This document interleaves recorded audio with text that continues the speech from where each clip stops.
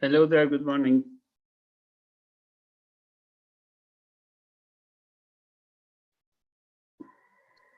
Good morning. Good morning. So, is it going to be start soon? I'm not sure. I'm not the host, but I believe my talk will be on 9 in Malaysia time. You are the first? I think so, from 9 o'clock from Malaysia time. I think in Indonesia it's 10 o'clock, right? Okay, so when is mine after you? Yeah, maybe.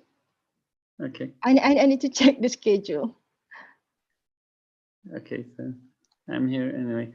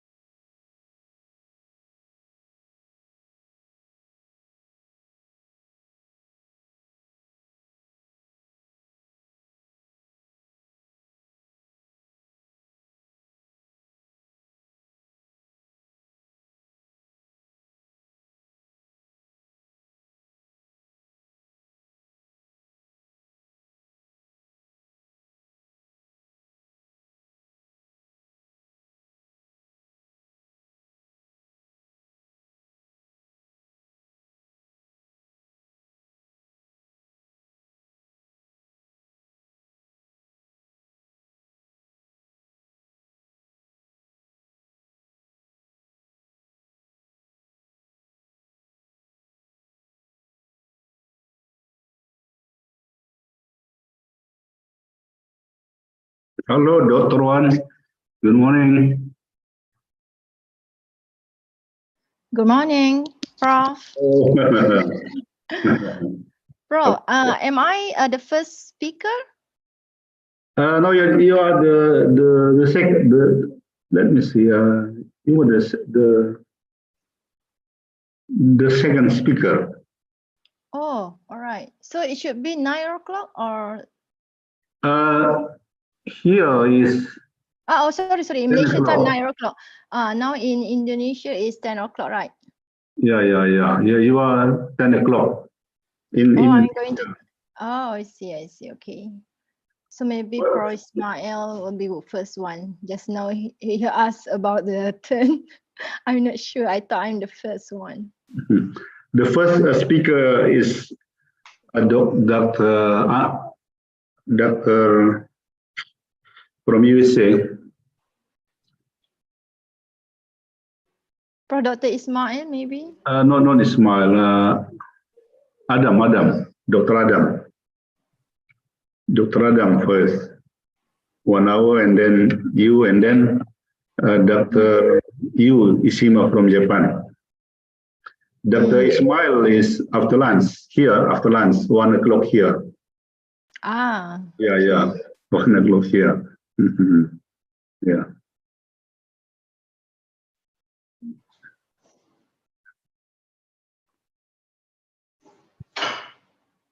So we can just join This meeting is being recorded. Sorry? So we can join this seminar, right? Even our turn is the second. Yeah, you can join. Yeah, of course. Until 5 o'clock here, until 5. All right. Yeah. Of course, we invite you to join. Yes.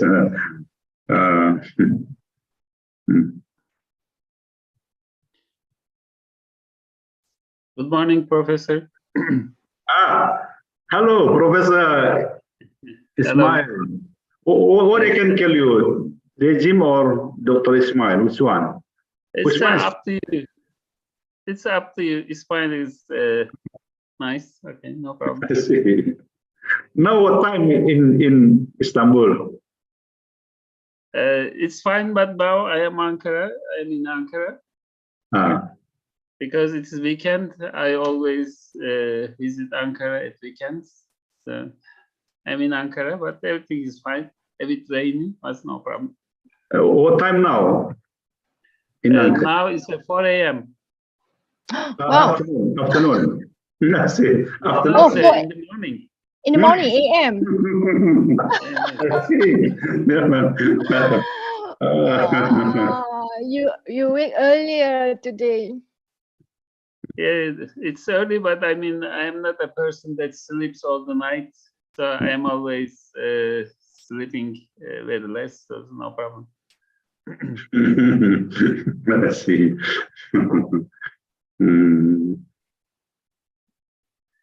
The moderator for you is Professor Silalahi, Johnson Silalahi. Okay. Your moderator. He's here now. Maybe still not. Yeah.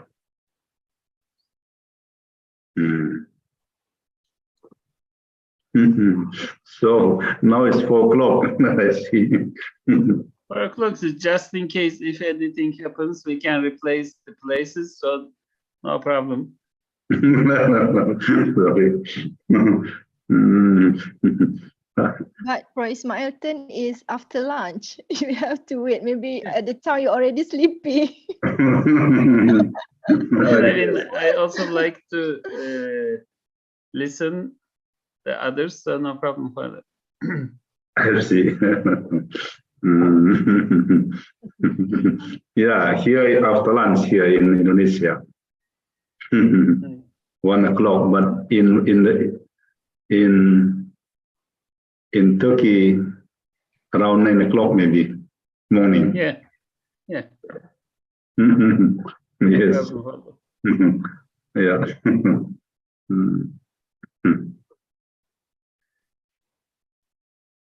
I think Turkey is good for to visit. Maybe someday I'll go there. Yeah, next time I will be happy if you can visit Turkey. So I will be very happy about that.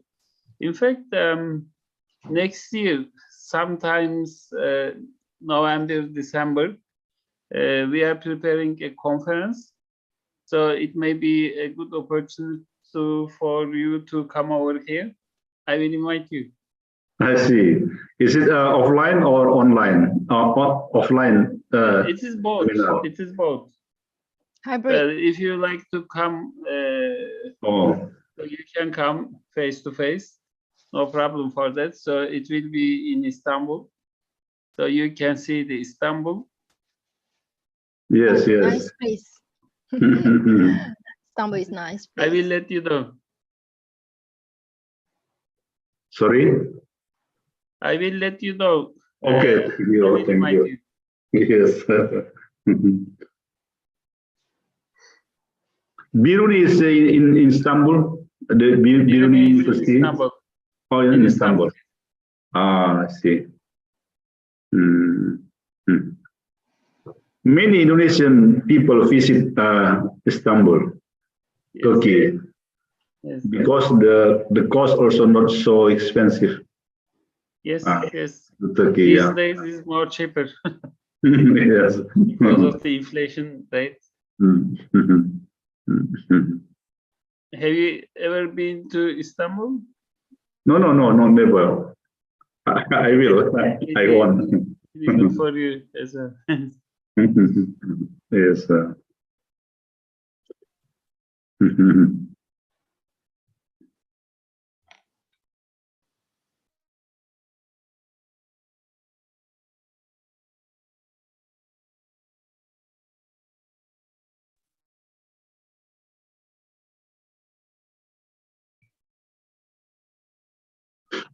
Penang is very near from here. Penang only 30 minutes from Medan, from a city to Malaysia. Only 30 minutes by aeroplane.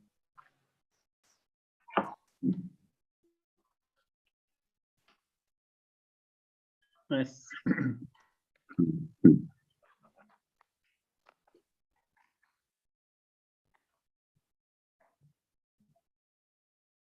Let me call Professor Johnson Silalahi. Hello, Professor Johnson Silalahi. Silalahi, Professor Silalahi.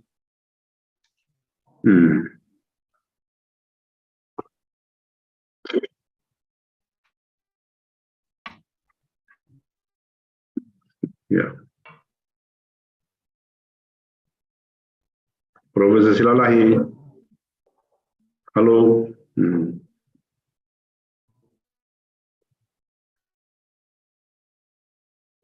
Let me call first.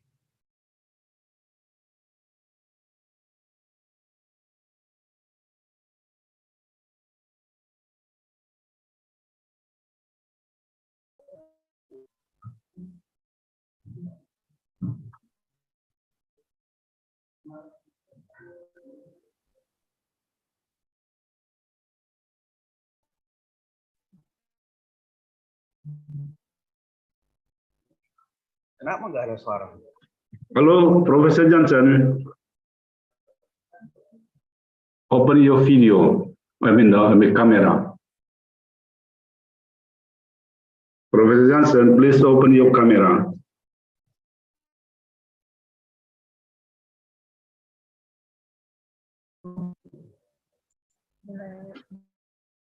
Professor Johnson, Silalahi, please open your camera.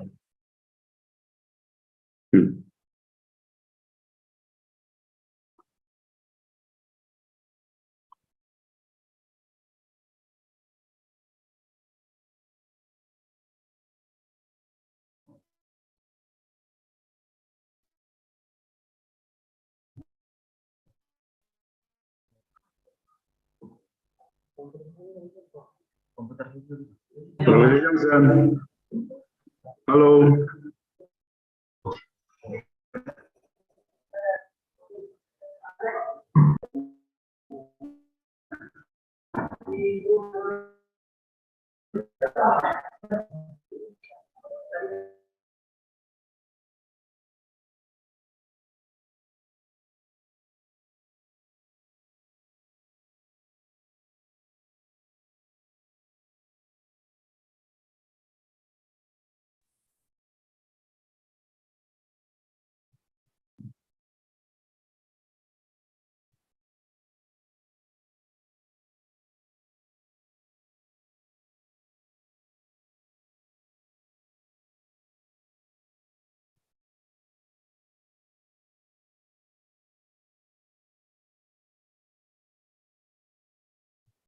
Professor Johnson.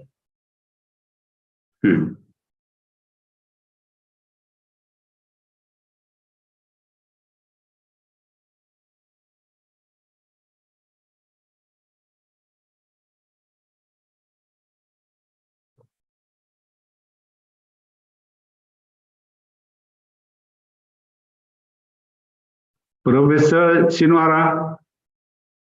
Good morning. Good morning. Hello. Yeah. Thank you for your arrangement. Okay. Thank you very much. Thank you. Nice to see you. お元気ですか? Thank you very much. I'm fine. Okay. Yesterday, I wrote an email to Professor Shimabayashi. Yes. And he replied me. He is doing nicely.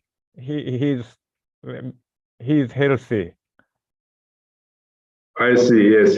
Good. Yeah. I told that we will have a webinar tomorrow. So he recognized you are working effectively. Thank you very much for your nice arrangement. Okay, thank you. If he has free time, maybe you can send the link to him. Yeah, no problem. I see. No problem. Yeah. Yes. Because I know, his telephone number, I cannot use his telephone number in my how to say, my handphone, my cellular phone. Yeah. Maybe if I mean, please send him the link. If he has free time, no problem. Yeah. Yeah. Yes. I haven't sent link to the dean. Sorry? Dean of faculty, Professor. Tsuchiya. Yeah, Tsuchiya. Maybe I think he has free time. It's better also. Please send him the link. Okay, I'll send him. Yes.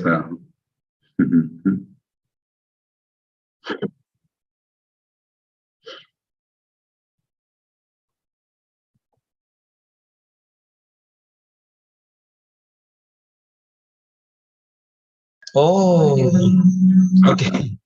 Hello, good morning, everybody, especially Professor Dr. Digim. How are you?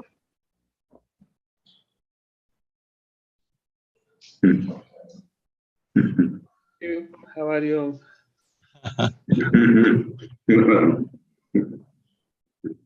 I tried to send a mail to you last night, but it failed. I don't know why. I don't know. What were you trying to say? Do I need to do anything? Well, are you still serving as a dean at the moment? Yes. Oh, Dean of Faculty of Pharmacy. Yes, it's correct. Biruni University, isn't it? Yes. Oh, correct. Okay, thank you. At the moment, what time is now in Turkey? It's almost 4:30 in the morning, AM. Oh, in the morning, yeah? Yes. Okay. Nice to meet you through this email, through this, what's it, Zoom? Yes.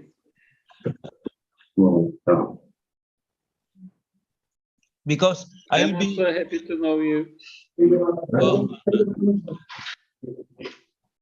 Because I was supported to be a moderator for your presentation today. Right.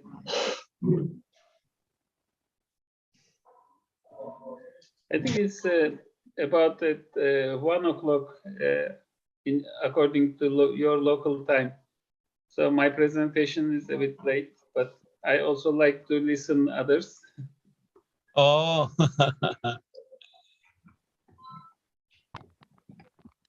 Could you tell me again what time is now in your country? 4:30 in the morning a.m. Oh. 4 a.m. Oh, it means it's still dark, yeah? Yes. It is still dark. But I always go to bed very late, and I always wake up very early. 5 a.m. I am always around.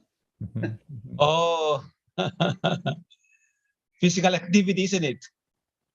Yes, but I mean, I like to go to the school early because early times is better. I can do some of my work because nobody is there, so you can concentrate better. So I normally go to school by 7 or something in the morning. Oh, I do also like that.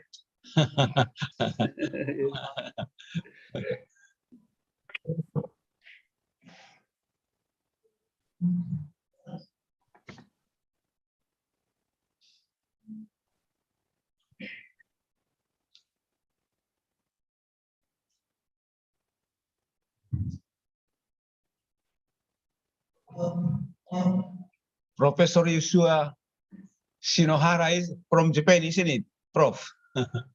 Yes. Yes, I'm attending. Yasu, I'm Yasuo Shinohara. Oh.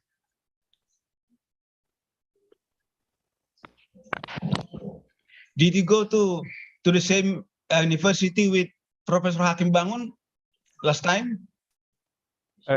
Sorry, once again, please. Did you go to in the same department in the university with Professor Hakim Bangun? Yes, time? we had a nice time in the PhD program in our university. We finished our PhD program at the same time. Oh. About 35 years ago. Oh yeah. I think you have ever come to Indonesia, to Medan, isn't it? Yeah, I visited twice. In Medan? Yes, I visited twice. Oh, because I remember that when your presentation, I attended your presentation before, I think.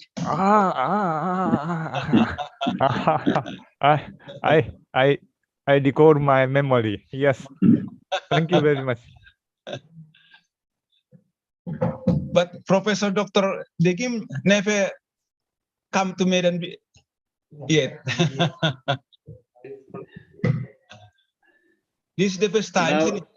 By Yes, Zoom. now it is first time for me to come to Medan in virtually. Next time maybe I can see you face to face. Yeah, yeah. Even you can visit Istanbul and Turkey. Have you been to Istanbul? Oh, I don't know yet. Okay, so you can come. You can visit.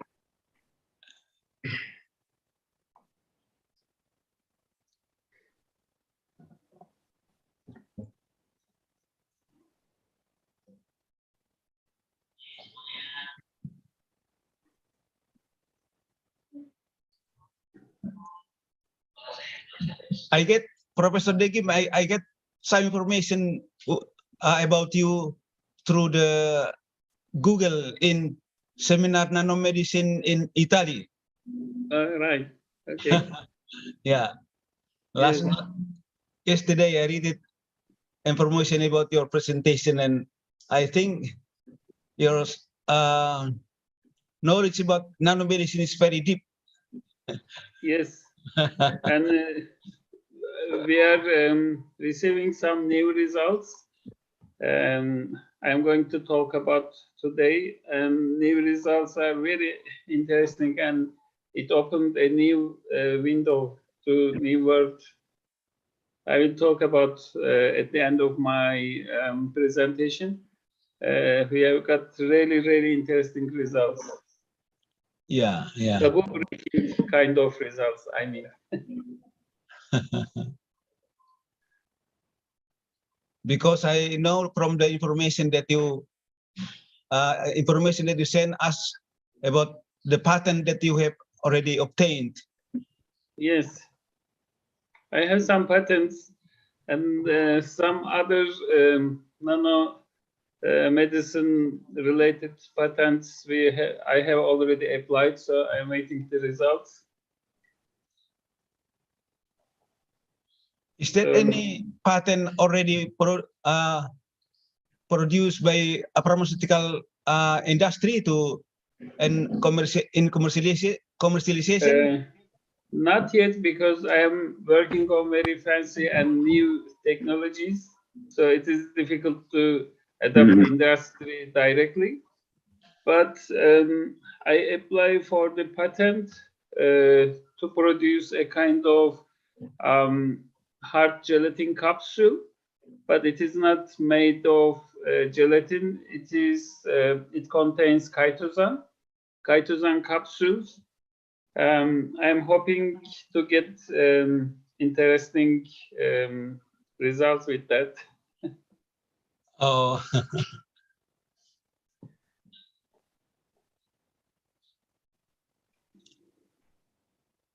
I am making alginate capsule here. Alginate capsule, you are chitosan capsule. It is interesting as well. Yes. Yeah.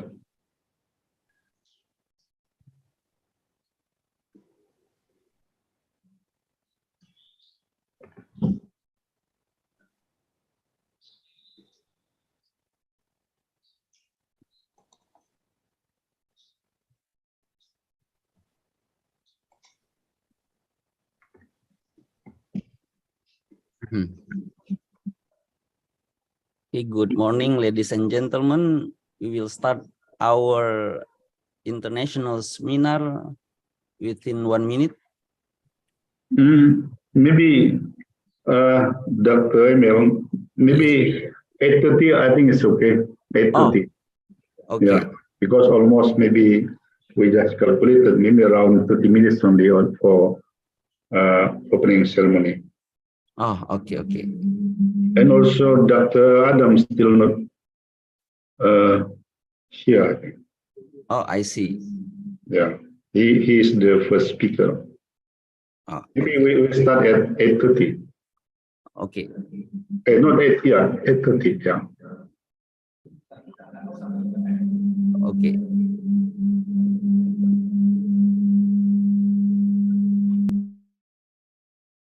Maybe it's good also to show the schedule today using a PowerPoint maybe before 8:30. Just so the rundown schedule.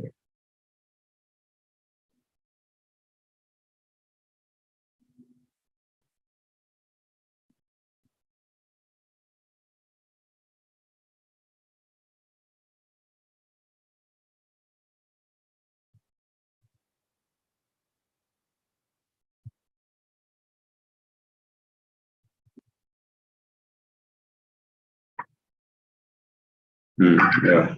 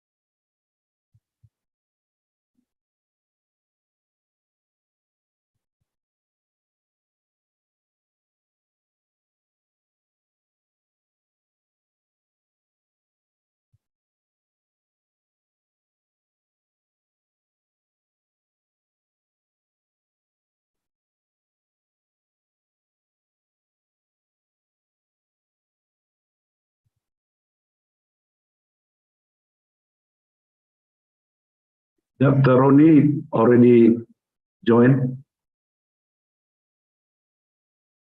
Dr. Roni is the moderator. Hello, Prof. I'm here. Oh, you join now? Okay, yeah. Okay. But Dr. Adam still not joined. Oh, yes. He's not in here yet, but I will try to contact him from email. Okay. Maybe, yeah, okay. All right, yeah.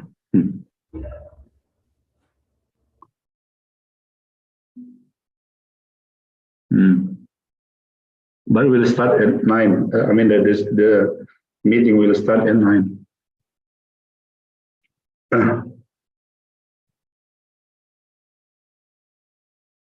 Sorry, Prof.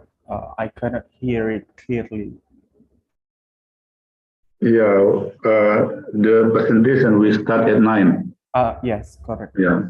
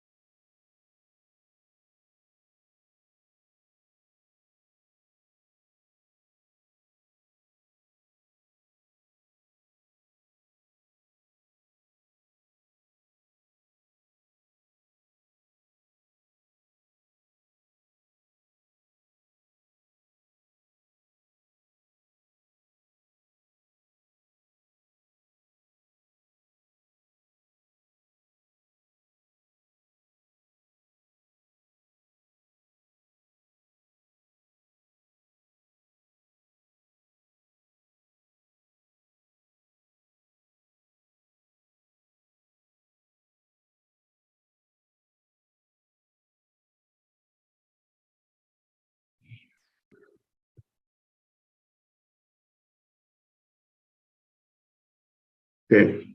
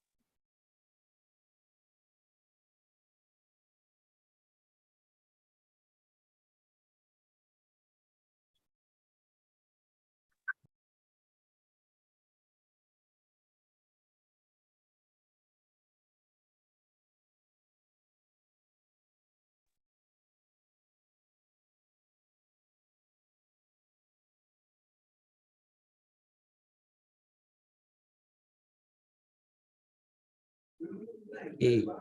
Ladies and gentlemen, we will start this event, so please be prepared. Thank you.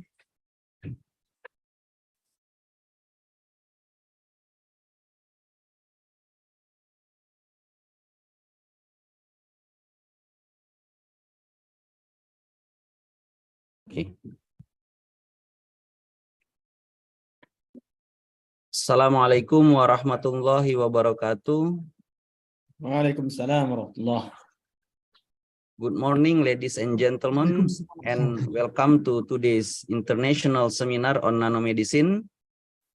I am Dr. Emil Salim from the Faculty of Pharmacy, Universitas Sumatera Utara, as your Master of Ceremony.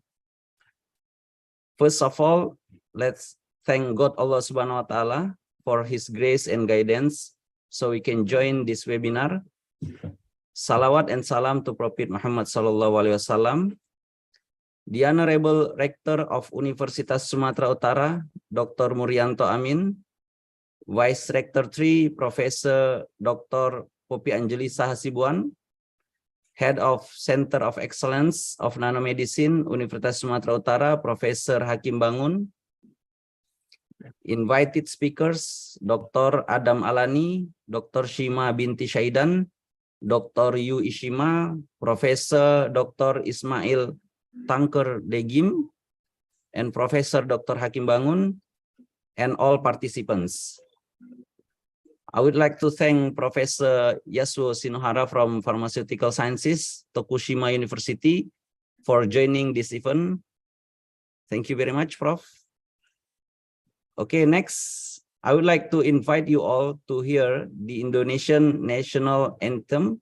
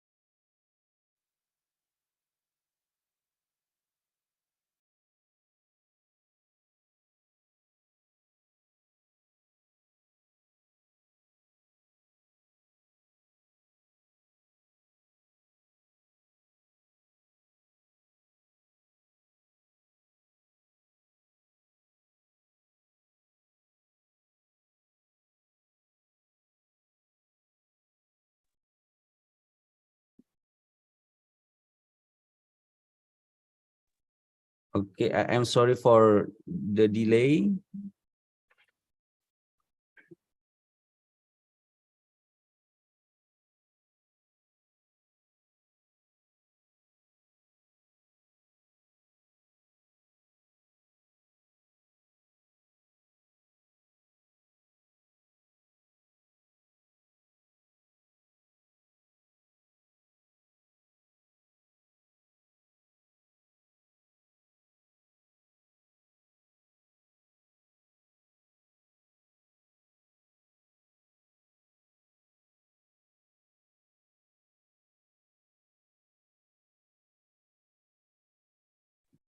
Okay.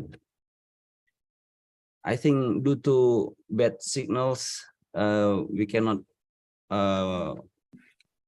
open the videos. So I think it's better we proceed to the next agenda. Okay, next I would like to invite Professor Dr. Hakim Bangun to deliver a speech as head of the Center of Excellence of Nanomedicine, Universitas Sumatera Utara. Professor Hakim, the time is yours. Okay, thank you. Good morning.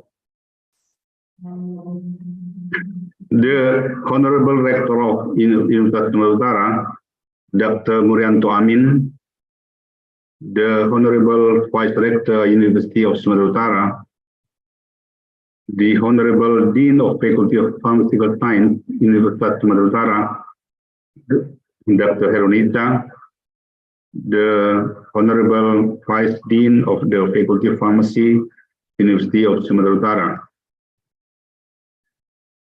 the Honorable Invited Speaker, Dr. Adam W.G. Alani from the College of Pharmacy, Oregon State University, USA, Dr. Wan Najatul, Sima Binti Sahidan from School of Dental Sciences, University Science Malaysia, Dr. Yu Ishima from Faculty of Pharmaceutical Sciences, University of Tokushima, Japan, and Professor Ismail Kanser Bijim from Faculty of Pharmacy, Biruni University, Turkey.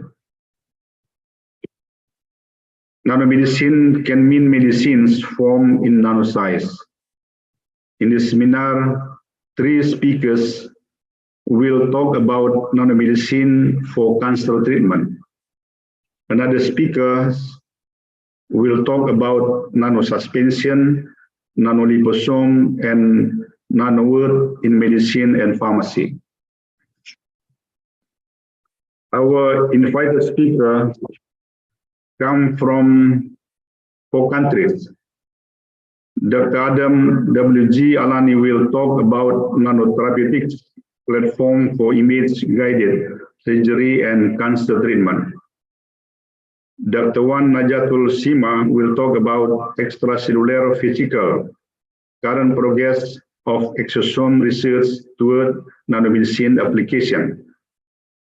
Dr. Yu Isima will present his work on drug delivery for refractory cancer therapy via an endogenous albumin transport system. Professor Ismail Tanser Dejim will talk about nanowork in medicine and pharmacy, the latest developments.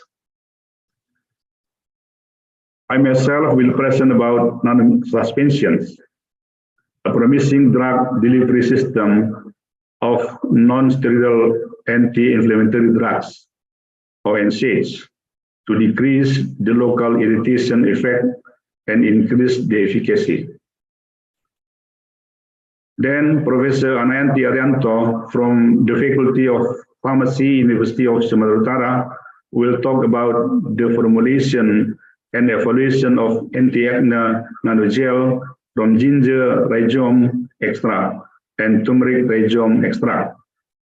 Another speaker, Mrs. Yetri Bes Congencia Simarmata, from a doctoral student of Faculty of Pharmacy, Universitas Sumatera Utara, will talk about formulation and physical stability of green round eggplant, nanoliposome ethyl extract.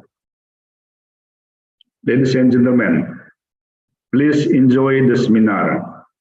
I hope it will be useful for the development of pharmaceutical sciences in our faculty. Thank you.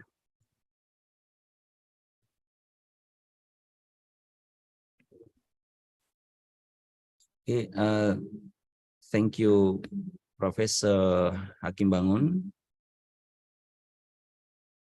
Okay, then I would like to invite the Rector of Universitas Sumatera Utara to deliver the opening speech.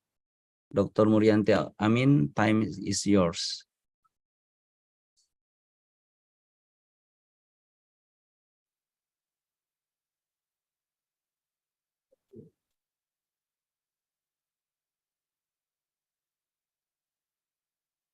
Bismillahirrahmanirrahim. Assalamualaikum warahmatullahi wabarakatuh. Good morning, Om Swastiastu, Namo Buddhaya, and keep healthy for all of us. The Honorable Vice Rectors of Universitas Sumatera Utara, the Head of Nanomedicine Center of Innovations, Universitas Sumatera Utara, Profesor Dr. Hakim Bangun Apoteker, our speakers, Associate Professor Dr. Adam W.G. Elani from Oregon State University College of Pharmacy, Portland, Oregon, USA. Dr. Wanja Nazatul Sima binti Sahidan, School of Dental Science, USM Malaysia. Associate Professor Dr. Yu Isima from Faculty of Pharmaceutical Sciences, University of Tokushima, Japan. Professor Dr. Ismail Tanser Dijim, Faculty of Pharmacy, Biruni University, Turkey. Profesor Dr. Hakim Bangun, Nanomedicine Center of Innovation, Universitas Sumatera Utara. Ladies and gentlemen, invited guests, lecturers, and all conference participants. Ladies and gentlemen, let us praise the Lord, God Almighty, Allah Subhanahu wa Ta'ala, for His mercy, compassion, and blessing, so that we could gather here this morning in the very event of International Seminar on Nanomedicine, which is held by Nanomedicine Center of Excellence, Universitas Sumatera Utara.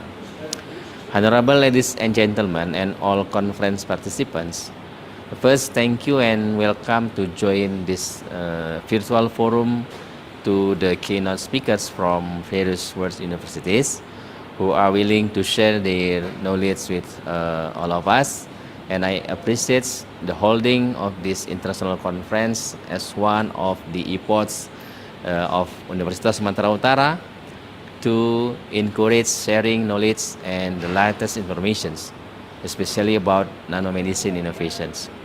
Besides being useful as a means of transferring knowledge and experience, It also improves scientific communication with academics from various countries, which is expected to continue in multiple joint activities in the scientific realm.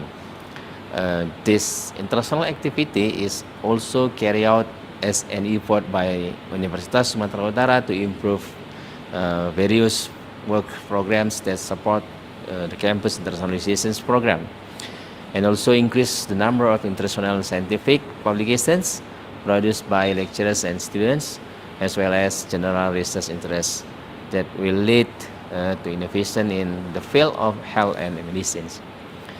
The developments and changing times also impact the shift in science and methods of treatments and patient management, which then presents nanomedicine with nanoparticle technology as a new trend and one of the leading innovations in the health field. In addition, the ability to create an innovative functional material launched by Nano is the basis for further development of nanotechnology. I hope this international conference will bring new ideas born from sharing information, experiences, and knowledge of the speakers to the participants. Primarily, to facilitate academics in getting new things related to their fields of expertise from various aspects and situations. This conference is also expected to explore further related to nanoscience and technology in nanoscale materials engineering, providing new opportunities for the development of various kinds of medicinal products, vaccines, and therapeutic methods. The increasing health sector problems certainly needs our concern and cooperation, including a firm approach with all stakeholders, especially the government. Therefore, we are happy to welcome the researchers who will attend this conference. This conference will be able to generate fresh ideas and targeted recommendations and distribute knowledge for the greater good societies. Honorable ladies and gentlemen, that's all I can say on this occasion. I hope that all conference participants can take advantage of this forum to get the information they need and to be able to increase the number of scientific papers that will be published in reputable journals, where it has an considerable influence on improving universities' reputations.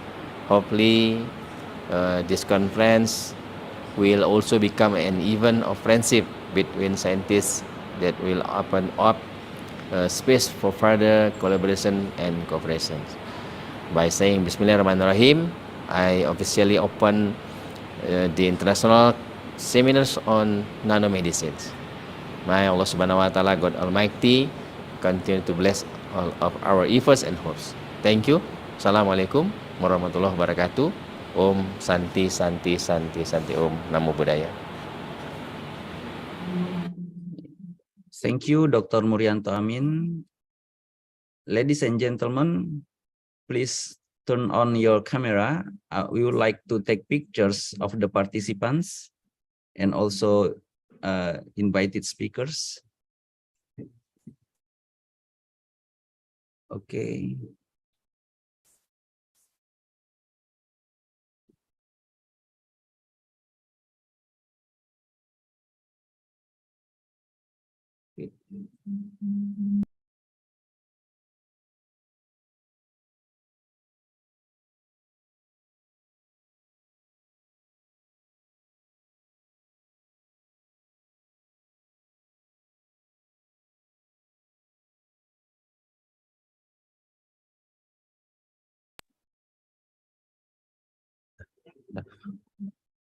Okay, thank you. Then I would like to invite you all to watch the video profile of Universitas Sumatera Utara.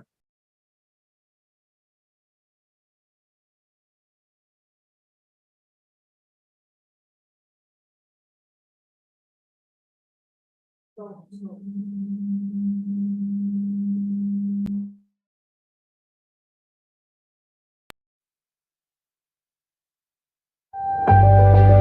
Sumatra, a sign of God's love given with full affection, a piece of heaven attached to the earth, home of the world's largest ancient volcanic lake that holds 1,000 legends and mysteries, a land for diverse cultural conformity where civilizations live in harmony, a place of dignified tolerance where the seeds of hope are planted, grown, and reaped for prosperity.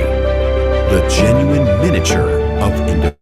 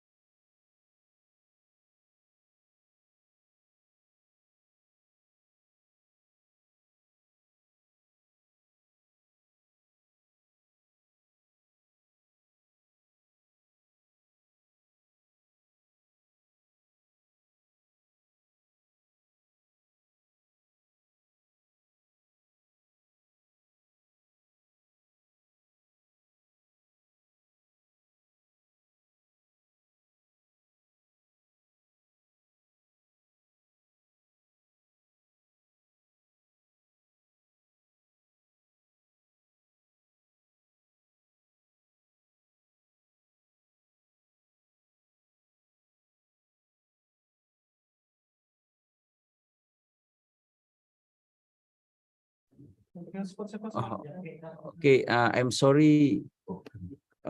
Maybe due to the bad connection, so the video cannot work properly. Okay, then let's proceed to the next agenda. I would like to inform you that the presentation time is 40 minutes and followed by Q&A for 15 minutes. And I would like to inform you that we will have the opportunity to ask questions by typing your name, affiliation, and question into the chat room. You may send in your question during the presentation and we will address them during the Q&A session. At the end of the session of the last talk, we will have a post test. Okay. I think because the video cannot be played, so I think is it okay if we proceed to the first speaker, Prof. Hakim?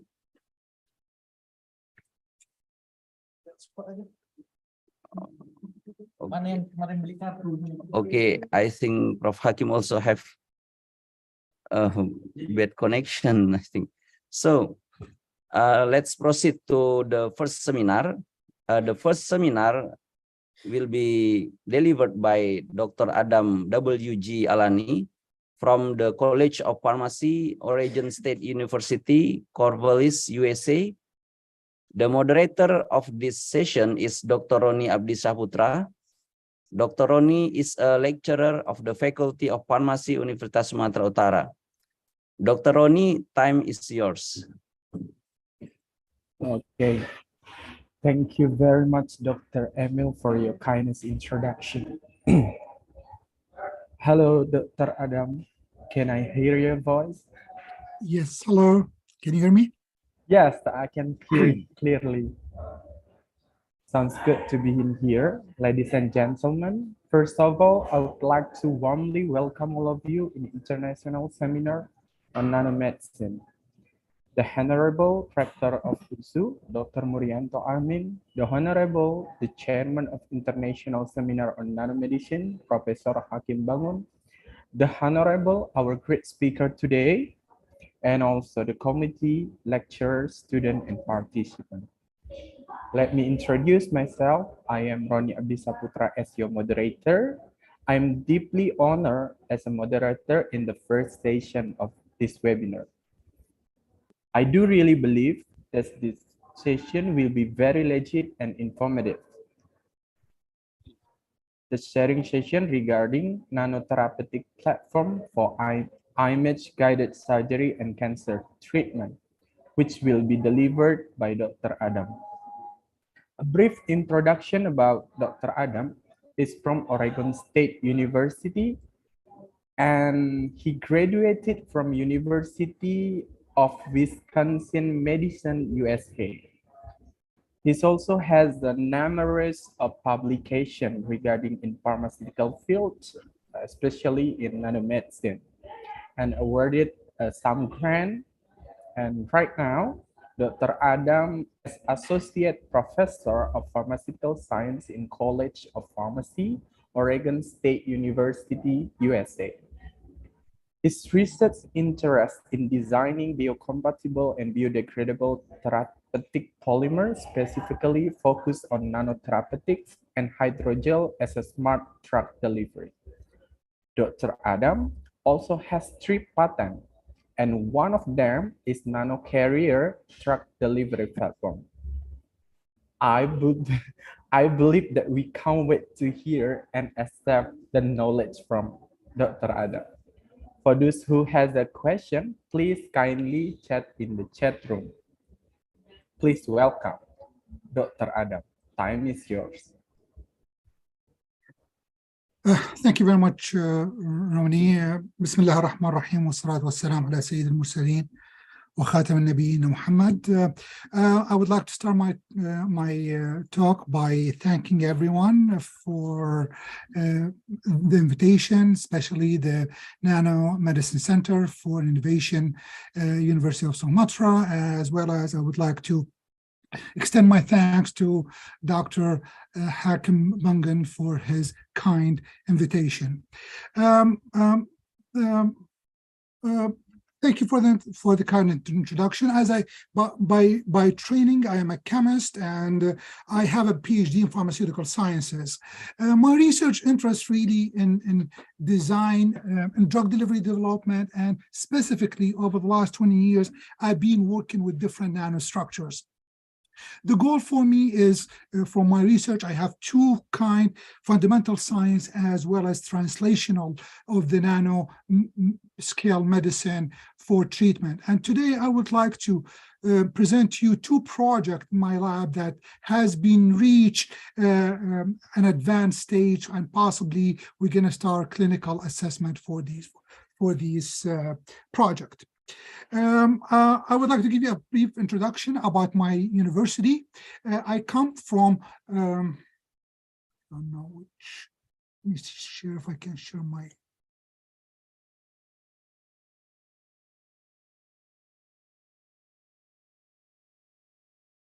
can you see my screen?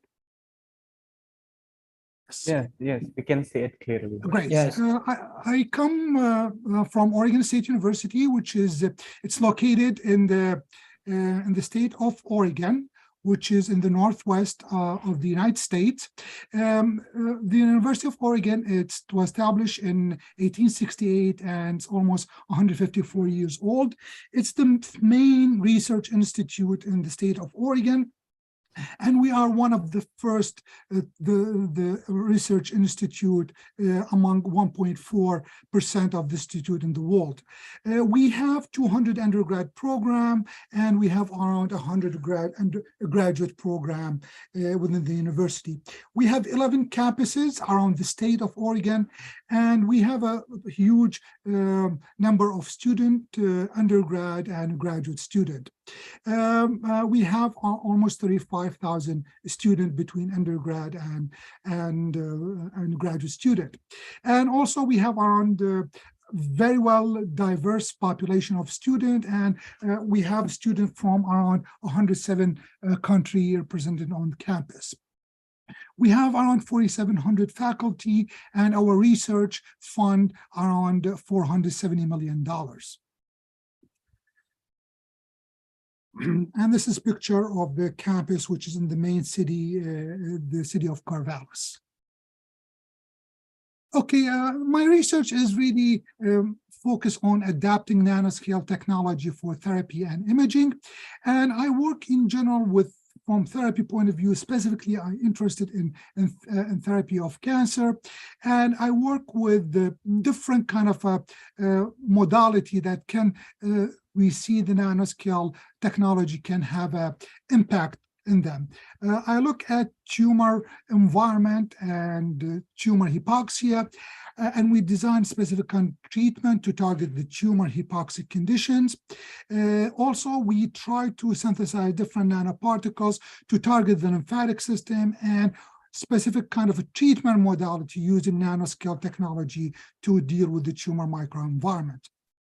The other part of my research is really focusing on devising nanoscale structures for image-guided surgery, and we work with two different kind of platforms. From a fluorophores, we work with a naphthalocyanine-based molecules and oxazine-based molecules.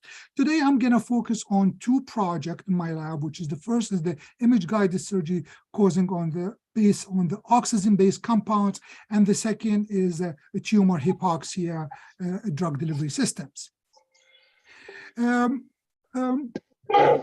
first project, as I mentioned, is the nanoformulation strategy for systemic and tissue administration for nerve-specific probes, and these are recently the new publication that present the data that I'm going to discuss with you today.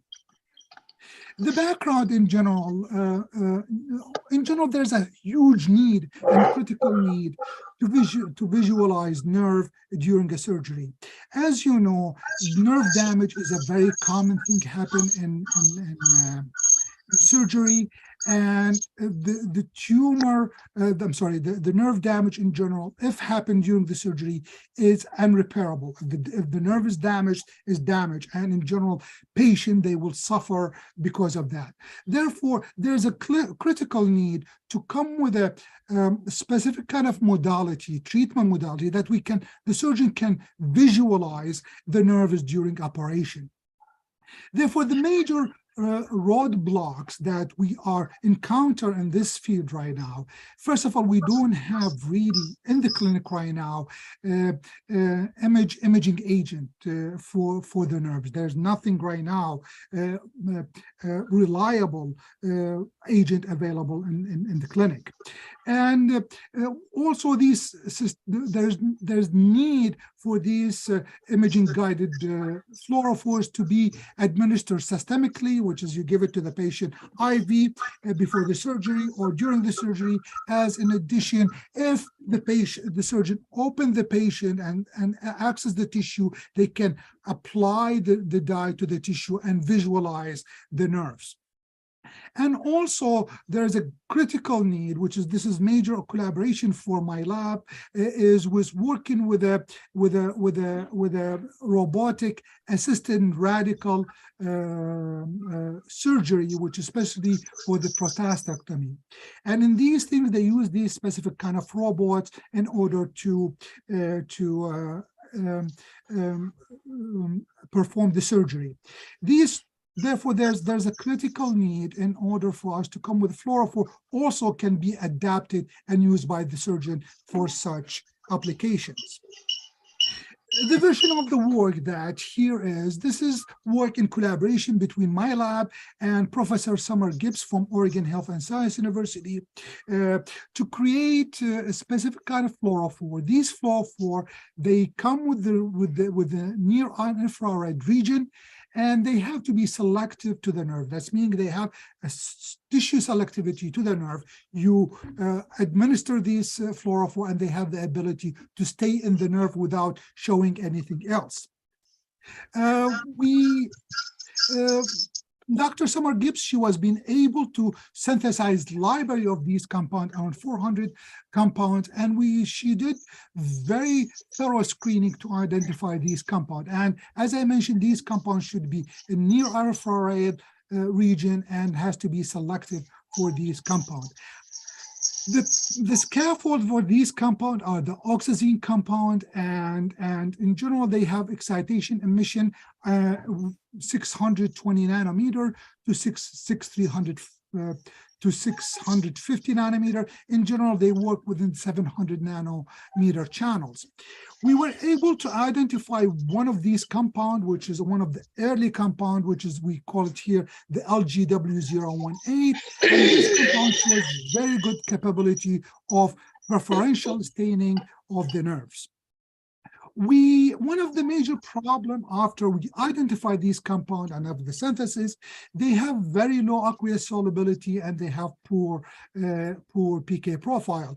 And this is my lab came here to this project in order to help with devise a platform in order to formulate these fluorophores. The idea was here we did the formulation, and after that we did the testing in a mouse model, rat, also 2 rodent model, and swine. And we tried to look at different surgical site, which is the hernia, prostate for prostatectomy, and head and neck surgical intervention.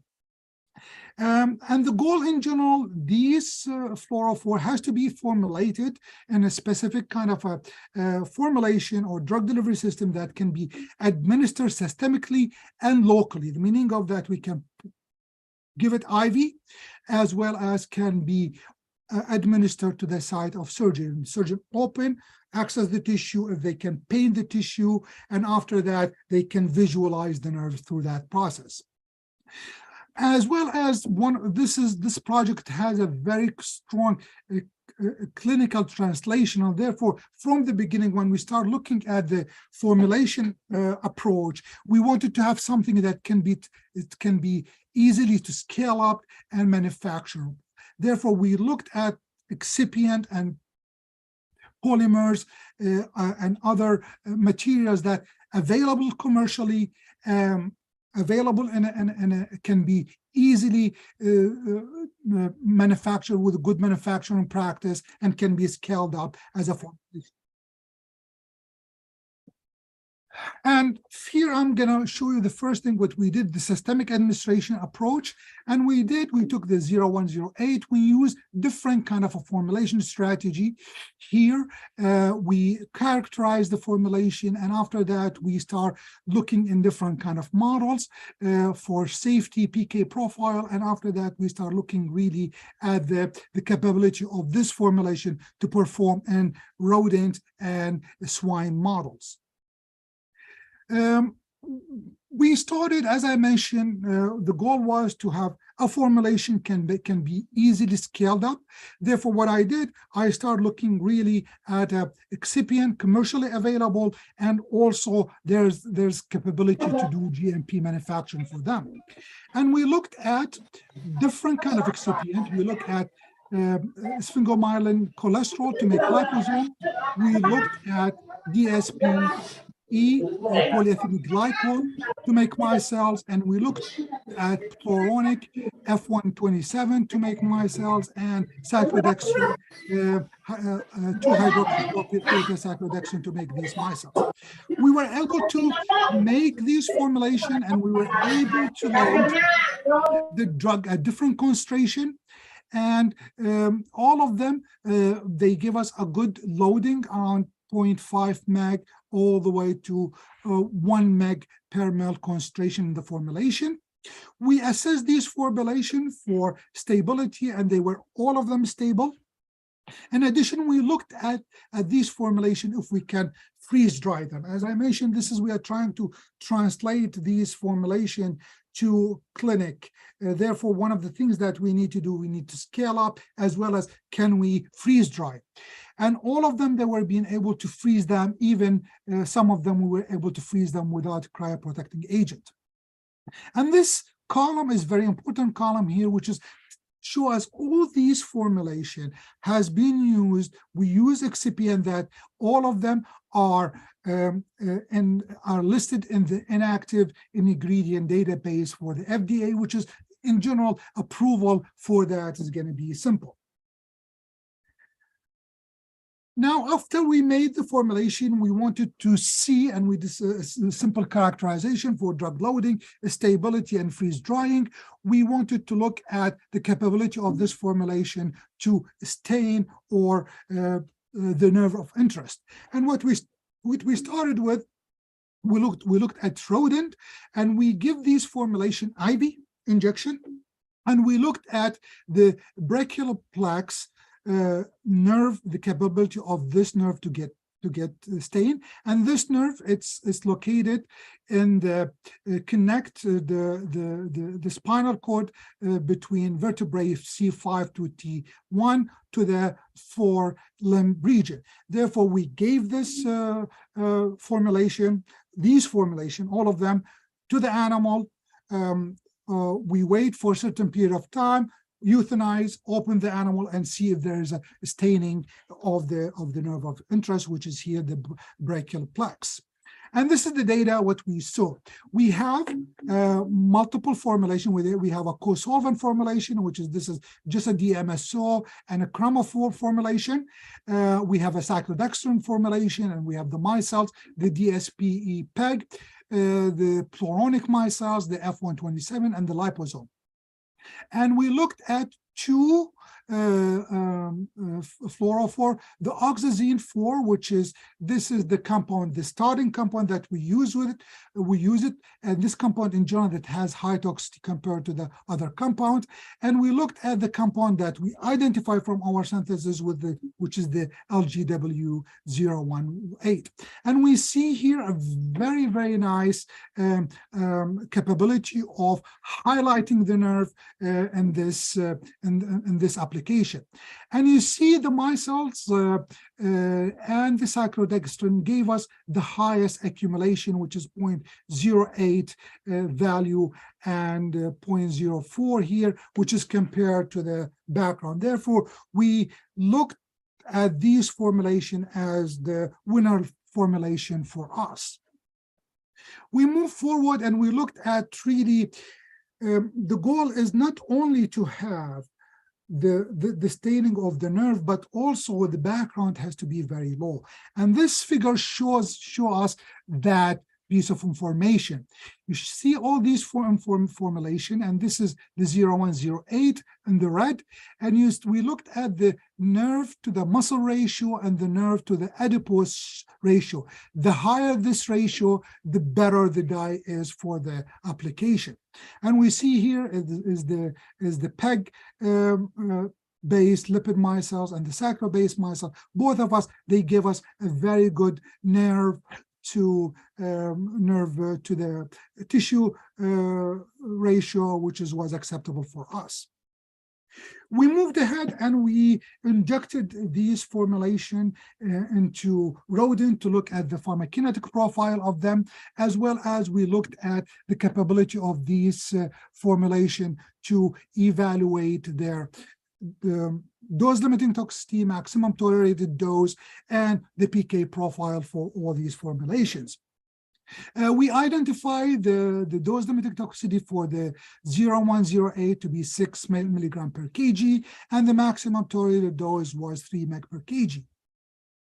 And we did single dose, and we looked at both formulation, the effect on mice. We didn't have any death at the maximum tolerated dose, and the mice, they were happy and no sign of acute toxicity over 14 days. And the mice, you see the weight, they were gaining weight. This is the figure, look at the weight as a function of time. And after that, we looked at the PK profile of these nanostructures, as well as the cyclodextrin complex compared to the co-solvent formulation. We inject all these formulation into the mice, and we looked at the PK profile, blood concentration as a function of time over 24 hours. What we notice is from all these data is technically what happened with these mice and the cyclodextrin, all of them from PK profile, they behave the same. They were able to solubilize the drug and or the fluorophore, and they fall apart upon injection. And therefore, we don't see really a big significant difference between their AUC, half-life, Cmax, and other PK profile. Therefore, technically here, these formulations are just really acted as a safe solubilizing agent for the fluorophore. And we also look at the PK profile for these formulation in swine, but with the swine only we looked at the micelle, the lipid-based micelle, because was our best formulation. Therefore, we looked at the PK profile in swine too. Based on the same study in the rodent, we looked at the safety profile of the cyclodextrin formulation and the pluronic formulation.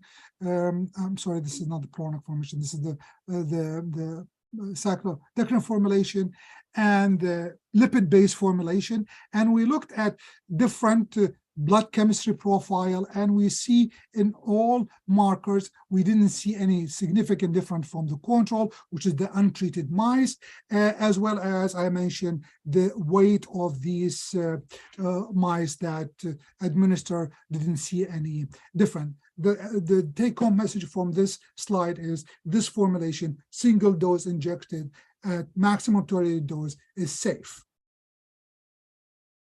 After that, we wanted to look at what's the best time to do the imaging after the administration. We administered the formulation and we euthanized the mice, and we looked at the signal in the nerve of interest as a function of time.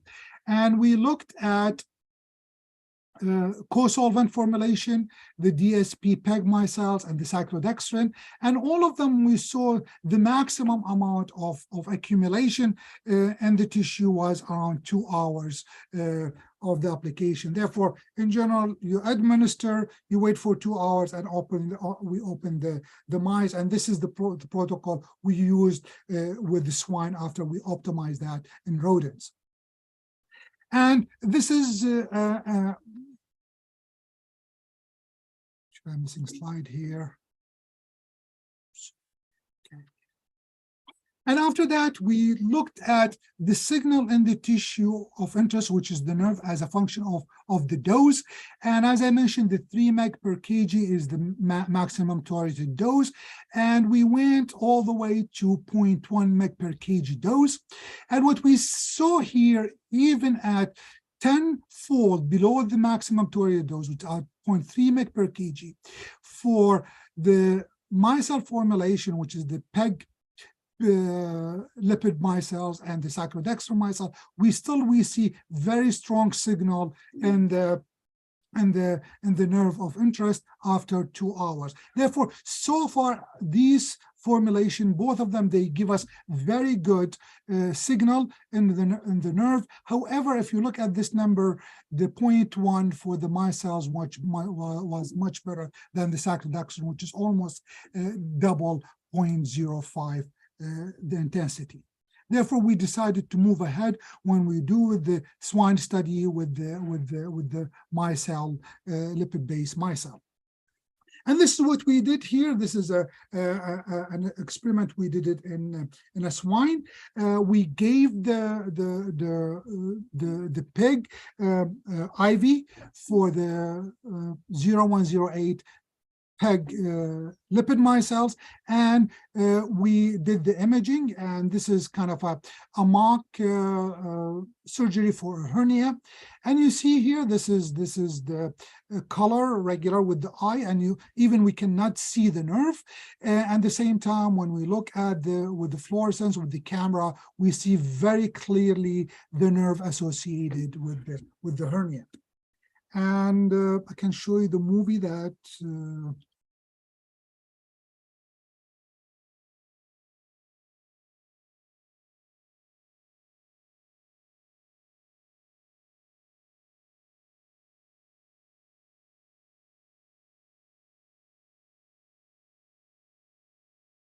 you see it's very nice visualization for the nerve of interest, and this was very promising data for us, and we moved ahead right now with the clinical development for this formulation.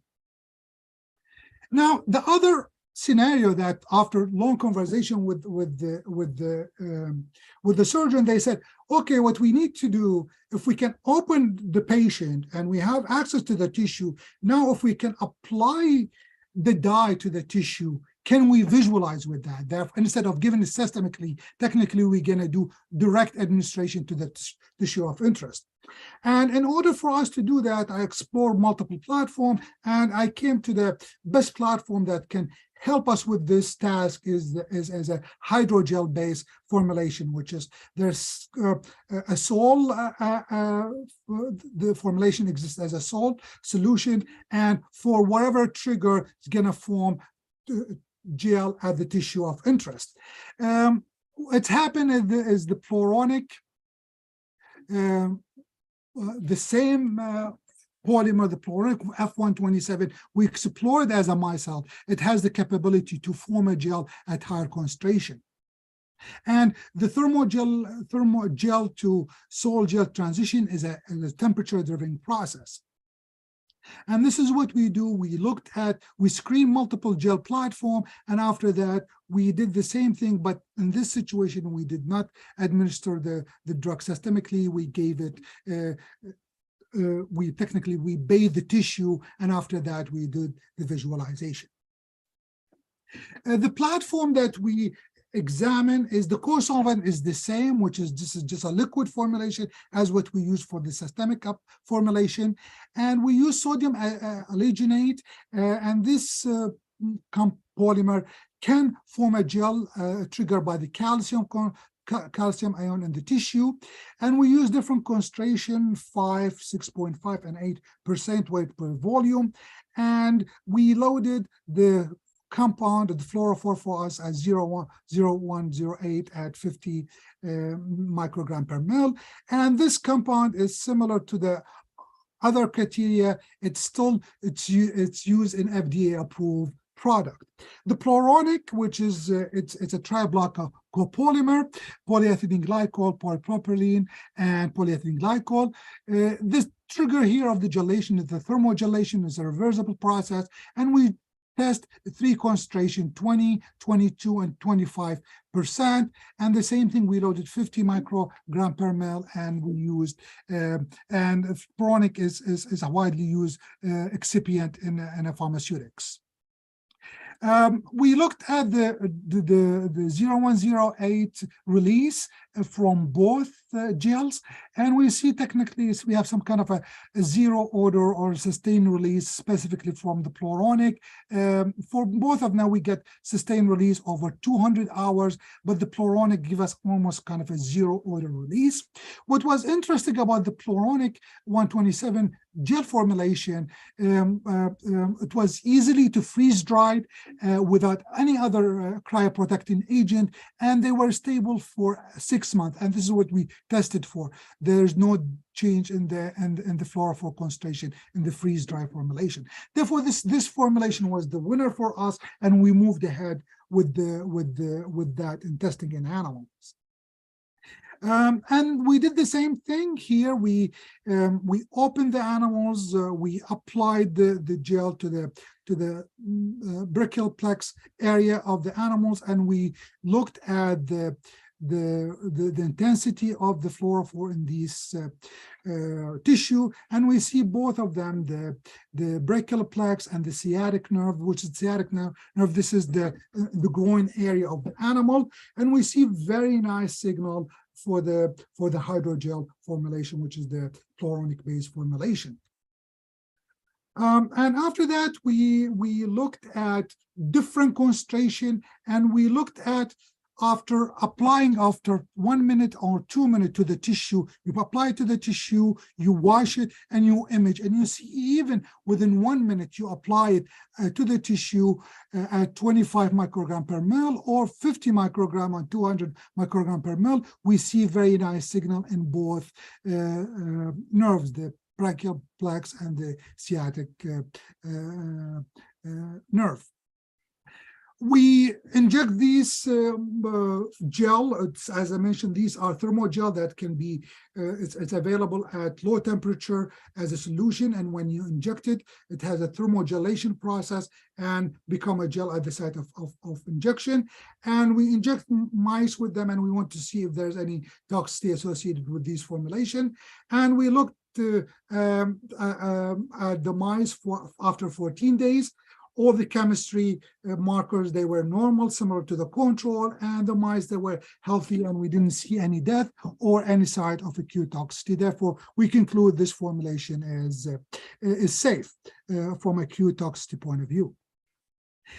We looked at both formulations, the sodium alginate and the pluronic, and the rheology property for them.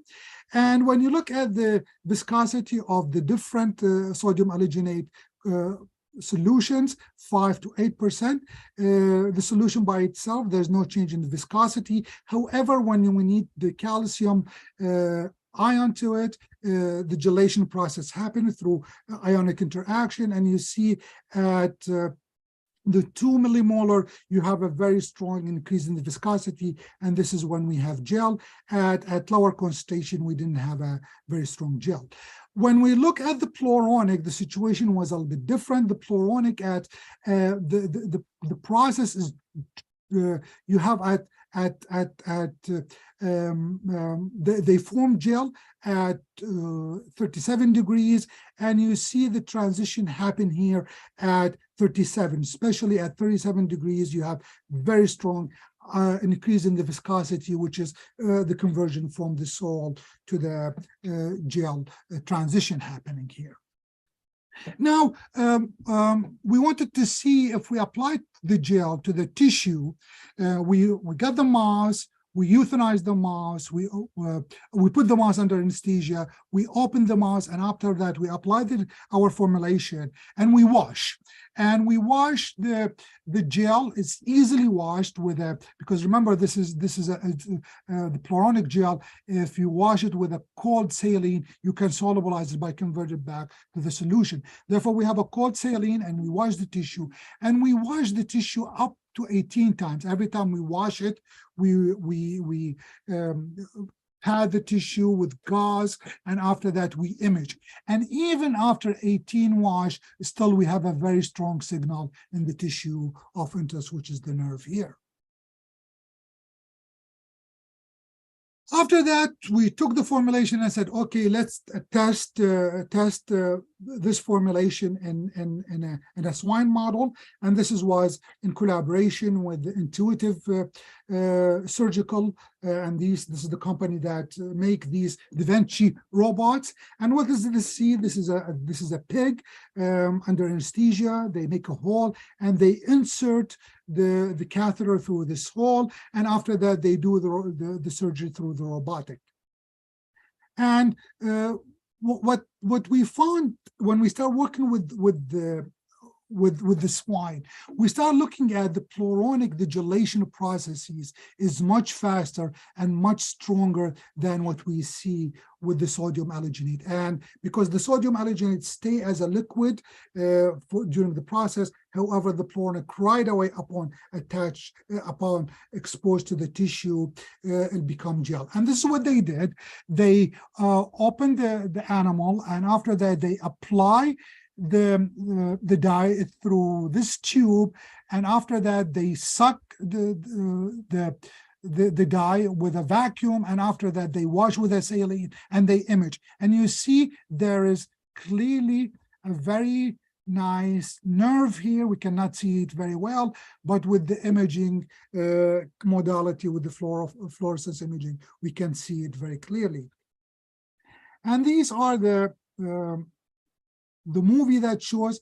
This is what you see here with the pluronic. They apply it, and you see right away it's become kind of a gel upon attachment to the tissue. And that gel, after they're done with the application, within 2 to 3 minutes, they use a vacuum to remove the gel, and they wash it with saline, and after that they imaged.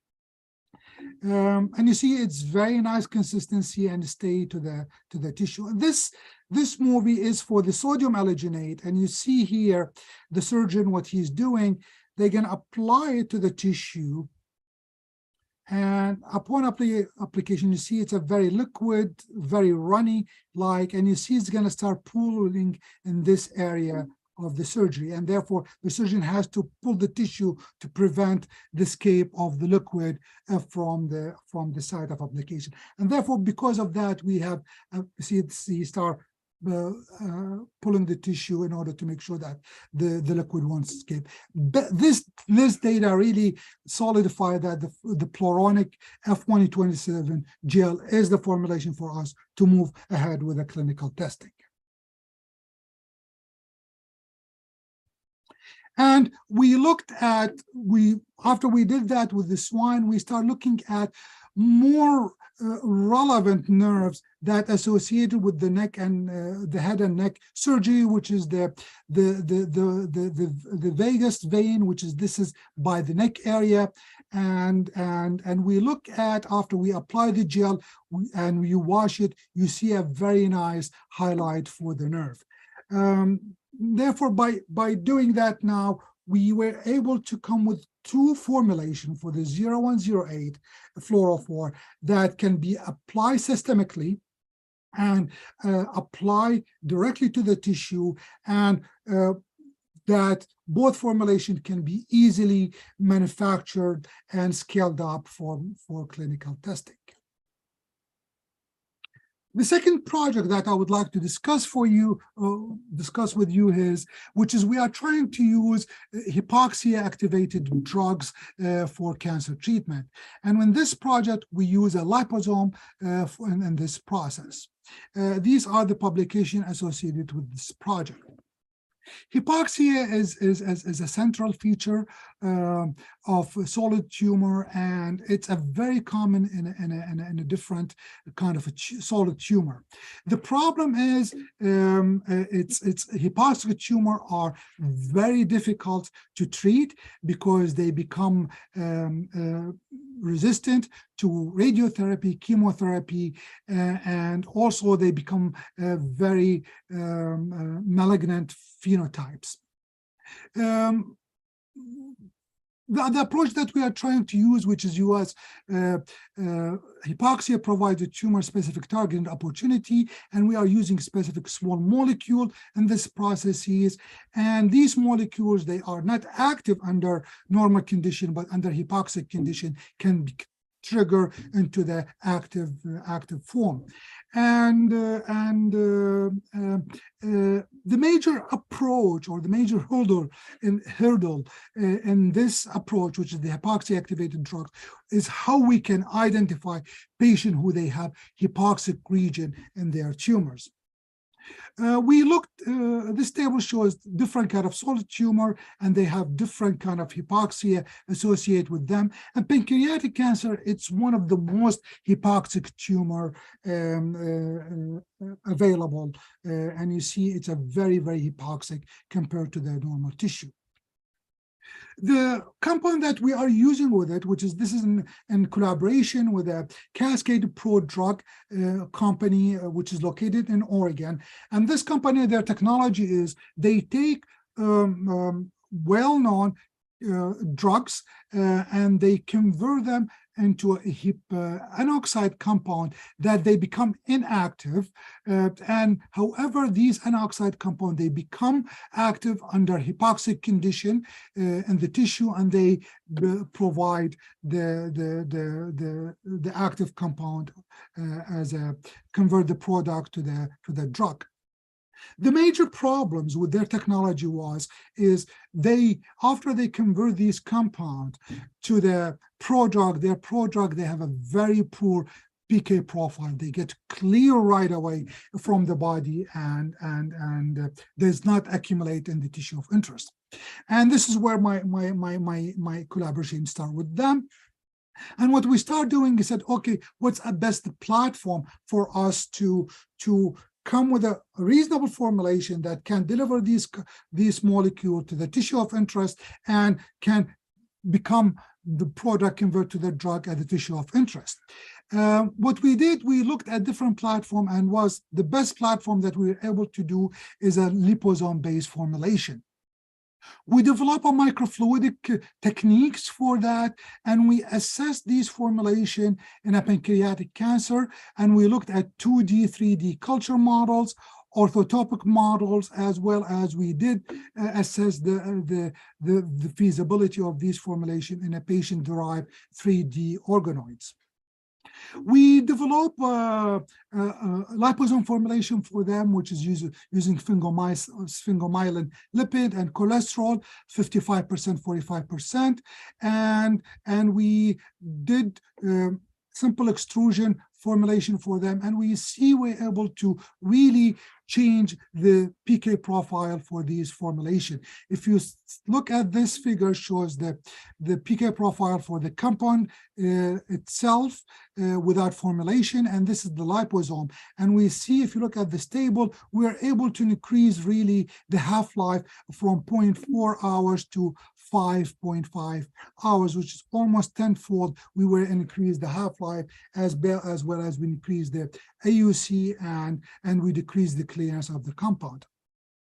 To move forward with that, we did that initial study by lipid extrusion process, and that cannot be scaled up. As I mentioned, we are dealing with a company who want to translate this formulation into the clinic. Therefore, we adapt microfluidic scale-up method, and we wanted to see if that can be hold and we can produce the same kind of liposome that what we did with the lipid extrusion. And we did. We formulate these liposome, we loaded the drug in them, and we look at the side, the cell viability and the pharmacokinetic profile as a way to validate our approach.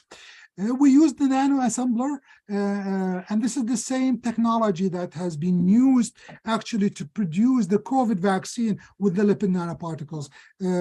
Pfizer and Moderna, both of them, they use some kind of a nano assembler technology to do that.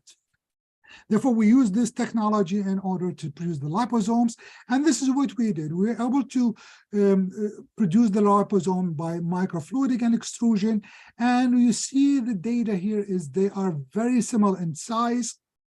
And all of them, these myoliposomes, we were able to freeze dry them, and the drug loading was similar. Therefore, was very good exercise for us is we can now use microfluidic methodology to produce these liposomes, and we can scale it up easily after that. We looked at the IC50 in a ES2 cells, which is because we did the cell before, which is this ovarian cancer, and we see there's no significant difference between the IC50 under hypoxic condition and normal condition between the two liposome, the microfluidic liposome and the extrusion. And the same thing, if you see the PK profile, they mirror each other.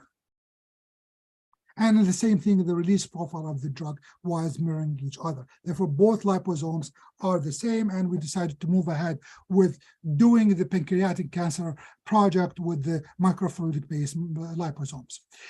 We assessed the anti-cancer activity IC50 in the pancreatic cancer cells, two kind of models, PAC and MIA-PACA, and we see there were active under hypoxic condition, which is 0.01 oxygen, and this is the normal condition, 20% oxygen, and you see the IC50 significantly was stronger and lower compared to the under normal condition. Therefore, the molecule is still active under hypoxic condition and less active under the normal condition. After that, we installed orthotopic model, which is we injected the pancreatic cancers into the mice, into the pancreas, and we looked at the tumor progression using ultrasound, and we measured the tumor as a function of time, and we treated the mice as the maximum tolerated dose, and we did 6 weekly injection for 6 cycles, and we did that in combination by themselves, also in combination with the gemcitabine, which is the standard of care for the pancreatic cancer. And this is the data that really was very nice for us. If you look at the purple, this is the combination of the liposome with the gemcitabine, and you see the mice, they were healthy after 100 days. We have to euthanize the mice because there's no tumor left in them. However, if you look at the formulation by itself, without the gemcitabine, it's still very active, but the combination was better. And the unformulated compound, it was okay, but still wasn't performed as good as the liposome or the or the combination, and the vinaplastin, which is as the drug itself. If we give it by itself, you see the mice, we have a very low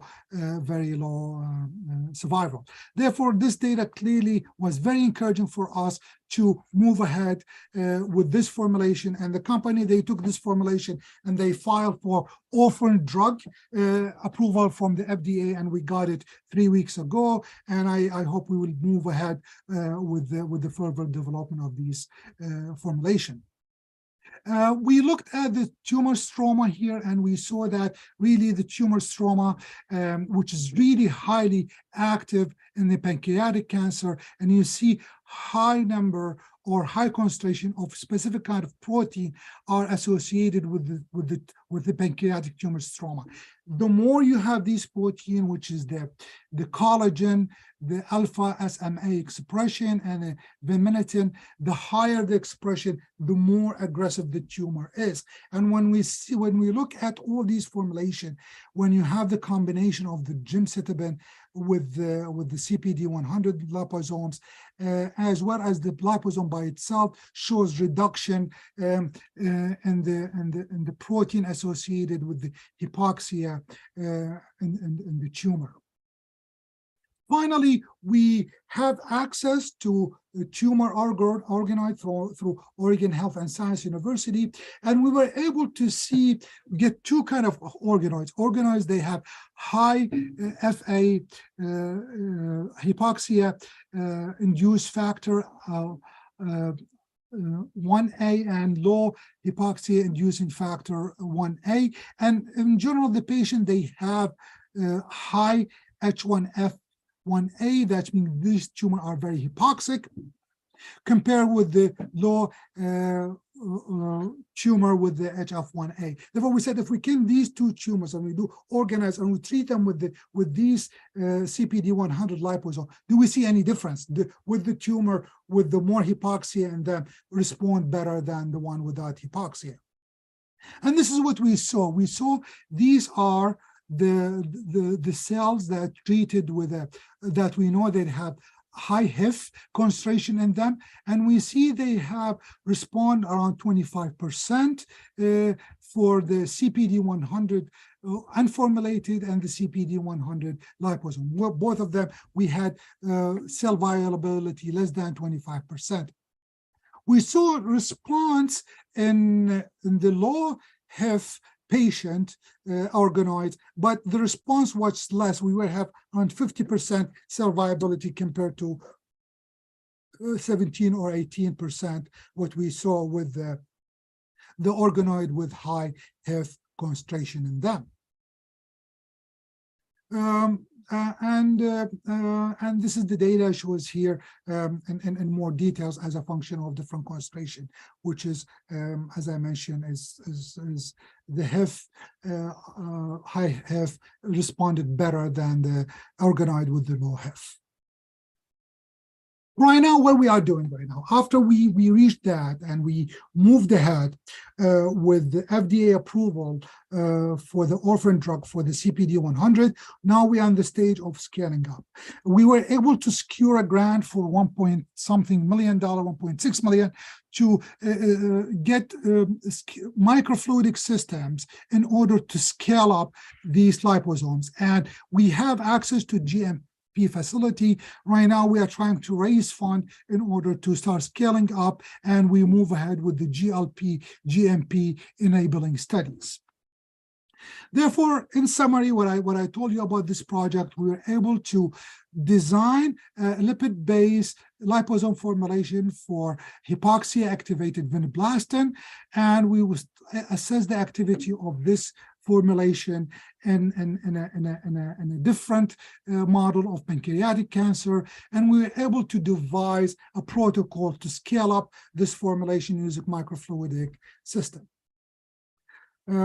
That brings me to the end of my talk, and I would like to acknowledge the people who did the work, in addition the funding agency, and I'm happy to answer any question. Okay, thank you very much, Dr. Adam. That was a great information regarding your topic about nanotherapeutics using pluronic and sodium alginate, and also the liposome formulation.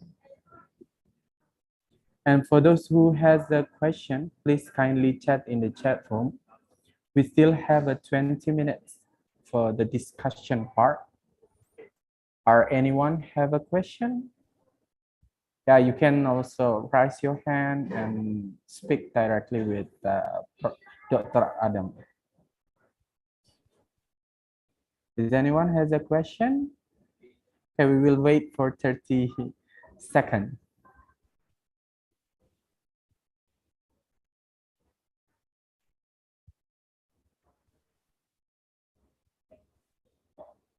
Okay, if there is no question from a participant, and I would like to ask Dr. Adam regarding your topics.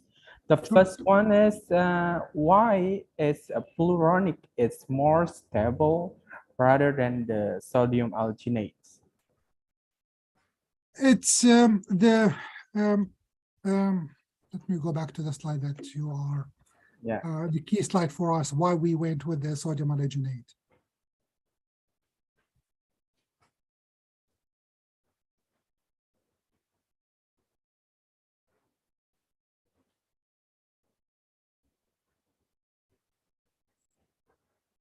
This is the slide really what really when the surgeon was working with them and we saw that the sodium alginate it stay running and stay more solid than a gel at the site of action. And the reason behind that, if you remember, I mentioned the sodium alginate, the gelation process is calcium dependent process. Mm-hmm. Therefore, I think the tissue doesn't have enough calcium to trigger the gelation process. Mm-hmm. Meanwhile, the pluronic, the solution to gel transition is a temperature driven. You have it as a liquid at 15, somewhere below 20 centigrade is a very liquid-like Newtonian liquid behavior. Mm-hmm. When you reach 37 degrees, become gel. And this is why it was better for our application. And I think the reason why the sodium alginate, as I mentioned, I think the tissue doesn't have enough calcium to trigger the gelation process. Okay, so it's depend on the calcium concentration. That's correct. Okay, so the second question is also for, the second question is CPD 100 liposome is co-formulated with gemcitabine. And you haven't, I didn't hear you explain the side effect of gemcitabine after co-formulated with CPD 100 liposome, and how was it? I'm sorry, I wasn't very clear about that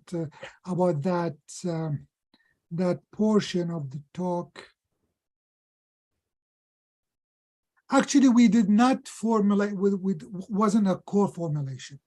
Okay. The gemcitabine was whatever available in the clinic. We took it and we gave it at a concentration of 100 mg per kg, which is this is what the equivalent to what we do in human. Wasn't a liposome contained two drugs, and I get this question a lot: why we didn't put two compounds in the same formulation? There's a valid science behind putting two compounds that they work synergistically in the same nanoformulation. However, from a practical point of view, after long conversation with a lot of oncologists, they don't like that. What they want to do with the oncologists, they want to have, let's say if they want to use 4 or 5 different chemotherapeutic agents, they don't want to have them in the same formulation. They want to have them separately available, and they do the administration tailored to the patient. Therefore, I have a lot of work, which I didn't present it here, doing synergistic value, and we load multiple compounds in the same formulation, mm-hmm. the same nanostructure. Could be liposome, could be nanoparticle, could be micelle, polymeric or lipid base. But remember, this project is working with a company, and we want to move ahead the project to the clinic. Therefore, if I'm going to put two compounds in the liposome, from approval point of view, FDA approval point of view, it's going to be very complicated. Therefore, it's better to go with a CPD 100, which is the vinblastine prodrug formulation. We get approved by that, and we see if that's going to be approved for pancreatic cancer. And eventually, if we think we identify synergistic ratio, we come with a new formulation and we apply for a patent for that. Okay. But just from a simplicity point of view and the sake of moving the project forward and having interest from the oncologist, who going to use that? Because remember, our customer are the oncologists. We have to design the product to our customer who are the physician, and this is the solid drive behind this project. It's something simple that can be used by the clinician. Thank you very much, Dr. Adam. Okay, we still have a 13 minutes. Is anybody has a question? Please, guys, raise your hand or chat in the chat room. It's always at my student. If there are no questions, I feel very good, because meaning of that, I did excellent job and everyone understood the science. And if I can right now, I'm going to ask for paper and pen. I'm going to give you quiz about my talk. Then suddenly it's freeze. Okay, Dr. Adam, I still have a question. Sure. I read some of your paper regarding using doxorubicin also in cancer treatment. Can you explain, do you formulate it with the liposome? Since we know that doxorubicin has a very toxic effect in the cardiac failure, and how do you handle it? Yeah, the doxorubicin in general, doxorubicin situation from my project point of view, we are treating it similar to the gemcitabine. Mm-hmm. We try to advise a protocol to mitigate or decrease the toxicity associated with the doxorubicin. Therefore, if you know doxorubicin already available, the adrenomycin is already available as a doxal formulation as a liposome. And the claim when they formulate the doxal as a liposome is available in the market since 1995 to lower the cardiac toxicity associated with the doxorubicin, but did not do that. It did not do that. Therefore, right now, when you look at the adrenomycin or the doxorubicin, really is not the first line of therapy. Always, oncologists, they use it later, when they reach a situation that they cannot treat the patient. Therefore, the project that you are mentioning here is in collaboration with a colleague of mine, we wanted to see polyphenols, which is, compound that has been studied a lot and shows they have some kind of anti-cancer activity and cardioprotective activity. And these polyphenols that we are working with them, I think most of the audience know them: quercetin, curcumin, resveratrol, and these compounds are. The problem with them is they have very poor bioavailability. And what we wanted to come with a combination of these compounds that they can mitigate the cardiac toxicity associated with the doxorubicin. And we have a full research that we were able to identify, which is here actually where we did the combination. We have a one micelle contain 2 or 3 compound at a synergistic value that can produce anti-cancer effect, but at the same time has a protective effect against cardiac toxicity. That's great.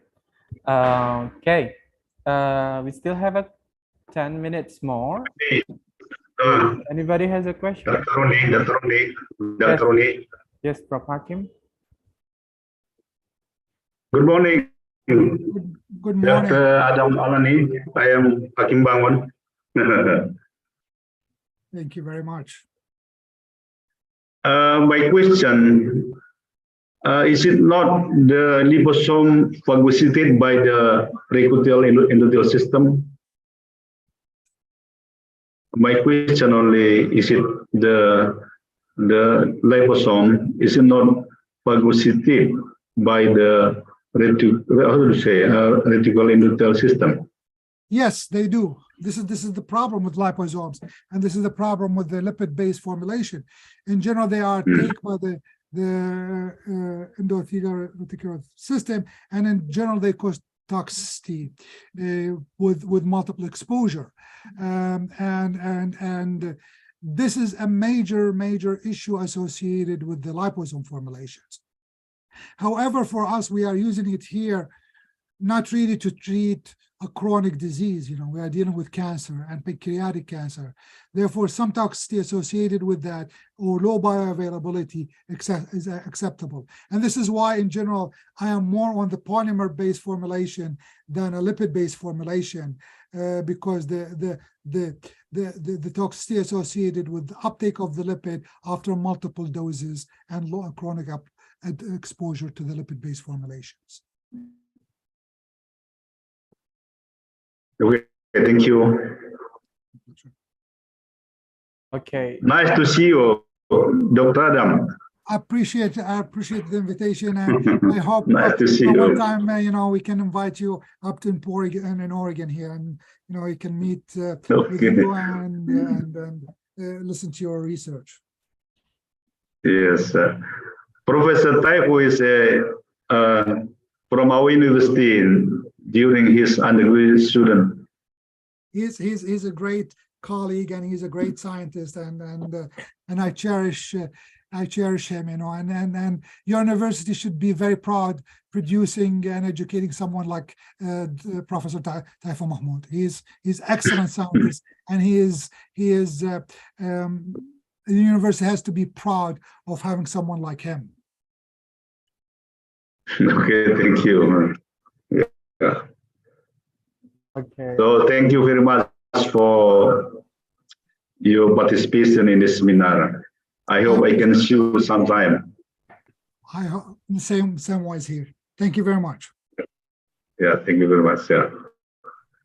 Okay. Since there is no one has a question. Dr. Roni, I have okay. Question. Yeah, Dr. Emil, please deliver your question. Sure. Dr. Adam, nice talk. I just want to ask a question. Did you try other drug delivery system other than liposome? If you already done, how the result compared to the liposome? It's with the CPD100, which is the viniplastin. The viniplastin, it's a water soluble compound. Therefore, any other lipid-based micelles or polymeric micelles or saccharose-based formulation doesn't work with it, because the problem is you need hydrophobic interaction to load in the polymeric micelles or lipid-based micelles. The advantage of the liposome is you have a aqueous cavity inside it, and which is where we loaded the drug into it. This is why we ended with the liposome. The major advantage also of the liposome, the entrapment is physical. Therefore, we did not need to change the chemistry of the compound. Therefore, I looked at the compound is water soluble. Therefore, I said, okay, any micelles, any which through hydrophobic interaction is not going to work. We did some testing with the postdoc, but nothing get loaded into it. Therefore, eventually we ended with a liposome. It's a good vehicle that can load water soluble compound and retain it inside the liposome.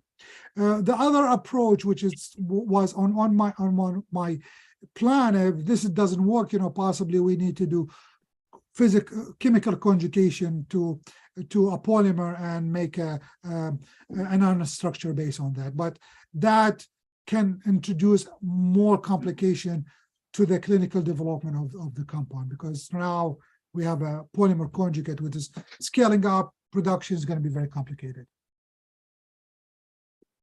Oh, okay, I see. Thank you very much, Dr. Adam.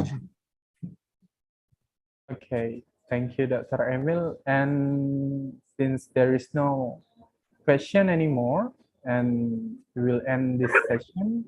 Thank you very much for Dr. Adam. We really appreciate your time and knowledge and sharing it with us. And we really hope we can meet in person one day. And Inshallah. Inshallah. Inshallah. Okay. Thank you. And next, I will give the times for Dr. Emil. Dr. Adam, if you have time, please join for the next speaker. Yeah, if you have time, if you are free. Yeah, yeah. Okay, thank you, Dr. Adam, for the interesting talk, and thank you, Dr. Roni, for nice arrangement of this session. Then let's proceed to the next session.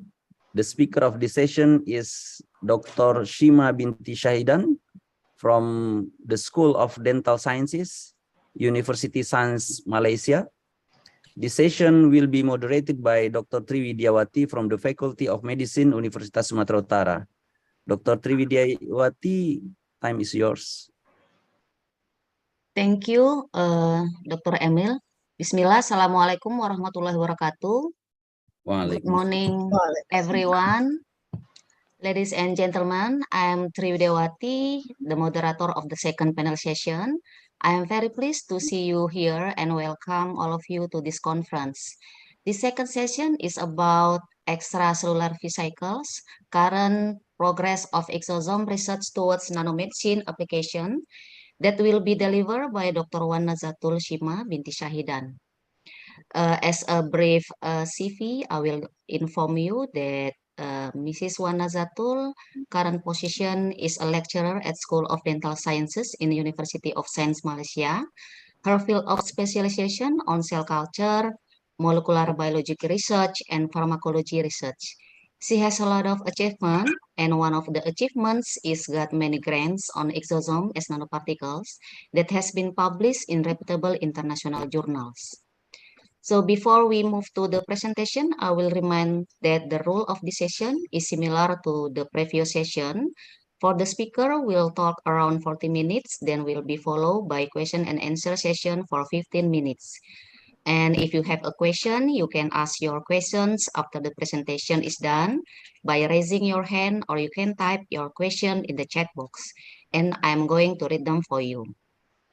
Now, I'm going to invite the speaker, Mrs. Wan Nazatul, to deliver her presentation. Mrs. Wan Nazatul, are you ready? Yeah. Okay, now time is yours. Okay, thank you very much, Ms. Moderator, and also Mr. Chairperson, and also all the organizer committee. Okay, now I'm going to share my slides.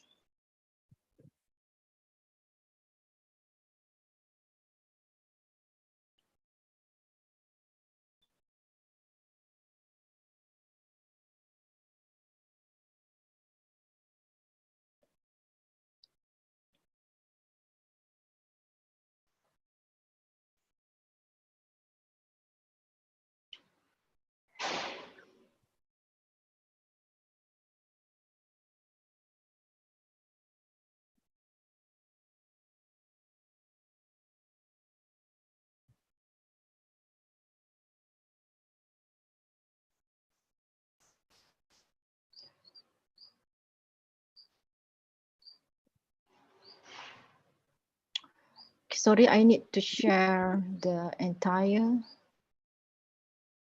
Can you see my slides? Not yet. Oh, sorry. I shared the screen just now.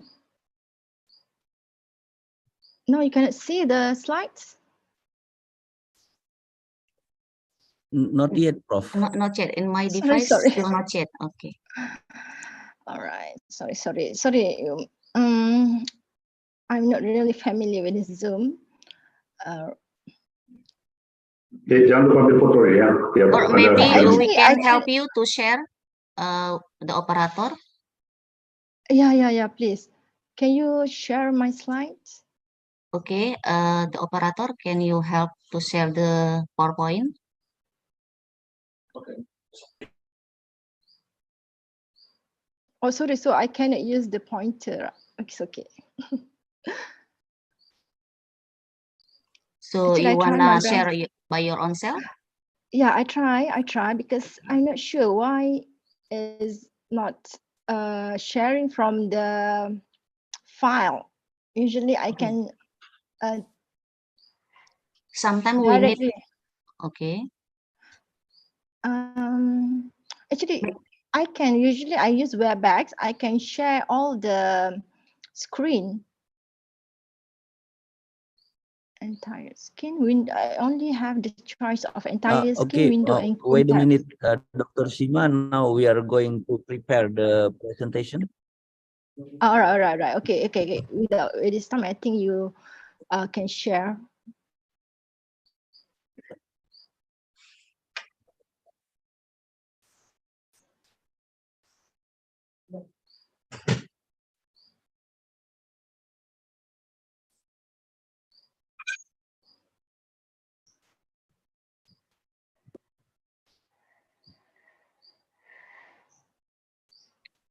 Okay, wait a minute. We are preparing the presentation.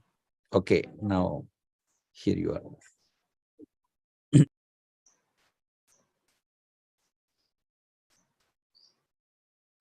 All right, can you move in the the slideshow?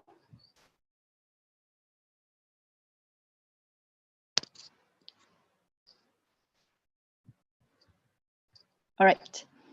Thank you again. I really appreciate the invitation for these topics, and this is the current progress of exosome research, actually the subtype of the extracellular vesicle towards the nanomedicine applications.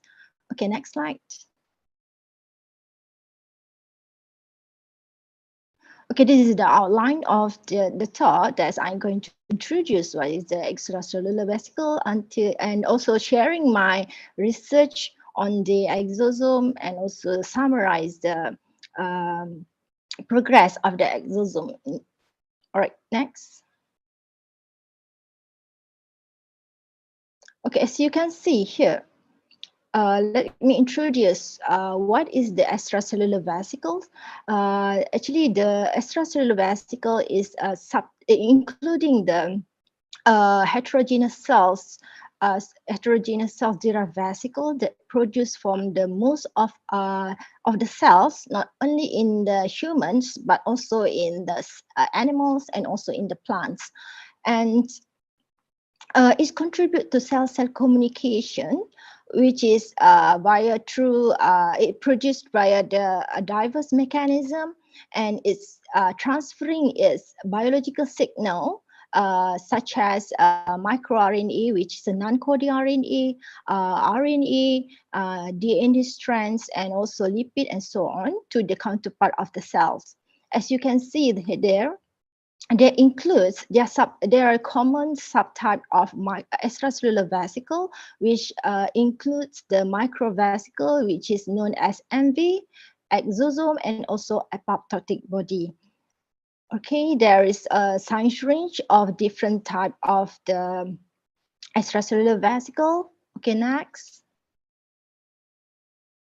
Okay, in summary, extracellular vesicle in general contains lipids, carbohydrates, cytokine, protein, and nucleic acid. But in particular, they contain RNA that the research that is given attention to the researcher, and both the surface and intravesical material of EV originated from their host cells.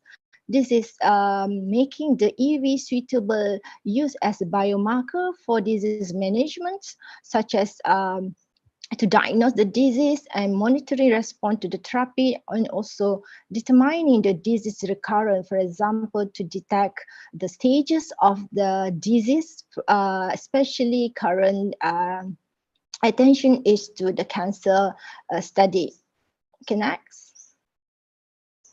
Okay, let's see. There is this the subtype of exosome that is contains a microvesicle, which is the not the large one, but is the a moderate size inside the EV, which is it contain it's a size within 100 to 1000 nanometer. And the exosome, which is the smallest one inside the extracellular vesicle, which is the size is 30 to 100 nanometer, and the biggest one is apoptotic body, which is 1 to 5 micrometer. Next.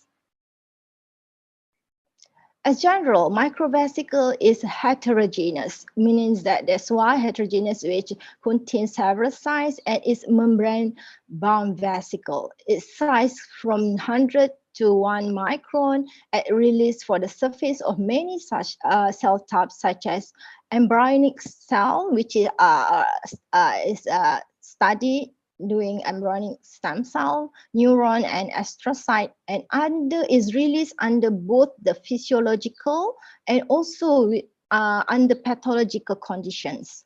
And the biogenesis is produced by direct outward blabbing and pinching of the plasma membrane. Also, we can say that it's invaginated the contents of the cell and then become the MBV means multivesicular body, and they release to the extracellular cells. And platelet, red blood cell, endothelial cells, and the main is common is tumor cell produce that kind of microvesicles. And there is several method to isolate the microvesicle, which is the common one is using the differential centrifugations, and common detection method of microvesicle is using flow cytometry. Next. And we go to apoptotic body. It's generated from the programmed cell death, which is produced by cell undergoing apoptosis primarily, and its size the biggest 500 until 1000 nanometer, and as others extracellular vesicle is also contain RNA, DNA, protein, and other cellular fragment. And the only one marker to detect the apoptotic bodies is phosphatidylserine, also known as PS. Next, okay. Then we come to our interest topic. As you can see in the photograph, there is exosome. If you know I always telling my students that please imagine the exosome is like a Ferrero Rocher chocolate, which is a rounded cup-shaped nanoscale extracellular vesicle. Is generated by the endosomal pathway into extracellular space and also in our body circulations. As the size is 30 to 150 secreted from the cell into the extracellular space, which is normally our circulations. And the good thing is it's transfer of genetic information from cell to cell without direct contact. Previously, this exosome known as waste is not a waste, but now everybody studied on exosome as is like a garbage collector that collect all the information and then transfer to other cells. Okay? And then because of that, they offer the prognostic information into the range of many diseases. Okay, next. Okay, this is hallmark of exosome, which we can study all the exosome from the common or to detect the exosome that isolated from studied by common exosomal marker as tetraspanin that's containing CD9 is a marker CD63, CD81, CD82, and also some of the other common exosomal marker is Alex, TSG101. Okay, next. Okay, this is actually the biogenesis of exosome is complicated, and the current one they found, and the recent research found there is new protein that involved in the process of secretion of exosome. But here I'm going to have I summarize the general secretion of exosome, how the biogenesis. Can you click it? Please click. All right. Sorry, can you click? Who's moderator? Sorry, hello? Can you click the slide? All right, so as a general, the exosome are derived from the multivesicular body, or MBV, also known as a lead endosome. And then click again. And with the extracellular stimuli, for example, like microbial infections, again, click, and then the exosome can be derived and formed, again, click, and again, and it can be, again, from derived from a endosome, and it can be secreted to the extracellular vesicle, either click, okay, please click, either fusion of multivesicular body, MBV, with the cell structure, or again click, or with the second pathway is by budding pathway. Okay, next. Okay, there is a lot of study done, which is they found exosome in many fluids, which is, we can see here, we can find the exosome from the breath milk, semen, urine, aside, colostrum, cerebrospinal, amniotic fluid. And please click. And our study focus on this exosome from the saliva, click, blood, and also click, also in tears. The tears is still under first under the in the first step. Okay, next. Okay, there is a reason why exosome become a choice of our study. Actually, I did this exosome study since my PhD in 2009. At that time, we only depending on one paper that mentions that exosome contain a lot of microRNA, which is after failed to get a good expression of microRNA, and this and then from after 10 years to confirm, to convince that to the other researcher that what we did before, 10 years before and now, to show that we that exosome is the best. I mean, the material to study it as a source of microRNA. We did review on the topic, and click, and we found that almost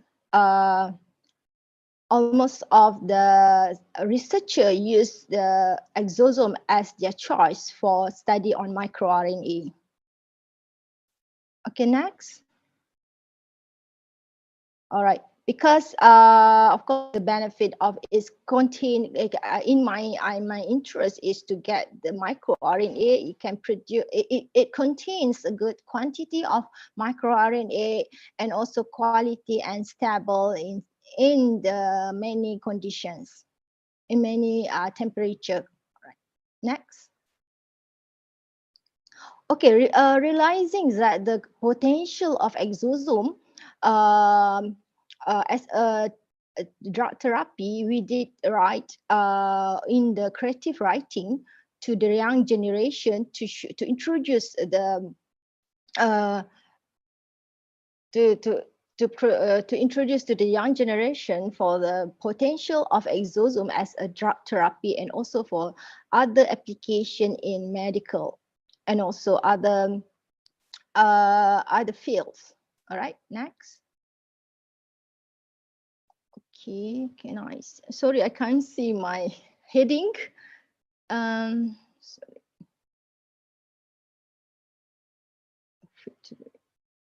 Sorry. All right.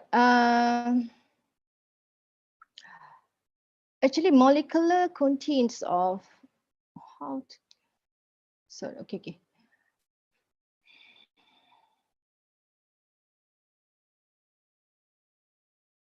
All right, molecular, what is it? Sorry, moderator, I couldn't see my heading of the slides.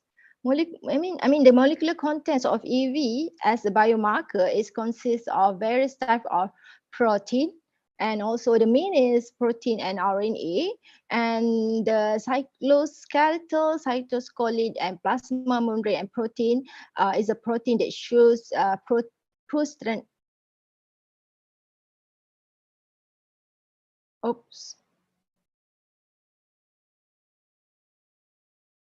excuse me, my slides is not present. Okay, wait a minute, doctor. We are going to show your slide again. All right, right.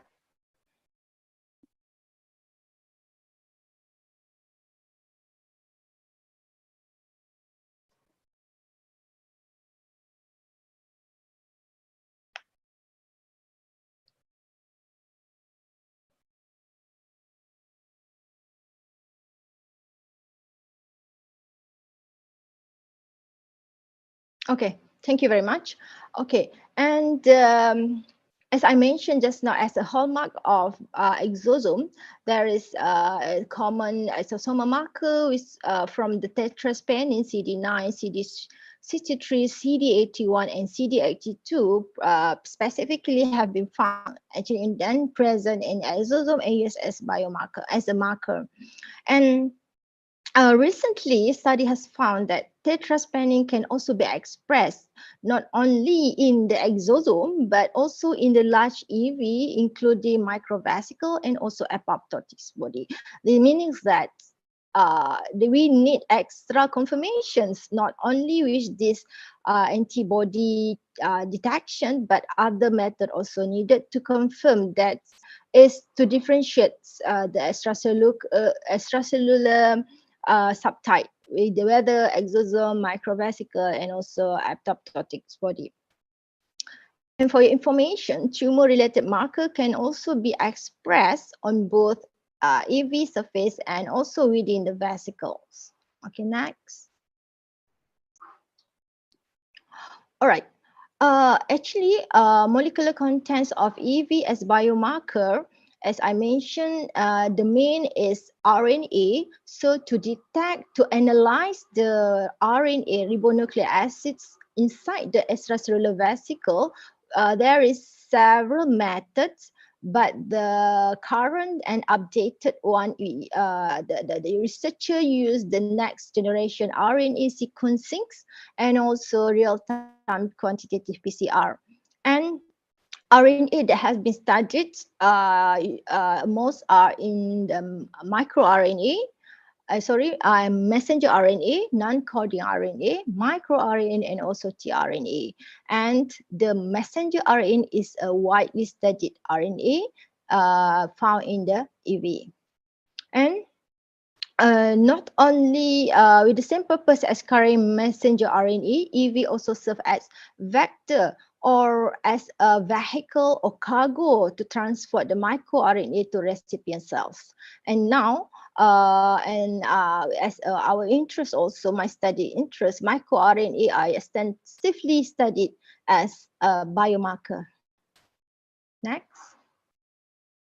Okay, there is a potential diagnostics field of EV, which is EV used as biomarker for different diseases and also different stages of the disease which is sometimes we want to know the stages of the cancer, for example. And the process such as, however, the process such as anticoagulations and endotoxin tube contamination can affect the EV concentration in blood, which is can complicate the enumeration on analysis of data. The advantages of EV can inherent protection of the EV cargo from degradations, and this keep the cargo intact and functional. And as I mentioned also, it can be released for any location, meaning that because it circulates inside all our body circulation, and we can get it easily from the source such as urine, even the waste or saliva, and into the bloodstream, making them easily accessible for liquid biopsy. And then also it can get is non-invasively. And then EV quantity, phenotype, or cargo content can change during the disease progression. That's why researchers studied on the content of the microRNA, for example, RNA, for example, to check the whether, and then we can check the disease stages. Okay. Tumor cell, especially, constantly release EV. All right, because as I mentioned, as biogenesis of the exosome just now is triggered by the other environment. I mean, when they triggered, when they have triggering by the extracellular induction. So, meaning like a disease, they constantly release the EV, and some report have shown that a quantity of the exosome in the disease state in the disease sample contain a lot of exosome. And this is this understanding is important because tumor-related EV molecular profile can help provide a fingerprint for precision medicines. Okay, next. Okay, then because of the benefits of all, as I mentioned just now from the previous slide, so exosome become ideal for treatment of many diseases, and preclinical experiment confirm that the advantages of exosome for the treatments. And the common two types of exosome used in clinical trial is human cell or sample, and also plant specimens. The report I read that plant, I'm not doing on the plants, but they use the exosome from the the fruits, to use as associated treatment for the oral mucositis. Next. Okay, then we focus on the study from my research team that I did study on the salivary exosome. Next.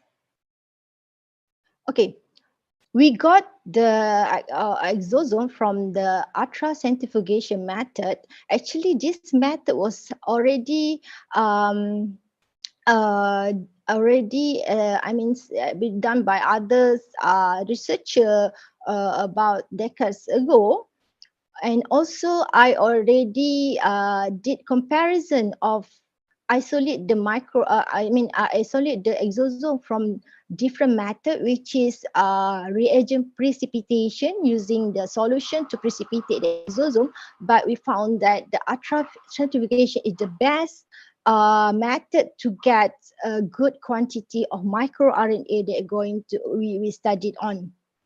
And also there is a review report saying that ultracentrifugation become a gold standard as the method to isolate the exosome, since it is economical, and also it's not so difficult to run the sample to get the sample. However, it's quite laborious and taking time to get the sample, if we have lots of sample, is quite tedious to get a lot of exosome from there.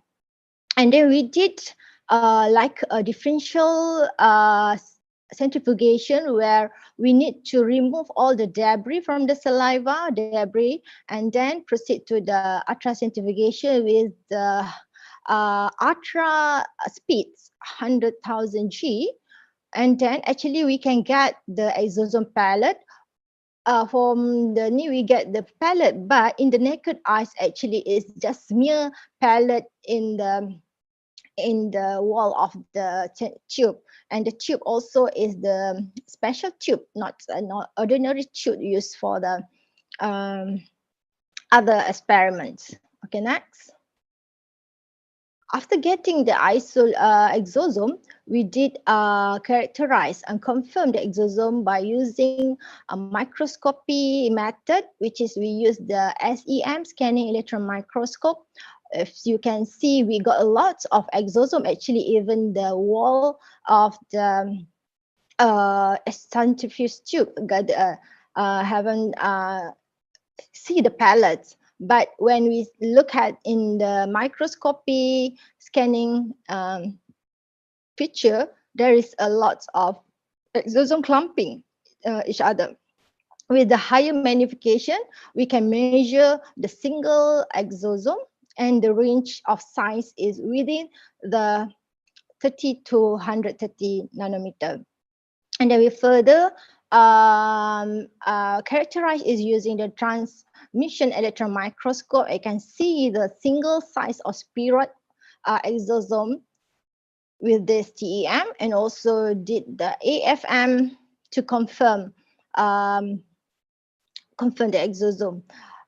Beside the microscopy method, we also confirm with doing the Western blot to measure, to detect the common exosomal marker. With the conventional Western blot, we just detect on the CD63, but with the automated Western blot, we detect all the tetraspanines, CD9s, CD63, CD81. All right, next. So with further confirmation of exosome, actually it's just enough if you can confirm it with the microscopy and also with the Western blot. But it's a good if you can confirm it and validate it with the nanotrachea analysis. Can you click on the video, on the picture? There's a video of where the nanotracking nanotrachea analysis machines recorded the single particle of exosome, but the weakness here is they measured all the clumping size. So here that we got the average of big size, but we confirm that is exosome from the single single motions. And also with this analysis, we can measure the quantity of exosome. All right, next. Okay, next again, next. Until the next slide. Okay, so we did study on the stability of the exosome from our sample inside the saliva.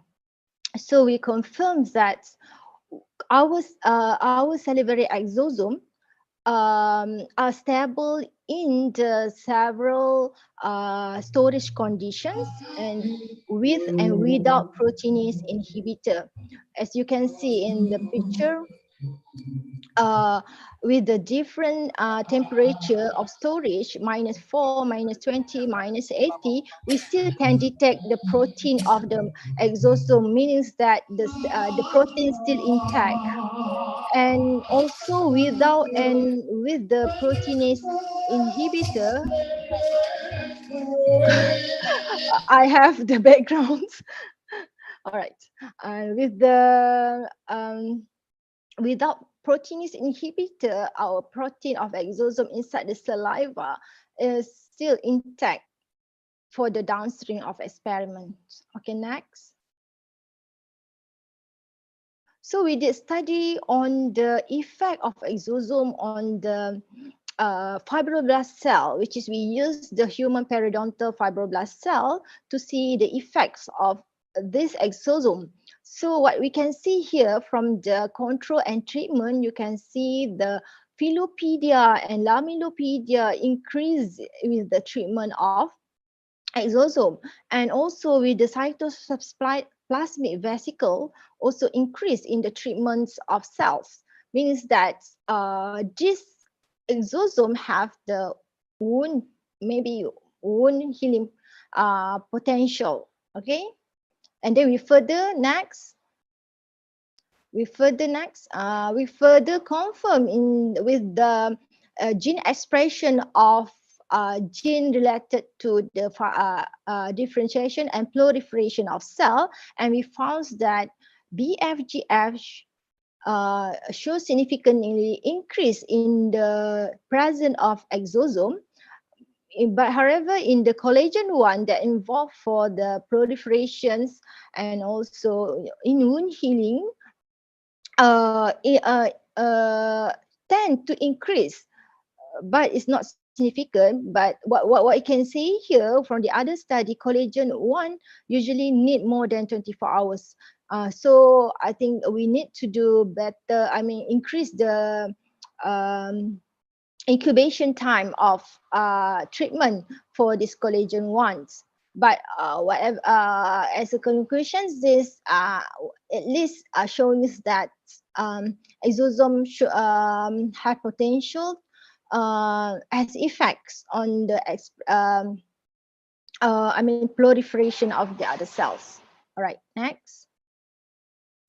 Also, we did analysis of microRNA derived from saliva and plasma exosome, and here we use as a potential for chronic periodontitis. Okay, next. Okay, in this experiment, we did collect the sample from both sample saliva and plasma, and we did isolate and characterize it as what I mentioned in the previous slides. And here we provide the microRNA using the Agilent platform, which we want to know what is the microRNA involved in the pathological of chronic periodontitis disease. And then we did validations of the microRNA that express, and we did an in vitro study. All right, next. All right, so here I just to mention that we did use lots of several type of isolation kit to extract the microRNA inside the sample exosome, but this is the best reagent kit for isolate microRNA from the body exosome body fluids. Right, next. Okay, since there is actually is not as what we got from the RNA from the cell, actually is not it's difficult to get good ratio of quality of RNA since we are extracting the microRNA. So with we still measure the RNA going by using the nano drop or biophotometer, but it's just like a reference because we cannot get the good ratio of RNA since we are collecting the microRNA together with total RNA. So we did use the quality control by using bioanalyzer, which is from Agilent 2. This bioanalyzer, we measuring the microRNA inside our total RNA sample. So surprisingly, we did measure from the saliva and also plasma, but from tears, even though we got a very little sample, but microRNA inside the tears is extremely highest inside the tears compared to the sample from plasma and also from the saliva. Okay, next. And then we profile it using the Agilent platform using the array of microRNA. Okay, next. also using the Agilent platform, and then we analyze using the software of GenSpring. Okay, next. We predict the microRNA that express to see whether that microRNA targets or what kind of genes that related to the disease. Actually, there is other software also such as Miranda, but we use that target scan software. Okay, next. Okay, so we can see that the right side of the electrophoregram picture, we can see that you can see the peak beside the sharp peak that is showing the quantity of the microRNA. So we base on this quality control to proceed of our profiling for the microRNA analysis. Okay, next. Okay, this is the result that we get from the two sample, healthy and chronic periodontitis disease, from the extraction of microRNA from the saliva of exosome. And we find that from the 2,900 that encode of microRNA in the chip of array, there is about 1,900 microRNA is regulated. I mean, showing different expression in the chronic periodontitis disease, and most we shows the about 10 significant up-regulated and down-regulated inside the sample. Okay, next. And this is from plasma, also showing the different significant microRNA expressed in the chronic periodontitis plasma sample. Okay, next. Okay, from the result, we found that from the saliva and also from the plasma, there is 8 microRNA that commonly expressed together with 2 samples. So we use we choose the candidate for biomarker from the 8 of the microRNA that express. Okay, next. Okay, the summary of the microRNA that we select. Next. Okay, this is the predicted inflammatory related target genes by using the target scan software from the actually there is a lot of one microRNA can target a lot of genes, but we just choose here according to the genes that related to inflammatory. Sorry, I haven't mentioned, I haven't introduced about the chronic periodontitis is actually inflammation related disease. So we focus on all the genes that are related to inflammations. It doesn't mean actually it doesn't related to dental only, but it's related to all inflammatory disease for this gene expressions. Okay, next. Okay, then we validate.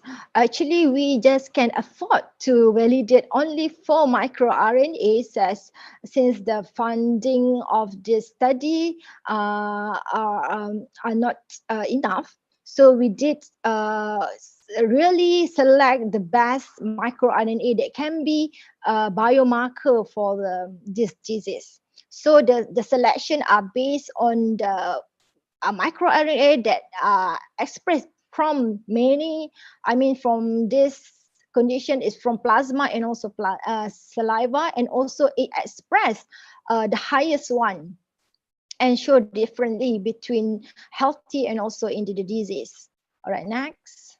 And we validate it and we confirm that it seems like the expression in the array results.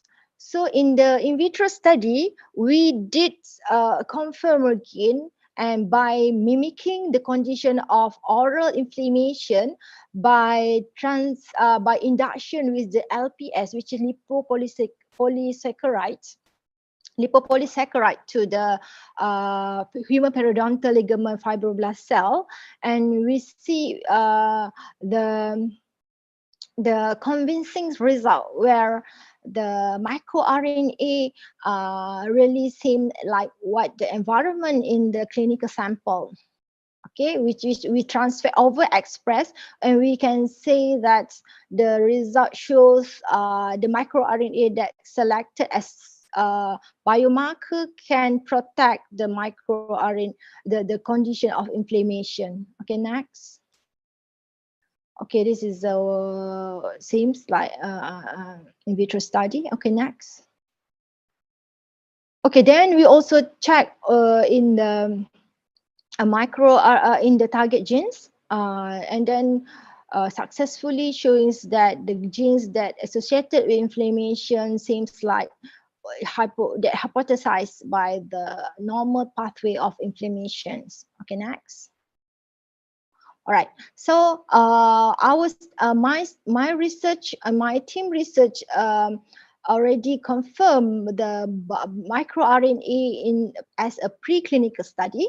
So we are in the stage of pattern expressions, the sequence of microRNA that have potential to be our microRNA, and we are still further investigate of the mechanism of actions of the microRNA, but still in the progress. And here I'm going to share the summary of therapeutic role of exosome currently done by other researchers too.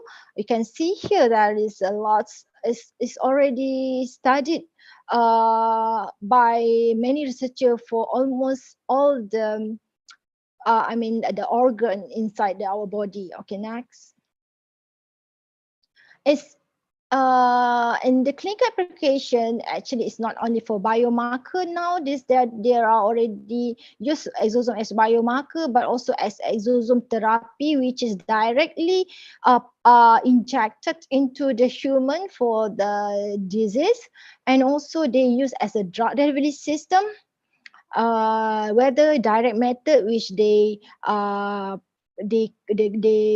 encapsulate, or they induce the exosome inside the agent or drug inside the exosome and treat to the cells, and also indirect, which they engineer the cell to, and then trigger the cell to produce the exosome that containing the target target material that you're going to study to treat. And also exosome vaccine, where they use currently they use exosome vaccine for the inflammations, for the cancer inflammations. They induce the inflammation factor and then get the exosome to the target cell. Okay, next. Based on there is a clinical trial survey, clinicaltrial.gov survey, that they analyze the clinical trial that has been done based on the exosome, and they found that most of the clinical trial are used for the biomarker, and the second one is for exosome therapy, and then for analysis and drug delivery, and the smallest one is cancer vaccine. Okay, next. And to perform or to proceed for the clinical trial, or researcher need to comply or to meet the good manufacturing practice, which is this GMP comprise of the type of cell, the method of isolate the exosome, and the culturing system before we can do exosome therapy to the patients. Okay, next. And from the biomarker study, almost all the study are all the clinical trial for they done for biomarker for the cancer, and we can see here that lung cancer recorded the most number, as I think because of the prevalence of lung cancer in globally is maybe in the first rank. So they did study on the lung cancer and on clinical trial. Okay, next. And in the exosome-based therapy, so SARS-CoV recorded the highest one as parallel with the current pandemic. I think everybody want to get the best drug for the COVID-19 now. Okay, next. Okay, so I summarize all the study that already proceed for the therapy, and I found that most of the route used for the therapy is they uses the intravenous use, despite its clearer in the liver and kidney is rapid in this method. So they use the IV, and also they have the intramuscular routes for the neuromuscular and musculoskeletal conditions, and also subcutaneous, intrathecal, local aerosol spray used in management of wound and ulcer. This are not only parenteral and also in the topical, and there is also topical application they use as ointment from the mesenchymal stem cell for the psoriasis disease. And this study used more than 21 years old adult as their sample size. And also you use local injection of allogenic umbilical cord mesenchymal stem cell EV to limit the potential damage to the inner ears from foreign body reactions. All right. And actually, the exosome vaccination has been used as routes intradermally and subcutaneously at 1 week interval of stages 3 and 4 for melanoma patients. Okay, next. For clinical trial process, there is a guideline from the International Society for Extracellular Vesicle, or is also known as ISAF, and European Network on Microvesicle and Exosome in Health and Disease, MIHAD, that these guidelines regulate certain regulations that for standard of procedure to foster the clinical usage for clinical trials of exosome as a therapy. Actually, in Malaysia, we are the process of form the associations which name myself. We are the process of registering the association to the ROS, meaning the association's registration. Okay, sorry. Okay, there is currently no Food and Drug Administration approved for exosome product for human use in USA, and maybe for other countries too. And with the this exosome clinical trial and exosome therapy is under the investigational new drug developmental phase and still need the approval of regulatory agency. And also exosome therapy are safety standard for microbial and viral contamination at innate demand of GXP standards. Right, next. So we can see that exosome are regulated as a biological product. It is classified as advanced therapy medicinal product in 2000-2007 and further subgroup to conventional biological medicine product due to its biological property, due to its psychochemical and also immunochemical property. Right, next. Okay, as conclusion, what I can see here that EV or specifically exosome fields has made marvelous dive advancing. Actually, it's already past 2 decades. And even though the preclinical study has described hopeful outcome, but there is a need numerous improvement in the exosome-based therapy to acquire greater outcome, which is there is still a lot of questions and limitations between the researcher, and needs several disciplines to collaborate in order to use as a therapy. And majority of the exosome has been derived from the humans and also the plant, and it recorded in clinical trial. And clinical application of exosome comprise use as a biomarker for prognosis, or most are biomarker, and prognosis and also diagnosing disease. And the second one, drug delivery carrier for cell-free therapy, and also the cancer vaccines.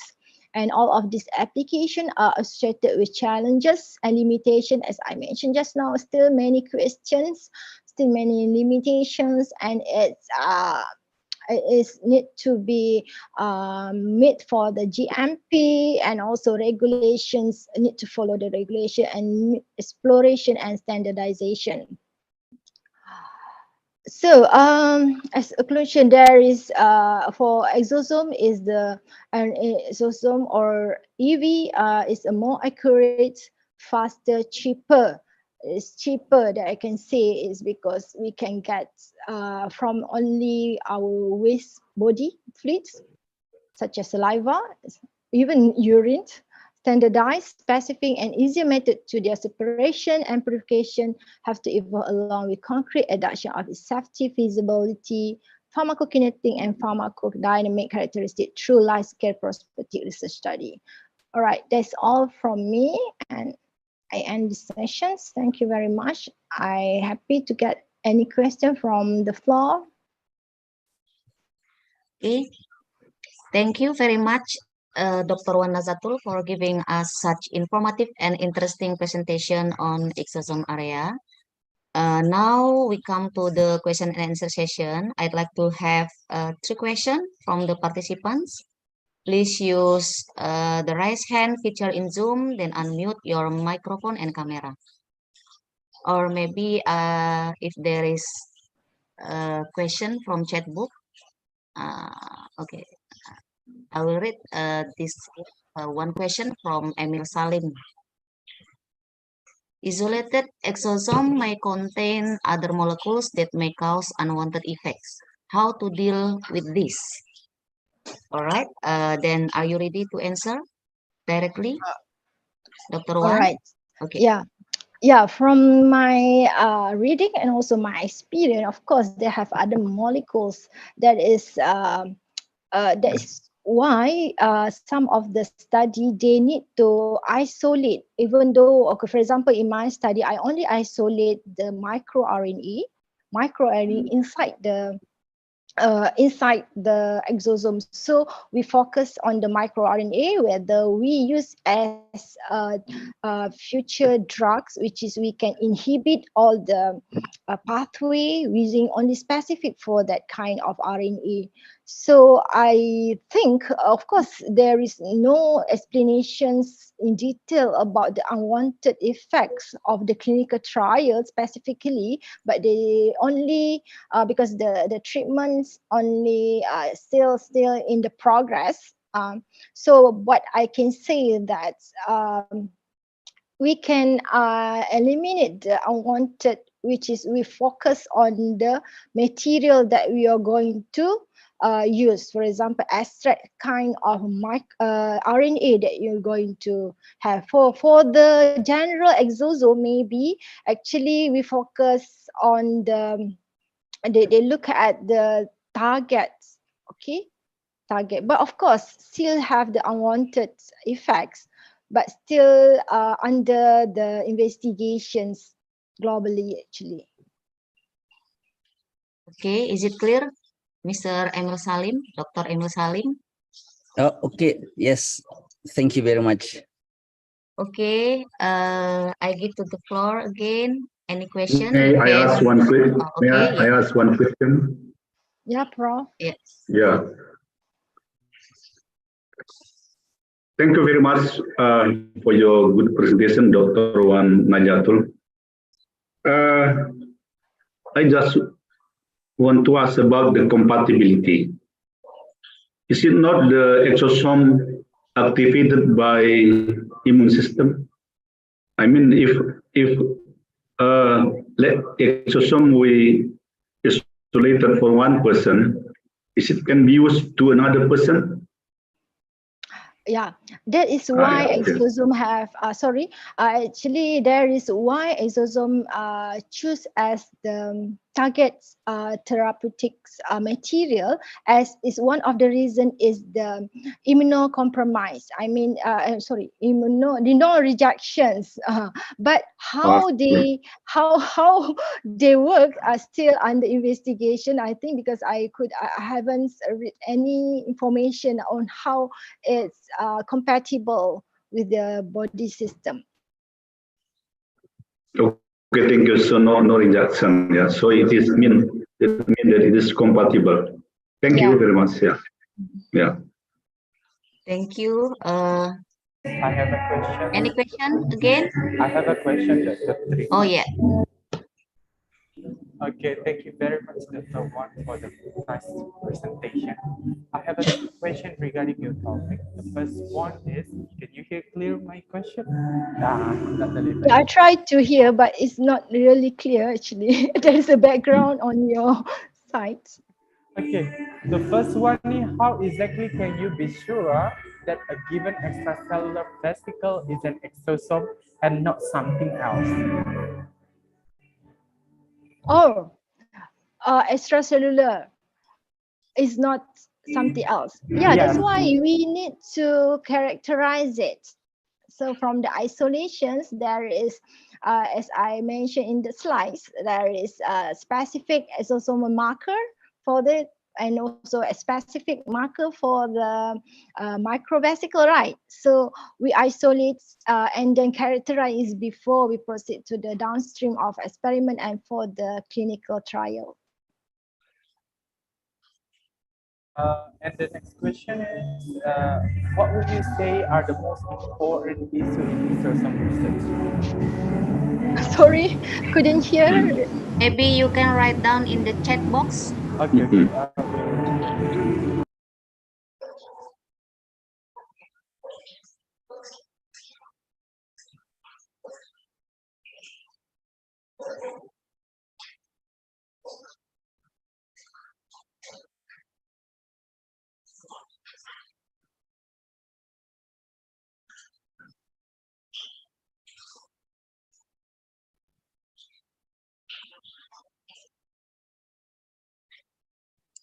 Okay, maybe I will read the second question from Ronnie. What would you say are the most important issues in exosome research?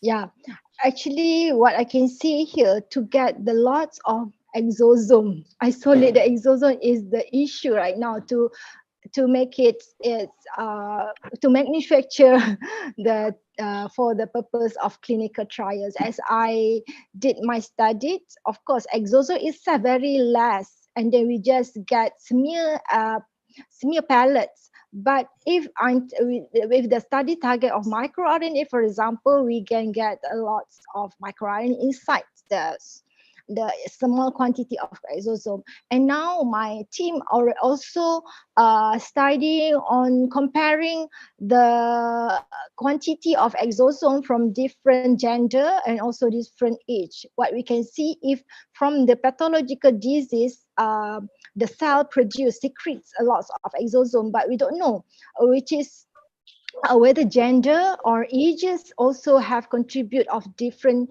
secretion of exosome. But the issue now is this, even in the research level, still the issue is the quantity of exosome.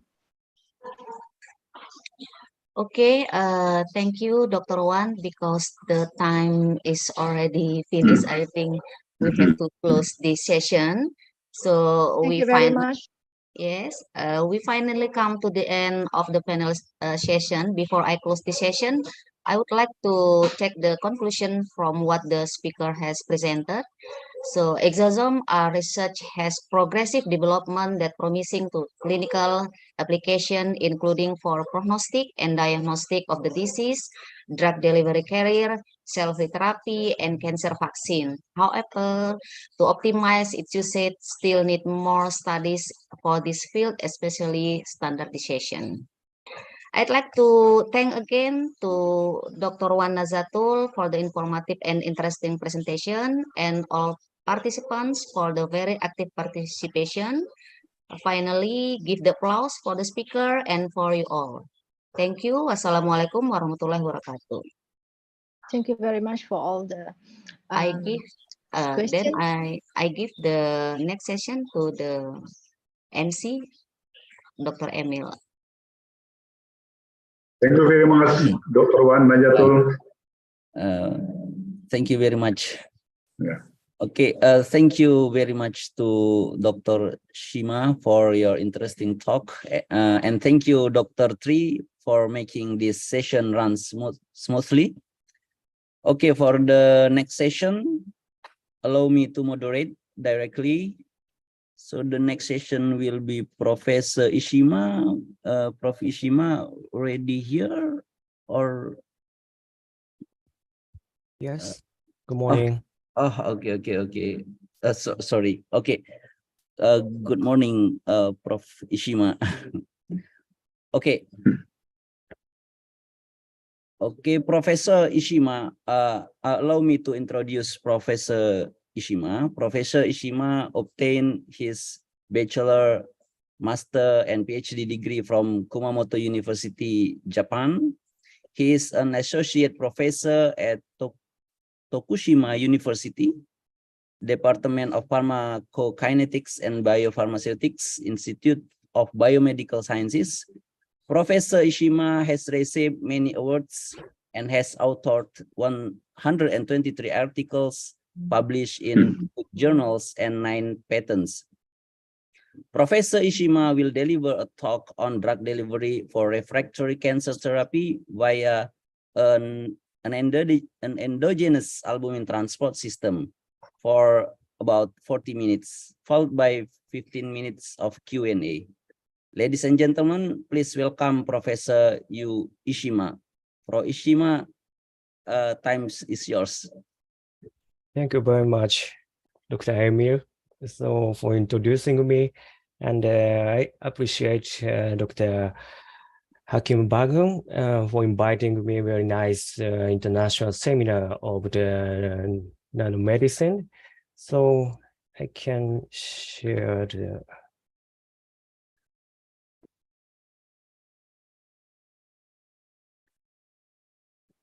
Can you see my slide?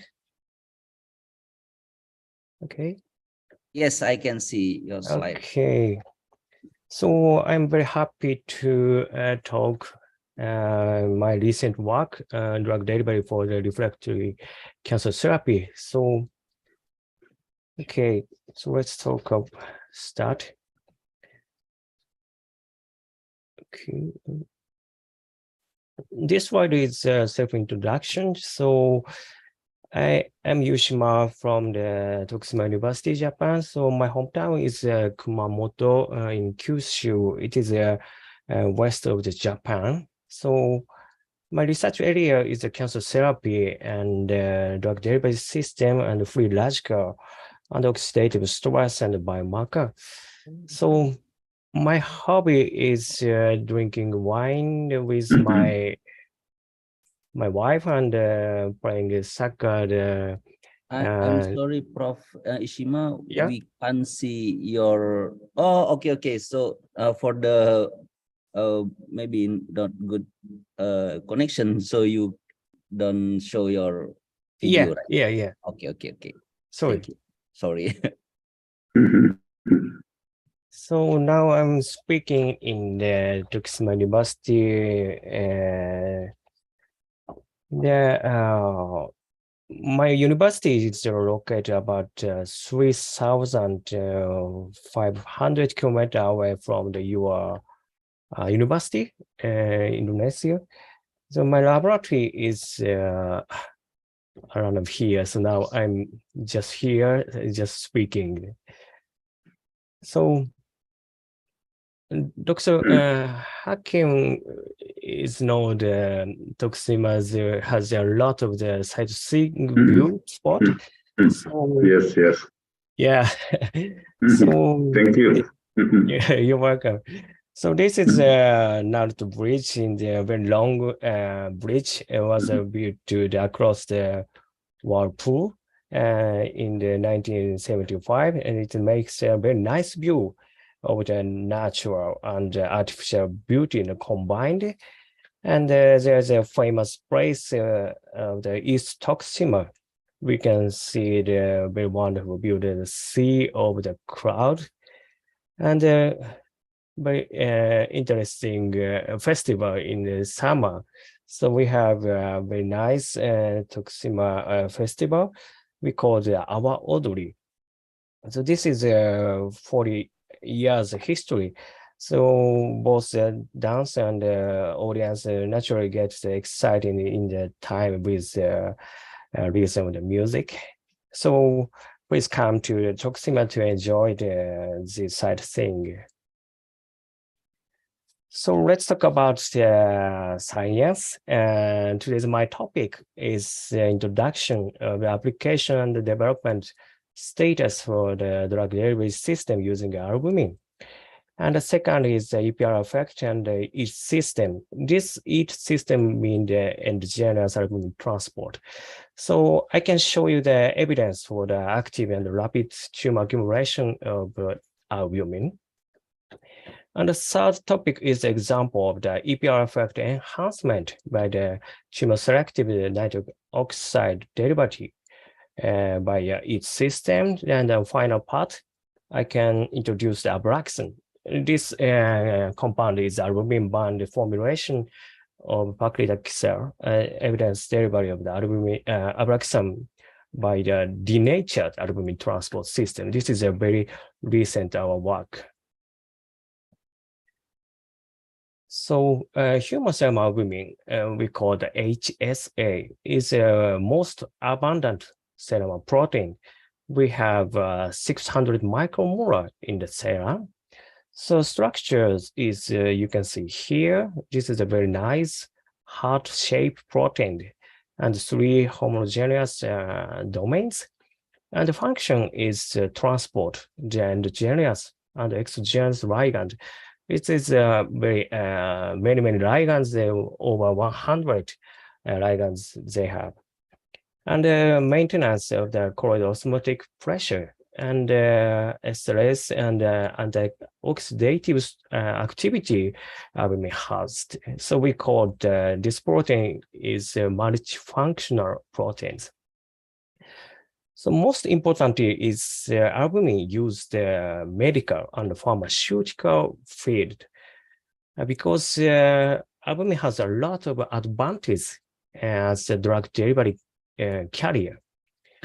You can see here, so albumin is very safety and high biostability and long half-life and binding the wide diversity of ligands and the high chemical reactivity of the amino acid residue. So we can choose the application method. Example, the very simple methods, just mix the ligand and albumin, and you can choose some chemical modification on the surface protein amino acid, and some you can choose the fatty acid derivatives interaction. So we can show one of the example. This is the albumination as alternative to the pegylation for the enhance the serum half-life using the gene fusion technology. So recently we have some problem of the pegylation because the PEG antibody production by the immune system after administration of the PEG compound. So importantly, the existence of the PEG antibody has been correlated with the loss of therapeutic efficacy and increased side effect in the several clinical reports. So to overcome these problems, the albumination is used instead of the pegylation. For example, this is a model protein, GFP. It has been reported introducing the PEG chain or albumin and improve the blood retention, very similar to increase between the pegylation and the albumination. But while albumin induced GFP did not occur the antibodies albumin.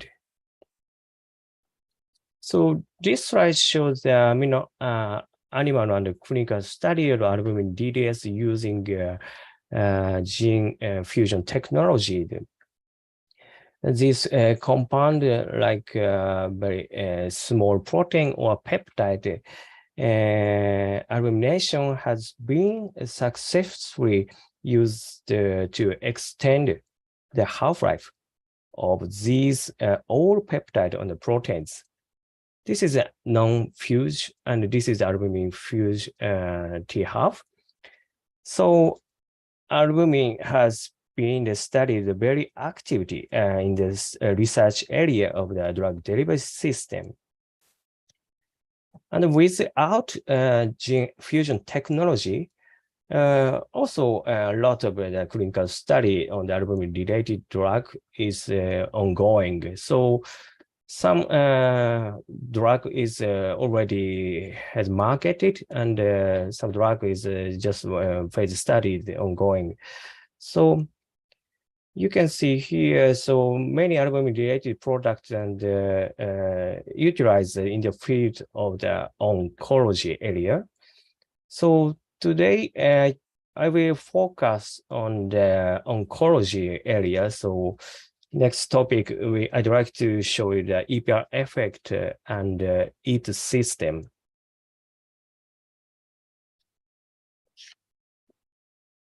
So almost audience nodes enhance the permeability and retention, EPR effect, discovered by the Dr. Maeda Hiroshi. He's Kumamoto University.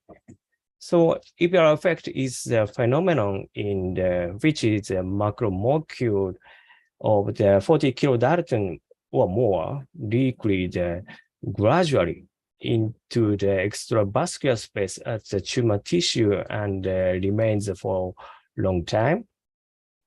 So as you can see here, one of the factors for the EPR effect is the poor structure tumor blood vessel.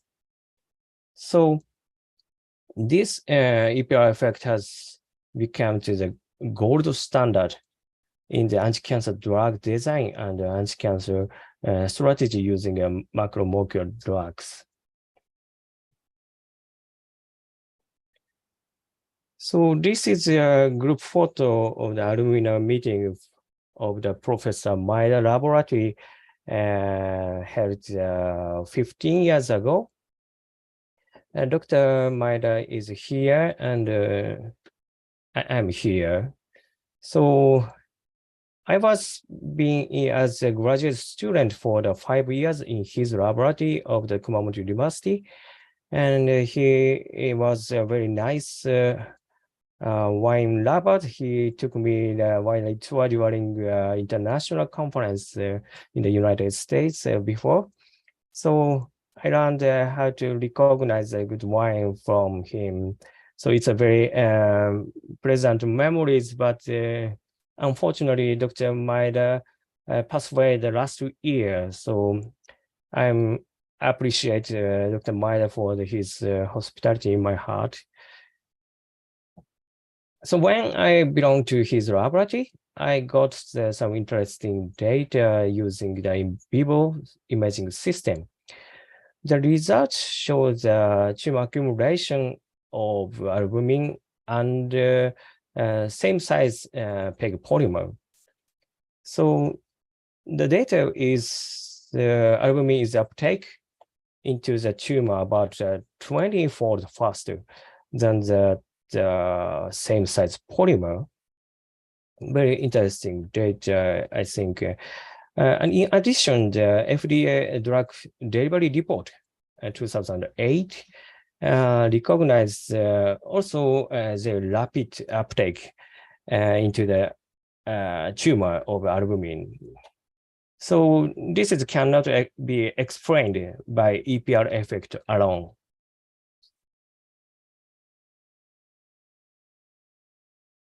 So I also want to show you the very nice paper published from the IN group.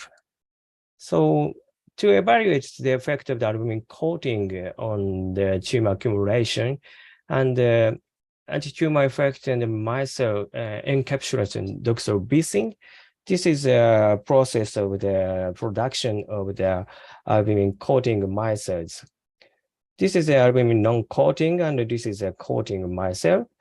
This particle size is very similar, so almost same size. So very interesting and very important information. So first of all, they evaluate the transcytosis and the tumor uptake of the albumin coating micelle. This is figure of the transcytosis of albumin micelles using the ABP. ABP is the albumin binding protein. Then this figure is red color is doxorubicin, and green color is the albumin. So this data suggests that albumin coating was significantly increased the transcytosis and tumor uptake of the doxorubicin micelles.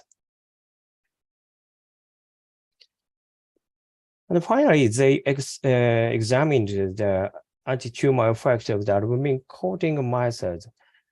The albumin coating micelles were administered the tumor-bearing mouse. They used the MCF breast cancer cells, and administered these bearing mass at the 3 times indicating this point. And data showed the albumin coating micelles could inhibit the tumor growth compared with the non-coating micelles. And also albumin coating micelle can increase the survival ratio. So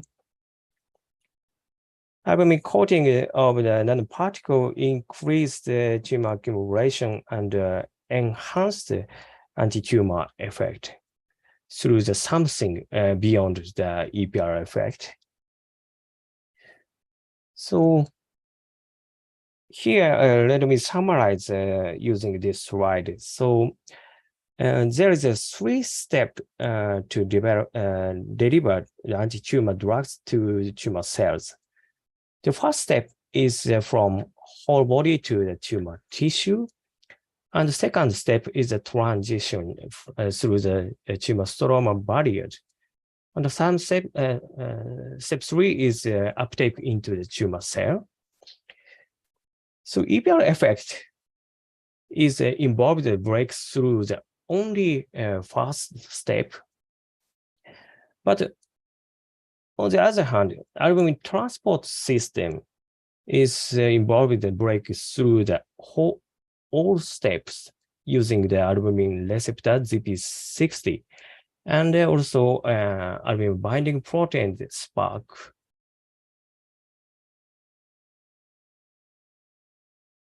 So therefore, we can understand tumor cells positively eat endogenous albumin by these albumin receptor and binding proteins.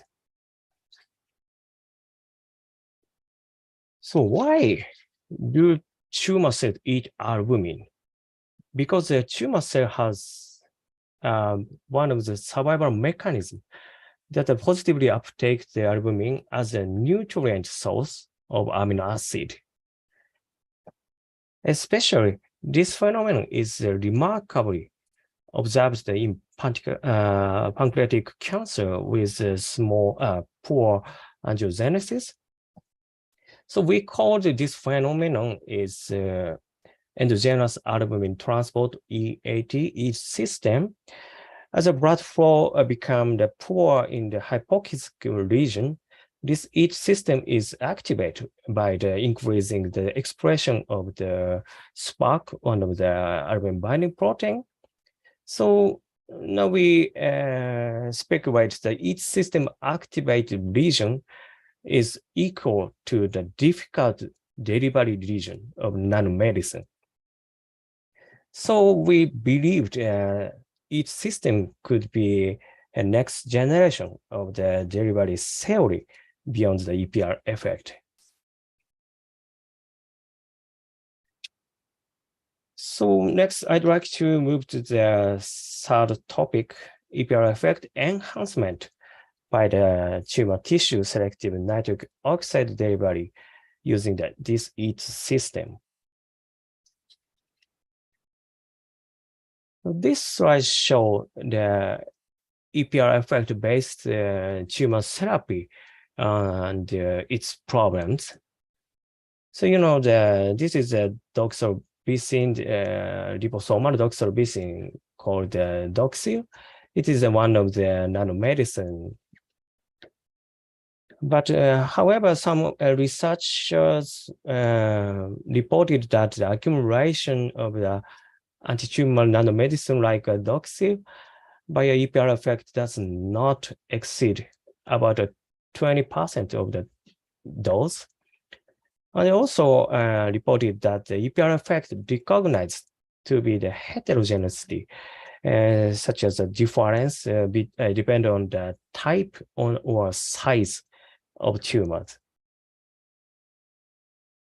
So side effects such as myocardial toxicity and anti-tumor nanomedicine still occurred, and they need to reduce or suspend the administration of these anti-tumor nanomedicine.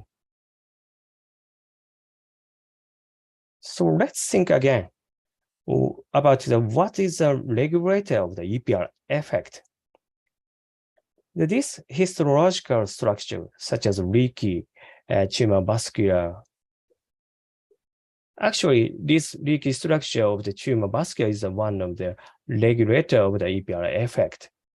But there is a other regulator of EPR effect. So this slide is the EPR effect is also regulated by the biochemical factors. The bradykinin and nitric oxide BGF is a biochemical factor of the enhanced EPR effect. So we chose the nitric oxide. Nitric oxide is the most useful as EPR enhancer, but nitric oxide is a very unstable molecule. It is a radical molecule, so we should more stable compound to the drug. So in order to maximize nitric oxide tumor accumulation by a EAT system, so we construct the albumin dimer using gene fusion technology, and the nitric oxide added the surface of the cysteine residue. This compound we call the SNO HSA dimer. The size is 30 nanometer. So this SNO HSA dimer administration is occurred to the selective tumor accumulation of this compound by a EAT system. and selective the nitric oxide release from this compound into the tumor site and enhance the EPR effect. During this enhanced EPR effect, this SNO-HSA dimer accumulate is more higher using the plus EPR effect. So finally, this we can form the EPR effect positive spiral. So actually, we measure the nitric oxide amount in the tumor site. So we use C26 bearing mouse models. This GSNO is traditional nitric oxide donors, S-nitrous glutathione, and we try to measure the nitric oxide using the HPLC system. So this is a result, and SNO-HSA dimer is increased nitric oxide compound concentration in the tumor site, but liver and kidney is a no effect. So nitric SNO-HSA dimer is a more efficient and selective nitric oxide delivery in the tumor than SNO-HSA monomer and the traditional nitric oxide donor, such as the GSNO.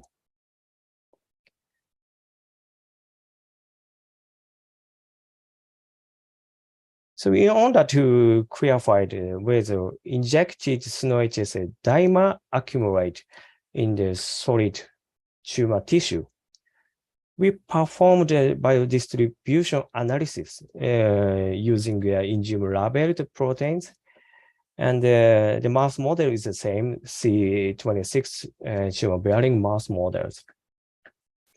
So this is a result of the tumor accumulation.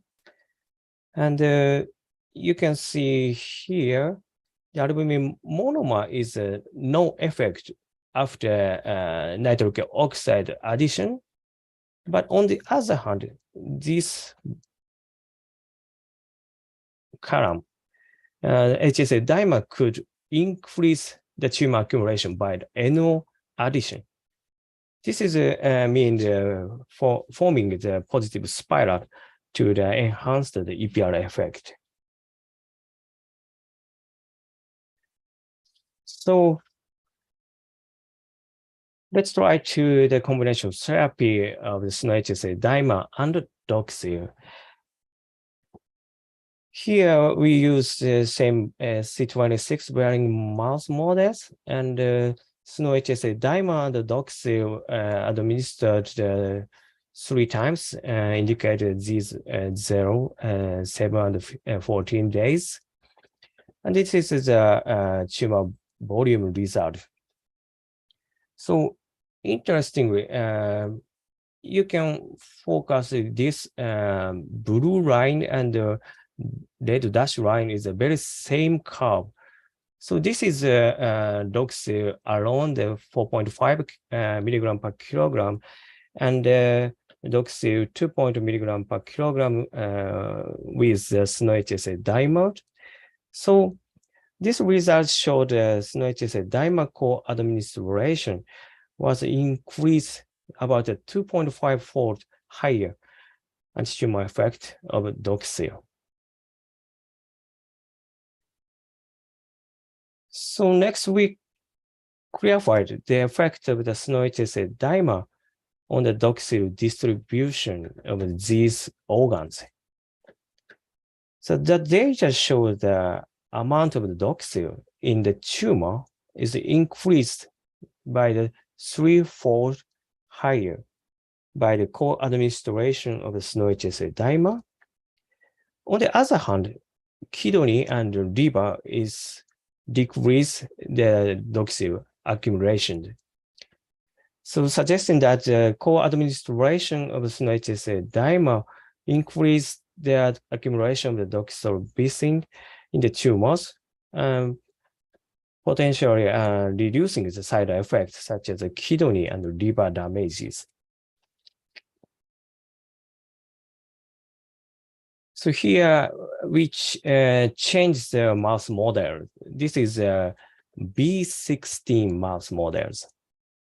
So this model is a more refractory tumor model. Actually, only doxil treatment alone has no effect compared with the control group. So, in fact, SNO-HSA dimer increased the doxil anti-tumor effect. And I can show you the survival rate on the day 28 and tumor accumulation with doxorubicin in the tumor site. So also fourfold and sixfold increased the survival and the accumulation, just suggesting that SNO-HSA dimer induced the EPR effect and increased the doxorubicin tumor distribution, even in the tumor type with low endogenous EPR effect. So to clarify the dynamic analysis of the enhanced EPR effect of the SNO-HSA dimer, so EPR effect were quantitated by the Evans Blue method, 0.5, 1, 2, 3, and 4 hours after administration of the SNO-HSA dimer. As a result, from the 1.5 hours after administration, the EPR effect is enhanced and persisted until 3 hours and returned to the control level after 4 hours. So in addition, at this time, Evans Blue migration was similar, increased by the SNO-HSA dimer in all 3 sections, top, middle, and bottom. The top region means the closest to the blood vessel of the tumor. So this data suggests that the SNO-HSA dimer enhanced and EPR effect transiently and promotes the accumulating of the macromolecules through the tumor site. This is a summary slide of these topics. The SNO-HSA dimer is selectively NO delivery carrier to the tumor and exhibit high tumor accumulation and the function of the EPR enhancer. This effect could be applied the macromolecule anti-tumor drugs such as the liposome, album binding drug, and micelle formulation. And in addition, it shows that may function not only cancer type, large intrinsic EPR effect, but also in cancer type with a small intrinsic EPR effect, like a melanoma and the pancreatic cancer.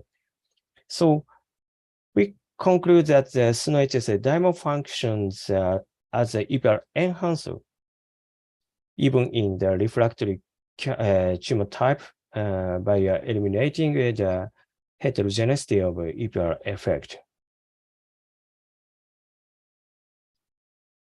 This is a final topic. So I'd like to introduce the Abraxane, which is the albumin binding formulation, the paclitaxel. The Abraxane was approved to treat the patient with breast cancer and gastric cancer and small cell lung cancer and the pancreatic cancers. Interestingly, this size of Abraxane is 130 nanometer before administration But after administration, abraxane presents as an albumin monomer size. Therefore, abraxane is not nanomedicine. The reason to use albumin into the abraxane as a just stabilizer and solvent of the paclitaxel.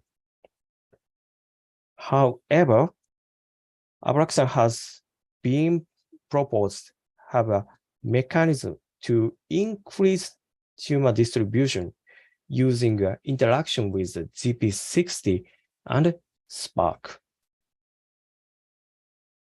Because their positive clinical study of the abraxane regarding SPARC, this is one of the albumin binding proteins. The in-human phase 1-2 study showed there is a very good correlationship between the expression level, SPARC, in the pancreatic cancer and the therapeutic efficacy of abraxane.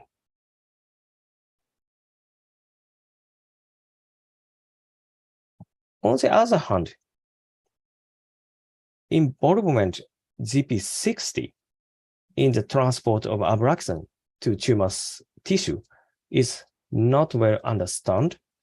So we start to examine and study to experiment the effect of the GP60 on the therapeutic efficacy of abraxane.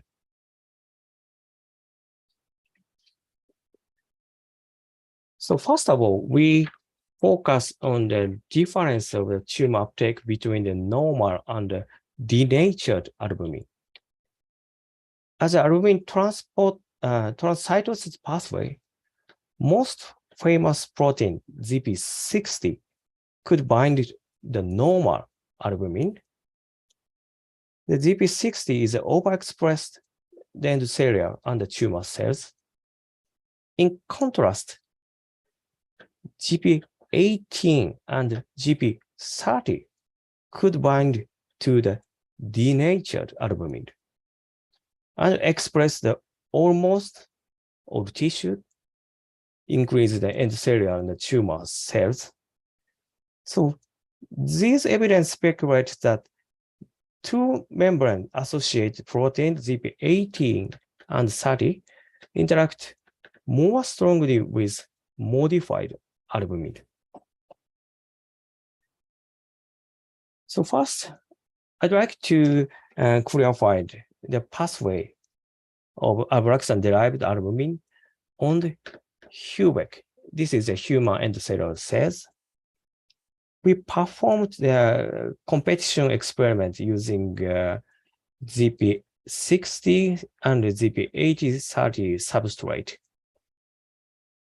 So our results showed the normal albumin was inhibit presence of the normal albumin. On the other hand, abraxane-derived albumin could inhibit in presence of modified albumin,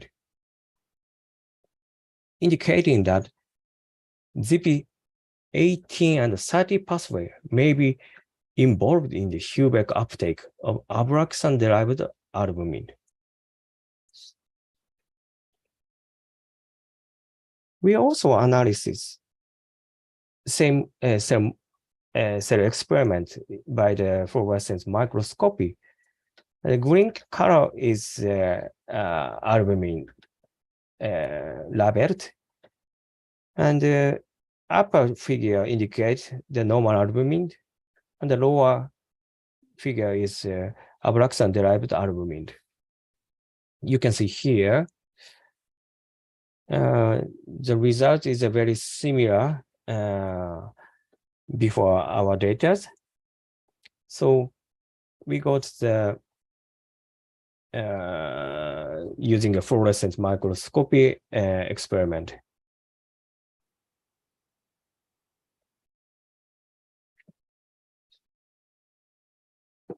So here we use the SUTS2 cells. This is a human pancreatic cancer cells. So experiment is very similar to the Hubeck cells. So we try to clarify the suit uptake of the normal and Abraxane-derived albumin. The result is very similar to the Hubeck experiment. So GP18 and 30 pathway may be involved in the suit uptake of Abraxane-derived albumin.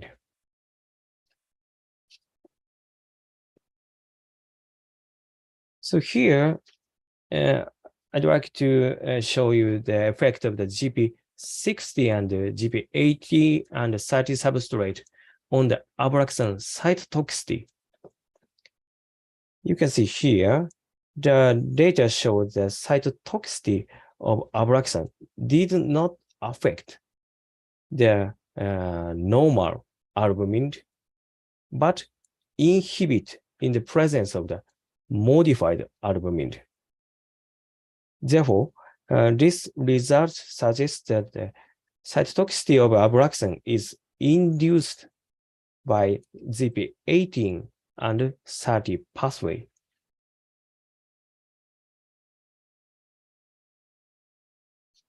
So furthermore, we measure the physical chemical properties of the Abraxane-derived albumin. They're using native page and SDS page and these fluorescence probe and CD spectral analysis.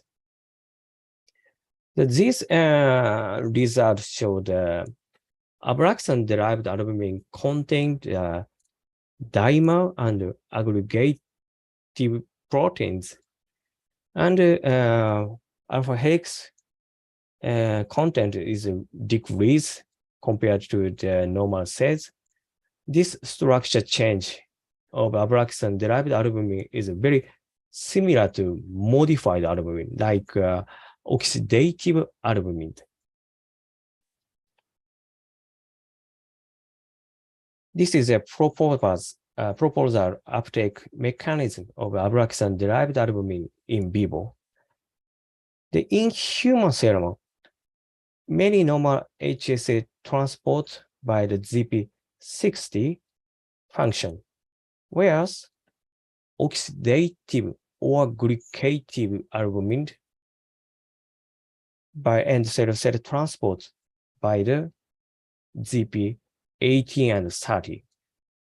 The Abraxane-derived albumin is recognized as a modified albumin and is considered to the efficient uptake by the GP80 and 30 pathway and exhibits the anti-tumor effect. So to identify the interaction protein, the Abraxane-derived albumin on the surface of the SUT2 cells, we perform the cross-linking and the immunoprecipitation method you can see here. And then we try to identify the interaction protein with Abraxane-derived albumin. This is a result of the identification of the interaction proteins silver stained. The lane 1 is a normal HSA, and then lane 2 is Abraxane-derived albumin interaction proteins. So this data clearly shows that only Abraxane-derived HSA, not normal HSA, could specially interact with some membrane protein, like here and here. So now I'm going to identify these unknown interaction proteins by the LC-MS analysis.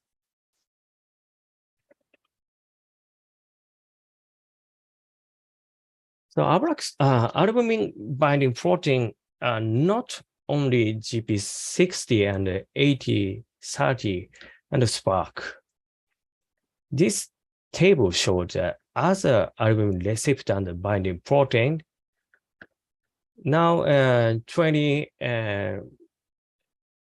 proteins recognized and identified. The FcRn function, the recycling system of the albumin in the endocellular cells, and the cubumin and megalin are important for the reabsorption process of the kidney. Therefore, these albumin receptors and binding proteins could play an important role in regulating the pharmacokinetics of albumin distribution.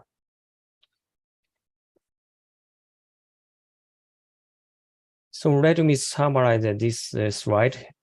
Biodistribution of albumin and related receptors.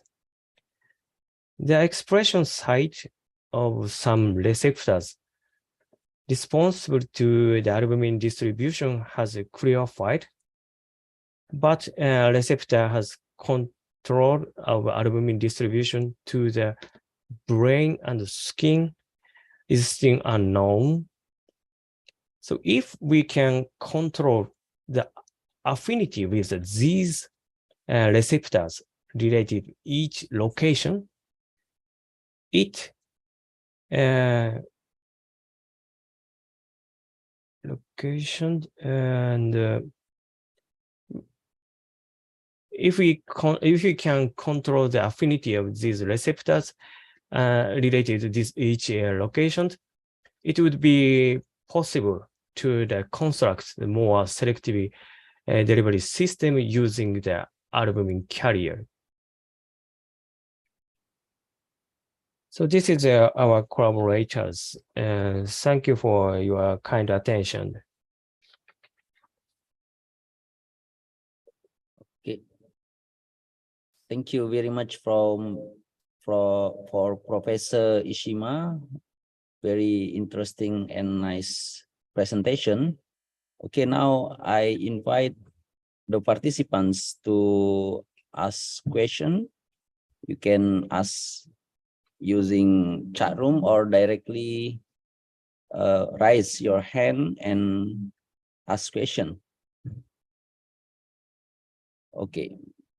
Okay, maybe waiting from the participants. I have question, Prof. Ishima. Yep. You mentioned that co-administration of SNO HSA dimer increase the accumulation of doxil in tumors. However, the side effect of kidney and liver damage decrease. How is the explanation about why this co-administration can reduce the side effect on liver and kidney? Thank you very much for a nice question. So, SNO HSA dimer can increase the blood flow in the only tumor site. So, doxil is enhanced the accumulation, tumor accumulation goes up, and biodistribution of doxil is a change to the decrease the distribution in the kidney and liver. So we speculate the side effect of the kidney injury and the liver injury goes down. So we have some data of the AST and ALT levels. So also decreased. We got these results.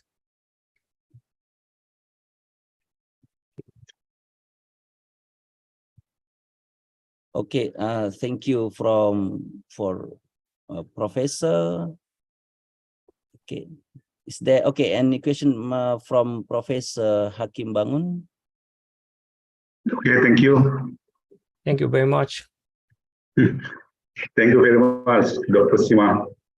I always remember Fukushima. Fukushima is my second home town. Yeah, it is good, your presentation. So from your research, it means that albumin is a good drug carrier for the tumor-targeted drug delivery system.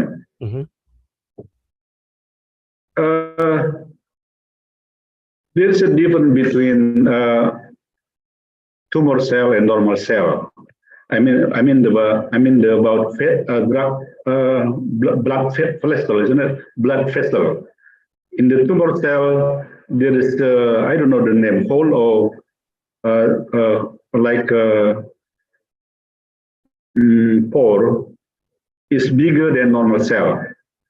So the macromolecule can enter to the tumor cell. So is it not like that? You just told us because of its system.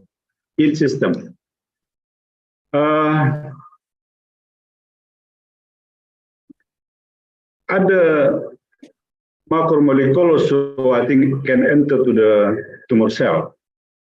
But is it the albumin is better than other macromolecule as a drug carrier? Yeah, it's yeah.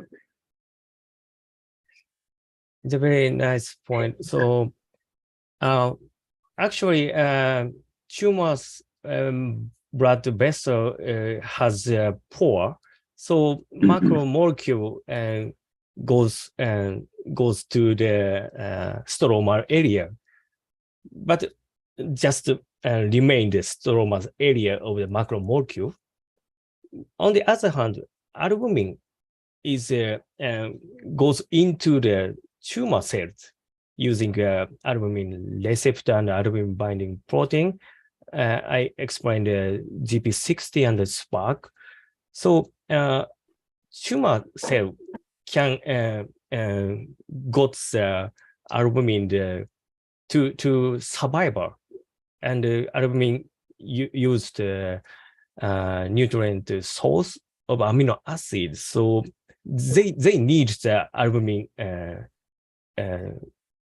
albumin uptake.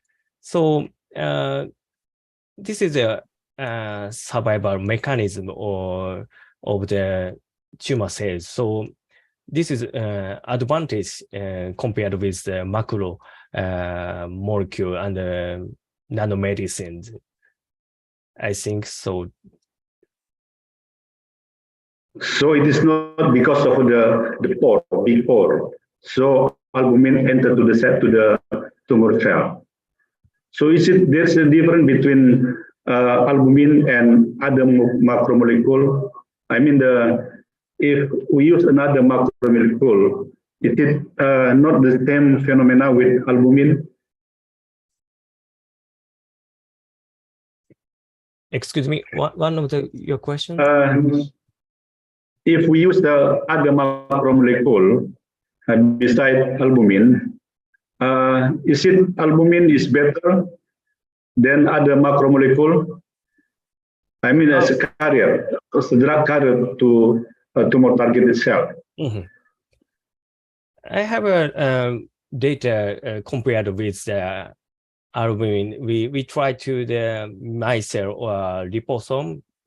So we check the biodistribution and the tumor area. Yeah. So very clearly we got the results. So into the tumor cell. So albumin is goes into the tumor cell, but only macromolecule is still remained in the stromal area. So like liposome and micelle.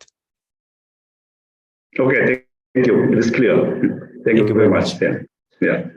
Okay, thank you, Prof. Hakim and Prof. Ishima. Now we have Professor Dr. Ismail Tanker. Please, Prof. Hello there. Thank you for the presentation and the information. In fact, we have been performing some studies using quantum dots decorated with albumin and insulin. and we are always having different and very positive results with the albumin and insulin decorated quantum dots. So can I get your opinion? Is it the same thing? Because I am not performing mechanistic analysis, but we are performing cell culture studies and penetration studies, but always we are having positive results with albumin and insulin. Can I get your opinion, please? Yeah, I have no data regarding the albumin and insulin combination. So I hope I think very similar mechanism to the derived the albumin insulin the combination and complex. So yeah, I'm very interesting point. So I will try to future plan using the albumin and insulin receptors. Okay, thank you. Thank you very much. Okay. I'm so sorry. Maybe we already finished the time. So let me sum up the presentation from Professor Ishima. First is albumination increase anti-tumor effects, and SNO HSA dimer increase EPR effect in refractory tumor models and improve efficacy of doxil. And last is abraxane-derived albumin interact with GP18 and 30 and cause anti-tumor effect. So thank you very much for Professor Ishima for the very interesting talk. I hope one time I can visit you at Tokushima University. Yeah. I hope next year I can visit Japan again. Thank you again. Thank you very much. Thank you very much. Domo arigatou gozaimasu. Arigatou gozaimasu. Arigatou gozaimasu. Thank you very much. Thank you very much. Yeah. Okay. Okay, participants. This is the session for before noon. So for next 1 hour, we will have rest. So you can stay in this Zoom or you can join again at 1 p.m. Indonesian time. Thank you very much. Assalamualaikum warahmatullahi wabarakatuh.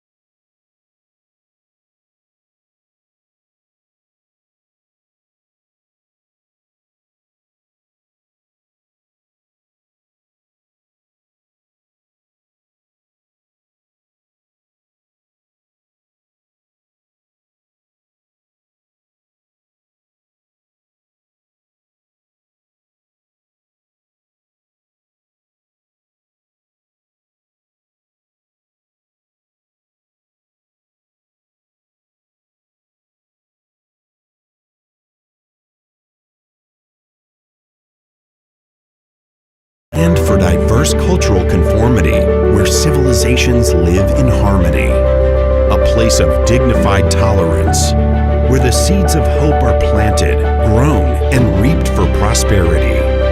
The genuine miniature of Indonesia.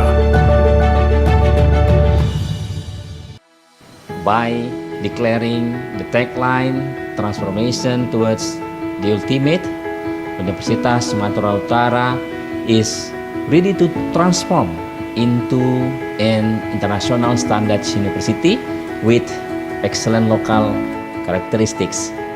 I am Murianto Amin, presenting you Universitas Sumatera Utara. Starting from Universitas Sumatera Utara Foundation, which collected moral and material support from the people of North Sumatra and Aceh. On August 20th, 1952, the Faculty of Medicine was successfully established. USU was inaugurated as the 7th state university in Indonesia by the first president of the Republic of Indonesia, Sukarno, on November 20th, 1957. Located in Medan City, North Sumatra, USU consists of 2 campuses located in Jalan Dr. Mansur and Kuala Bekalar. USU has 15 faculties, 1 graduate school with 163 study programs, and 1 experimental garden covering an area of 300 hectares located in the Tambunan area, Langkat Regency. USU has the vision of becoming a university that has academic excellence as a barometer of scientific advancement that can contend in the global world. Carrying a new spirit, transformation towards the ultimate supports the entire USU academic community to make significant changes to their mindset and work culture per the demands of bureaucratic reform and technological acceleration. Transformation towards the ultimate is indicated by a series of transformations in various sectors. The transformation is realized through collaboration and synergy between the academic community and various parties to create excellent higher education services implemented through Tri Dharma. Campus digitization is an absolute must to provide the best service. Various digital services are provided by USU, such as ASA, e-office, e-agenda, PPID, and also telemedicine. Telemedicine provides easy access for medical treatment to the public through their gadgets. USU has received an A accreditation and is included in Cluster 1 of the Indonesian Ministry of Education and Culture 2020 rankings and ranked 15th university in Indonesia by the Times Higher Education Impact Rankings. USU has also established itself as a part of the international education community. USU is ranked first nationally and ranked 305th in the world in the field of agriculture and biological science at the university level by the Skimago Institution's rankings. In addition, USU is ranked 1201 plus in the world with QS Stars 3 on the Kwakparelli Simmons World University Rankings 2022 rating agency. As a commercial university, USU is committed to encouraging research to create an USU enterprise by establishing the Institute of Innovation and Business Technology Incubation, or LINKS.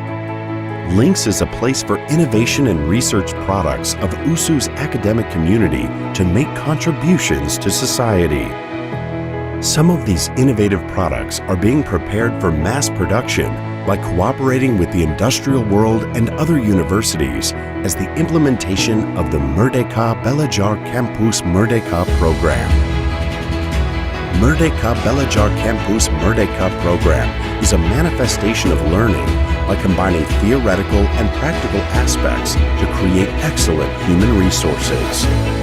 USU collaborates with various partners, from the state-owned company to the government sector, with the aim of creating graduates who are ready and able to follow the needs of the industry and the market.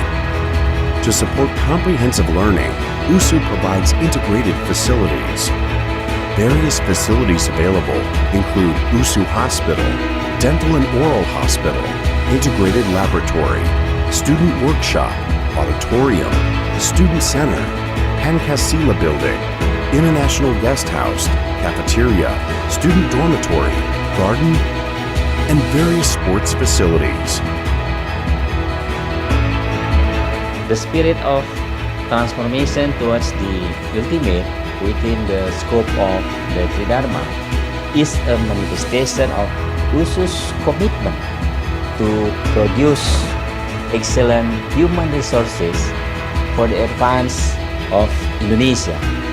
USU believes that the contribution of all parties is the main key in the effort to transform to be superior. USU, the pride of North Sumatra for Indonesia, transforming to be the best in the world.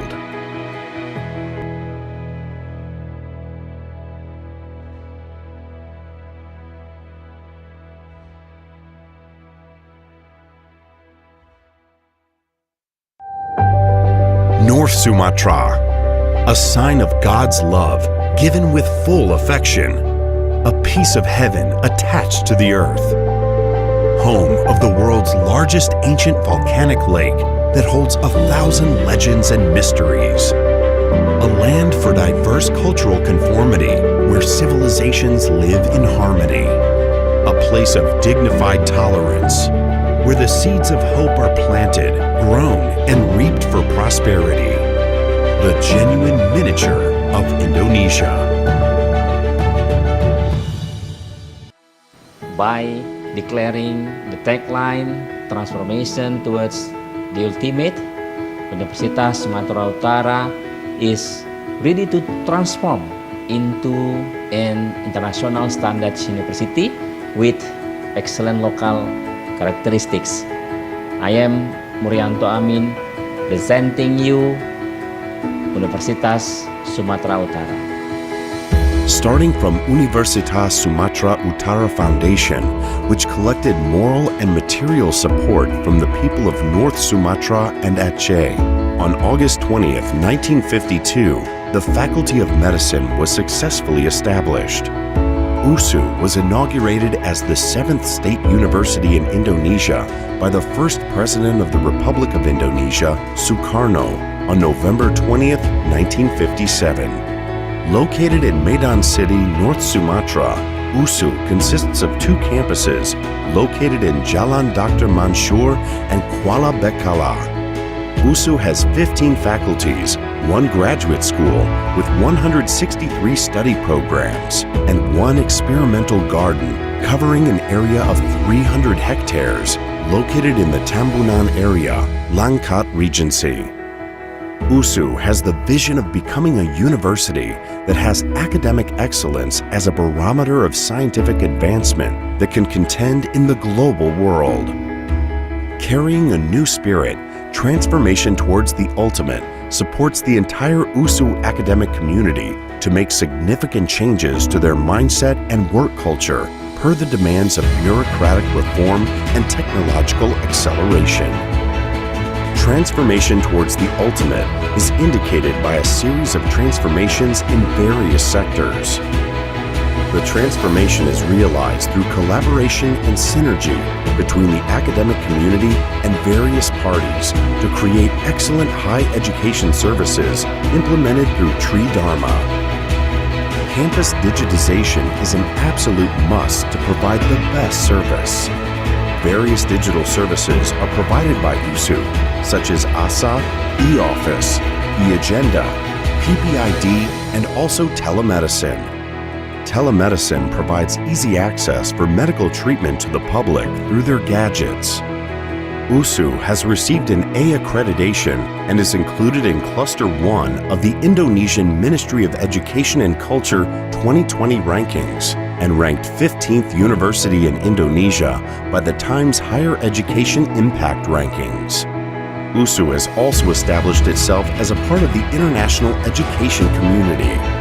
USU is ranked first nationally and ranked 305th in the world in the field of agriculture and biological science at the university level by the Skimago Institutions rankings. In addition, USU is ranked 1201 plus in the world with QS Stars 3 on the Kwakwareli Simmons World University Rankings 2022 rating agency. As a commercial university, USU is committed to encouraging research to create an USU enterprise by establishing the Institute of Innovation and Business Technology Incubation, or LINKS. LINKS is a place for innovation and research products of USU's academic community to make contributions to society. Some of these innovative products are being prepared for mass production by cooperating with the industrial world and other universities as the implementation of the Merdeka Belajar Campus Merdeka program. Merdeka Belajar Campus Merdeka program is a manifestation of learning by combining theoretical and practical aspects to create excellent human resources.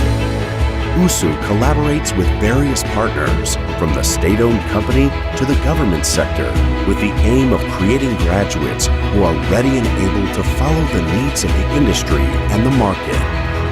To support comprehensive learning, USU provides integrated facilities. Various facilities available include USU Hospital, Dental and Oral Hospital, Integrated Laboratory, Student Workshop, auditorium, student center, Pancasila building, international guest house, cafeteria, student dormitory, garden, and various sports facilities. The spirit of transformation towards the ultimate within the scope of the Tridharma is a manifestation of USU's commitment to produce excellent human resources for the advance of Indonesia. USU believes that the contribution of all parties is the main key in the effort to transform to be superior. USU, the pride of North Sumatra for Indonesia, transforming to be the best in the world.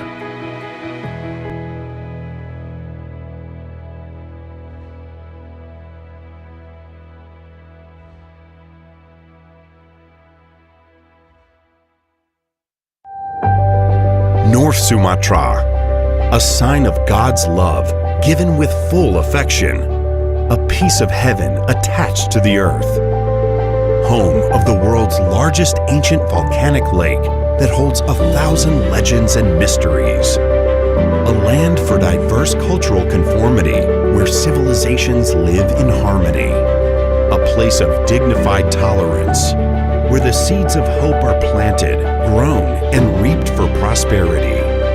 The genuine miniature of Indonesia.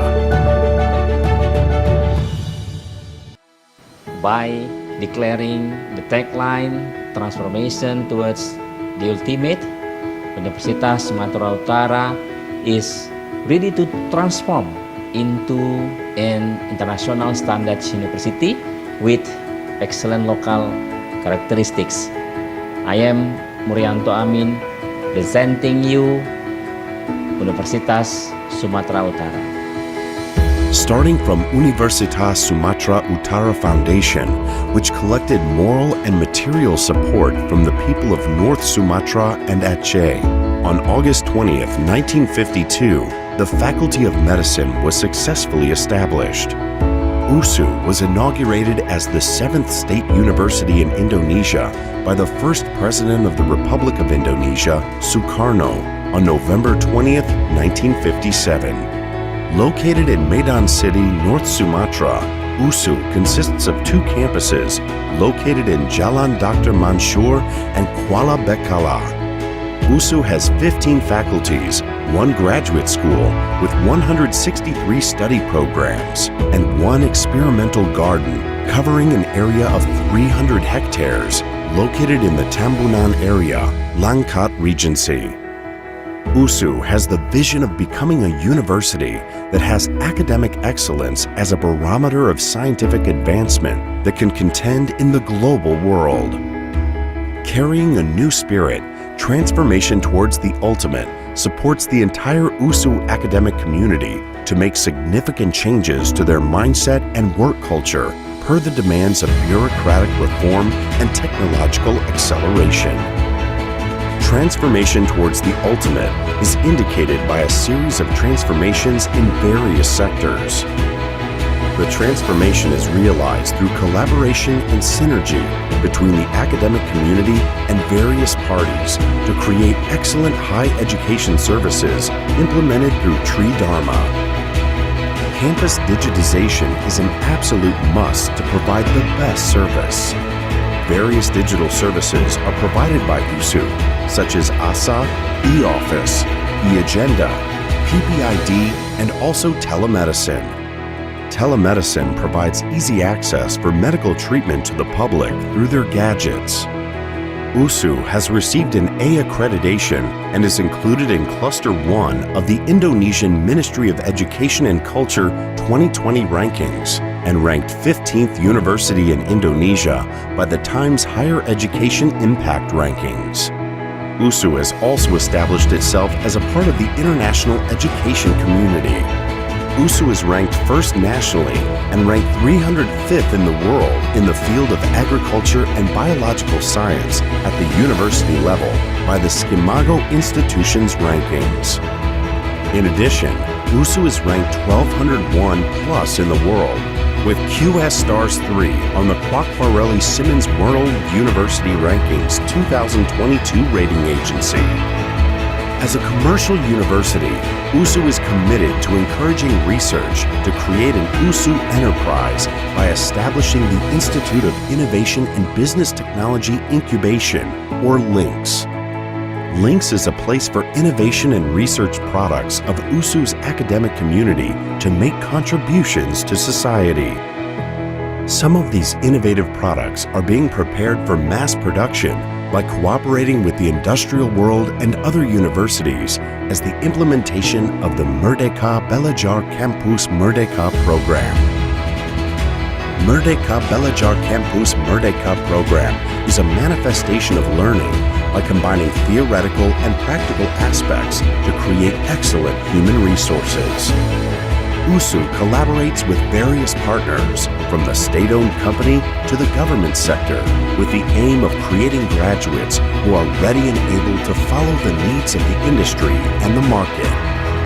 To support comprehensive learning, USU provides integrated facilities.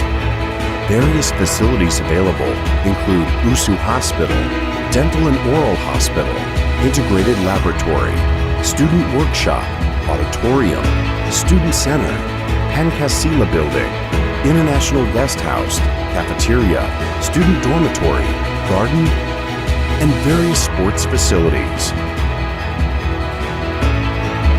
The spirit of transformation towards the ultimate within the scope of the Tridharma is a manifestation of USU's commitment to produce excellent human resources for the advance of Indonesia. USU believes that the contribution of all parties is the main key in the effort to transform to be superior. USU, the pride of North Sumatra for Indonesia, transforming to be the best in the world.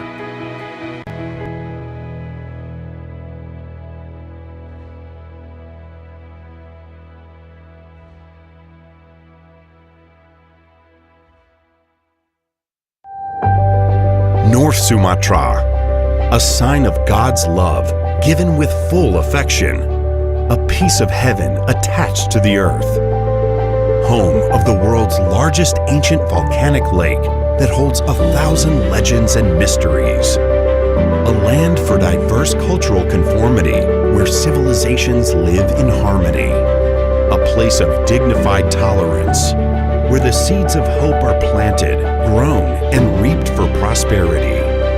The genuine miniature of Indonesia. By declaring the tagline transformation towards the ultimate, Universitas Sumatera Utara is ready to transform into an international standards university with excellent local characteristics. I am Murianto Amin, presenting you Universitas Sumatera Utara. Starting from Universitas Sumatera Utara Foundation, which collected moral and material support from the people of North Sumatra and Aceh, on August 20th, 1952, the Faculty of Medicine was successfully established. USU was inaugurated as the 7th state university in Indonesia by the first president of the Republic of Indonesia, Sukarno, on November 20th, 1957. Located in Medan City, North Sumatra, USU consists of 2 campuses located in Jalan Dr. Mansur and Kuala Bekala. USU has 15 faculties, 1 graduate school with 163 study programs, and 1 experimental garden covering an area of 300 hectares located in the Tambunan area, Langkat Regency. USU has the vision of becoming a university that has academic excellence as a barometer of scientific advancement that can contend in the global world. Carrying a new spirit, transformation towards the ultimate supports the entire USU academic community to make significant changes to their mindset and work culture per the demands of bureaucratic reform and technological acceleration. transformation towards the ultimate is indicated by a series of transformations in various sectors. The transformation is realized through collaboration and synergy between the academic community and various parties to create excellent higher education services implemented through Tri Dharma. Campus digitization is an absolute must to provide the best service. Various digital services are provided by USU, such as ASA, e-office, e-agenda, PPID, and also telemedicine. Telemedicine provides easy access for medical treatment to the public through their gadgets. USU has received an A accreditation and is included in Cluster 1 of the Indonesian Ministry of Education and Culture 2020 rankings and ranked 15th university in Indonesia by the Times Higher Education Impact Rankings. USU has also established itself as a part of the international education community. USU is ranked first nationally and ranked 305th in the world in the field of agriculture and biological science at the university level by the Skimago Institution's rankings. In addition, USU is ranked 1201 plus in the world with QS Stars 3 on the Kwakwareli-Simmons World University Rankings 2022 rating agency. As a commercial university, USU is committed to encouraging research to create an USU enterprise by establishing the Institute of Innovation and Business Technology Incubation, or LINKS. LINKS is a place for innovation and research products of USU's academic community to make contributions to society. Some of these innovative products are being prepared for mass production by cooperating with the industrial world and other universities as the implementation of the Merdeka Belajar Campus Merdeka program. Merdeka Belajar Campus Merdeka program is a manifestation of learning by combining theoretical and practical aspects to create excellent human resources. USU collaborates with various partners, from the state-owned company to the government sector, with the aim of creating graduates who are ready and able to follow the needs of the industry and the market. To support comprehensive learning, USU provides integrated facilities. Various facilities available include USU Hospital, Dental and Oral Hospital, Integrated Laboratory, Student Workshop, Auditorium, Student Center, Pancasila Building, International Guest House, Cafeteria, Student Dormitory, Garden, and various sports facilities. The spirit of transformation towards the ultimate within the scope of the Tri Dharma is a manifestation of USU's commitment to produce excellent human resources for the advance of Indonesia. USU believes that the contribution of all parties is the main key in the effort to transform to be superior. USU, the pride of North Sumatra for Indonesia, transforming to be the best in the world.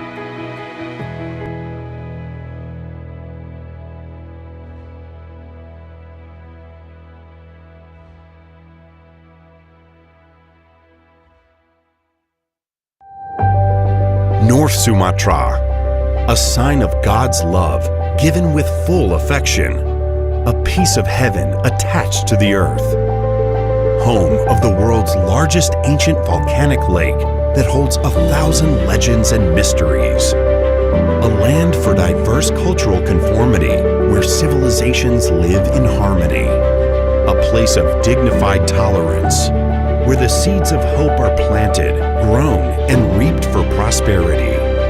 The genuine miniature of Indonesia. By declaring the tagline transformation towards the ultimate, Universitas Sumatera Utara is ready to transform into an international standards university with excellent local characteristics. I am Murianto Amin, presenting you Universitas Sumatera Utara. starting from Universitas Sumatra Utara Foundation, which collected moral and material support from the people of North Sumatra and Aceh. On August 20th, 1952, the Faculty of Medicine was successfully established. USU was inaugurated as the 7th state university in Indonesia by the first president of the Republic of Indonesia, Sukarno, on November 20th, 1957. Located in Medan City, North Sumatra, USU consists of 2 campuses located in Jalan Dr. Mansur and Kuala Bekalar.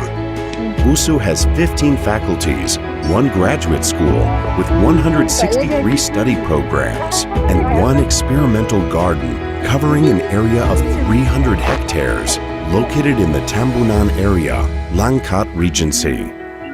USU has the vision of becoming a university that has academic excellence as a barometer of scientific advancement that can contend in the global world. Carrying a new spirit, transformation towards the ultimate supports the entire USU academic community to make significant changes to their mindset and work culture per the demands of bureaucratic reform and technological acceleration. Transformation towards the ultimate is indicated by a series of transformations in various sectors. The transformation is realized through collaboration and synergy between the academic community and various parties to create excellent higher education services implemented through Tri Dharma.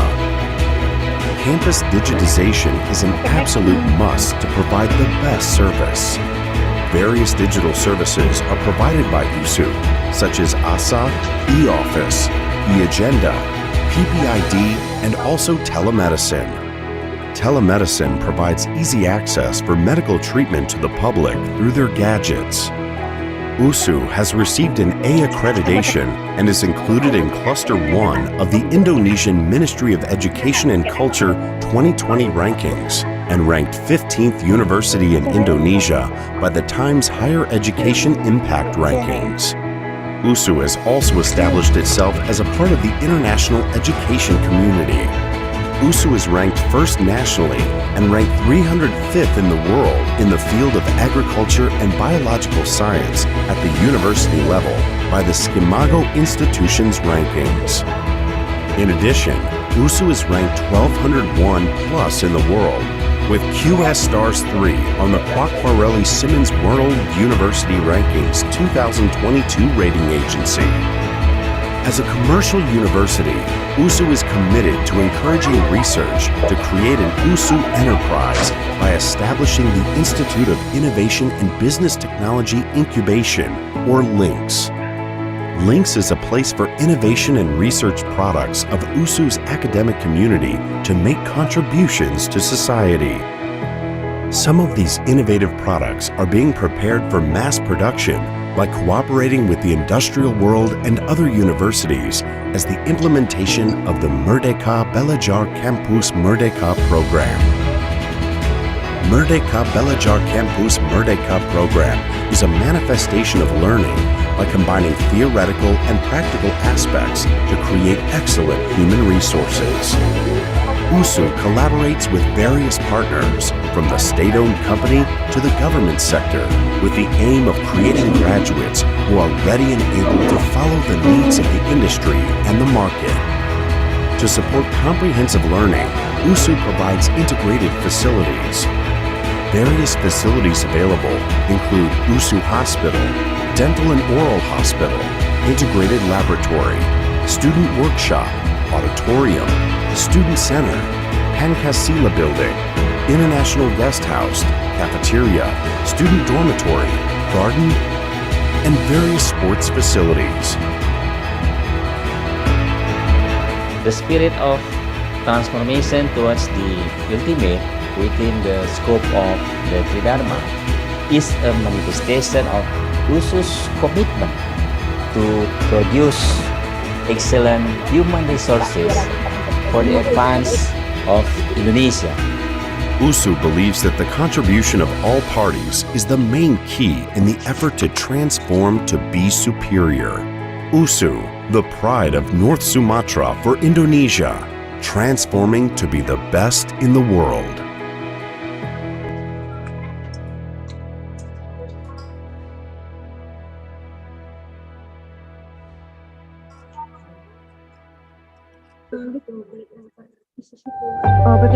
North Sumatra, a sign of God's love given with full affection, a piece of heaven attached to the earth, home of the world's largest ancient volcanic lake that holds 1,000 legends and mysteries, a land for diverse cultural conformity where civilizations live in harmony, a place of dignified tolerance where the seeds of hope are planted, grown, and reaped for prosperity.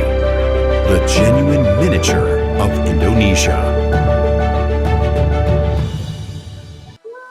By declaring the tagline transformation towards the ultimate, Universitas Sumatera Utara is ready to transform into an international standards university with excellent local characteristics. I am Murianto Amin, presenting you Universitas Sumatera Utara. Starting from Universitas Sumatera Utara Foundation, which collected moral and material support from the people of North Sumatra and Aceh. On August 20th, 1952, the Faculty of Medicine was successfully established. USU was inaugurated as the 7th state university in Indonesia by the first president of the Republic of Indonesia, Sukarno, on November 20th, 1957. Located in Medan City, North Sumatra, USU consists of 2 campuses located in Jalan Dr. Mansur and Kuala Bekala. USU has 15 faculties, 1 graduate school with 163 study programs, and 1 experimental garden covering an area of 300 hectares located in the Tambunan area, Langkat Regency. USU has the vision of becoming a university that has academic excellence as a barometer of scientific advancement that can contend in the global world. Carrying a new spirit, transformation towards the ultimate supports the entire USU academic community to make significant changes to their mindset and work culture per the demands of bureaucratic reform and technological acceleration. Transformation towards the ultimate is indicated by a series of transformations in various sectors. The transformation is realized through collaboration and synergy between the academic community and various parties to create excellent higher education services implemented through Tri Dharma. Campus digitization is an absolute must to provide the best service. Various digital services are provided by USU, such as ASA, e-office, e-agenda, PPID, and also telemedicine. Telemedicine provides easy access for medical treatment to the public through their gadgets. USU has received an A accreditation and is included in Cluster 1 of the Indonesian Ministry of Education and Culture 2020 rankings and ranked 15th university in Indonesia by the Times Higher Education Impact Rankings. USU has also established itself as a part of the international education community. USU is ranked first nationally and ranked 305th in the world in the field of agriculture and biological science at the university level by the Skimago Institution's rankings. In addition, USU is ranked 1201 plus in the world with QS Stars 3 on the Kwakwareli Simmons World University Rankings 2022 rating agency. As a commercial university, USU is committed to encouraging research to create an USU enterprise by establishing the Institute of Innovation and Business Technology Incubation, or LINKS. LINKS is a place for innovation and research products of USU's academic community to make contributions to society. Some of these innovative products are being prepared for mass production by cooperating with the industrial world and other universities as the implementation of the Merdeka Belajar Campus Merdeka program.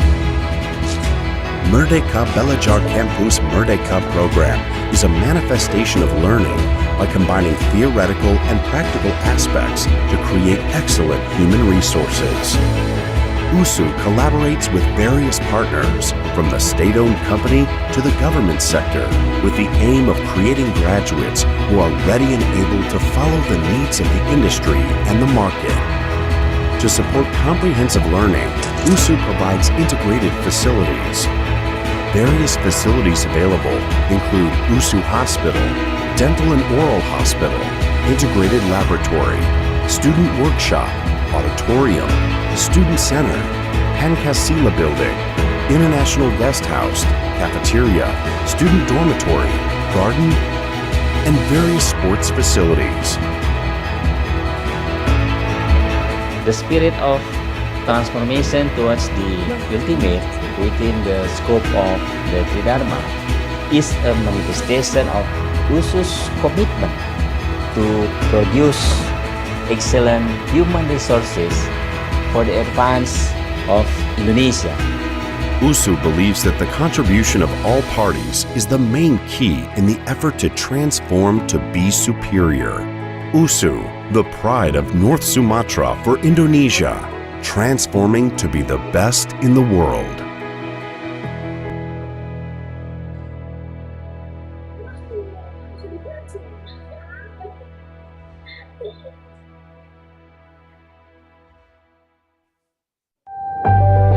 North Sumatra, a sign of God's love given with full affection, a piece of heaven attached to the earth, home of the world's largest ancient volcanic lake that holds 1,000 legends and mysteries, a land for diverse cultural conformity where civilizations live in harmony, a place of dignified tolerance where the seeds of hope are planted, grown, and reaped for prosperity, the genuine miniature of Indonesia. By declaring the tagline transformation towards the ultimate, Universitas Sumatera Utara is ready to transform into an international standards university with excellent local characteristics. I am Murianto Amin, presenting you Universitas Sumatera Utara. Starting from Universitas Sumatera Utara Foundation, which collected moral and material support from the people of North Sumatra and Aceh, on August 20th, 1952, the Faculty of Medicine was successfully established. USU was inaugurated as the 7th state university in Indonesia by the first president of the Republic of Indonesia, Sukarno, on November 20th, 1957. Located in Medan City, North Sumatra, USU consists of 2 campuses located in Jalan Dr. Mansur and Kuala Bekala. USU has 15 faculties, 1 graduate school with 163 study programs, and 1 experimental garden covering an area of 300 hectares located in the Tambunan area, Langkat Regency. USU has the vision of becoming a university that has academic excellence as a barometer of scientific advancement that can contend in the global world. Carrying a new spirit, transformation towards the ultimate supports the entire USU academic community to make significant changes to their mindset and work culture per the demands of bureaucratic reform and technological acceleration. Transformation towards the ultimate is indicated by a series of transformations in various sectors. The transformation is realized through collaboration and synergy between the academic community and various parties to create excellent higher education services implemented through Tridharma. Campus digitization is an absolute must to provide the best service. Various digital services are provided by USU, such as ASA, e-office, e-agenda, PPID, and also telemedicine. Telemedicine provides easy access for medical treatment to the public through their gadgets. USU has received an A accreditation and is included in Cluster 1 of the Indonesian Ministry of Education and Culture 2020 rankings and ranked 15th university in Indonesia by the Times Higher Education Impact Rankings. USU has also established itself as a part of the international education community. USU is ranked first nationally and ranked 305th in the world in the field of agriculture and biological science at the university level by the Skimago Institutions Rankings. In addition, USU is ranked 1201 plus in the world with QS Stars 3 on the Kwakwareli Simmons World University Rankings 2022 rating agency. As a commercial university, USU is committed to encouraging research to create an USU enterprise by establishing the Institute of Innovation and Business Technology Incubation, or LINKS. LINKS is a place for innovation and research products of USU's academic community to make contributions to society. Some of these innovative products are being prepared for mass production by cooperating with the industrial world and other universities as the implementation of the Merdeka Belajar Campus Merdeka program. Merdeka Belajar Campus Merdeka program is a manifestation of learning by combining theoretical and practical aspects to create excellent human resources. USU collaborates with various partners, from the state-owned company to the government sector, with the aim of creating graduates who are ready and able to follow the needs of the industry and the market. To support comprehensive learning, USU provides integrated facilities. Various facilities available include USU Hospital, Dental and Oral Hospital, Integrated Laboratory, Student Workshop, Auditorium, Student Center, Pancasila Building, International Guest House, Cafeteria, Student Dormitory, Garden, and various sports facilities. The spirit of transformation towards the ultimate within the scope of the Tridharma is a manifestation of USU's commitment to produce excellent human resources for the advance of Indonesia. USU believes that the contribution of all parties is the main key in the effort to transform to be superior. USU, the pride of North Sumatra for Indonesia, transforming to be the best in the world.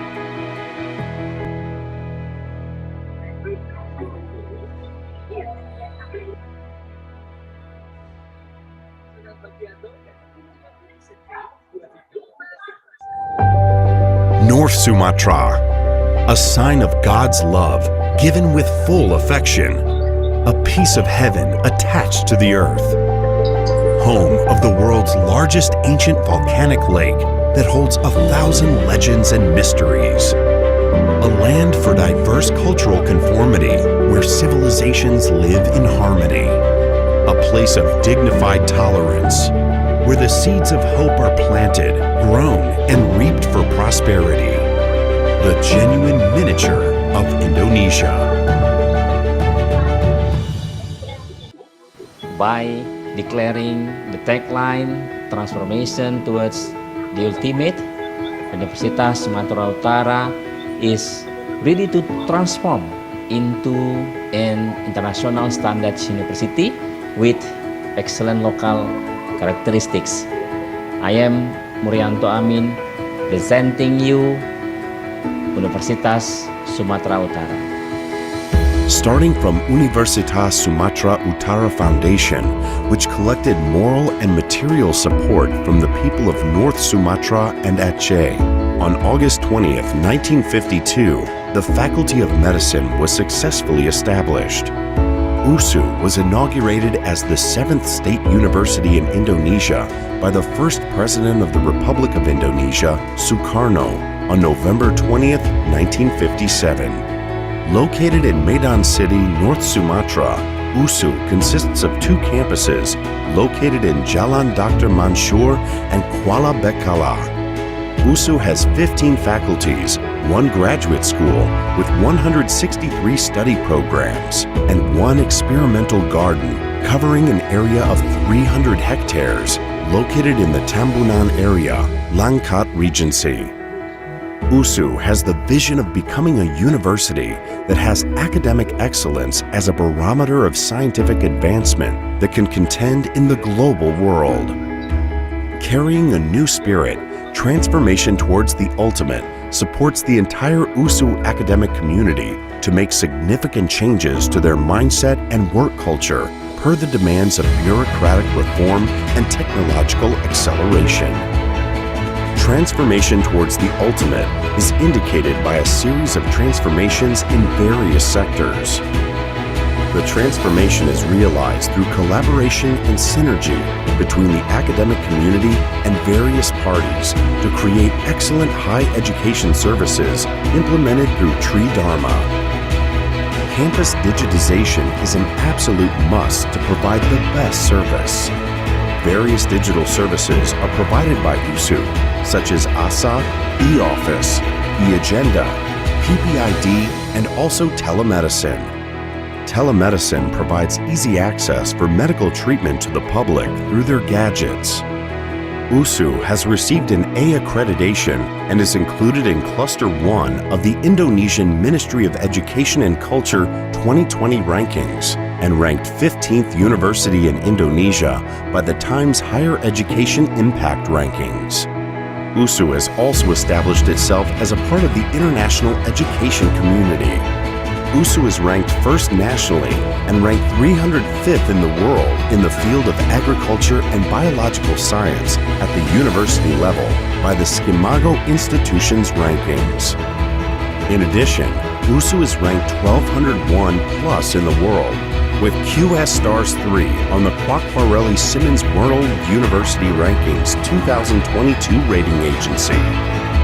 As a commercial university, USU is committed to encouraging research to create an USU enterprise by establishing the Institute of Innovation and Business Technology Incubation, or LINKS.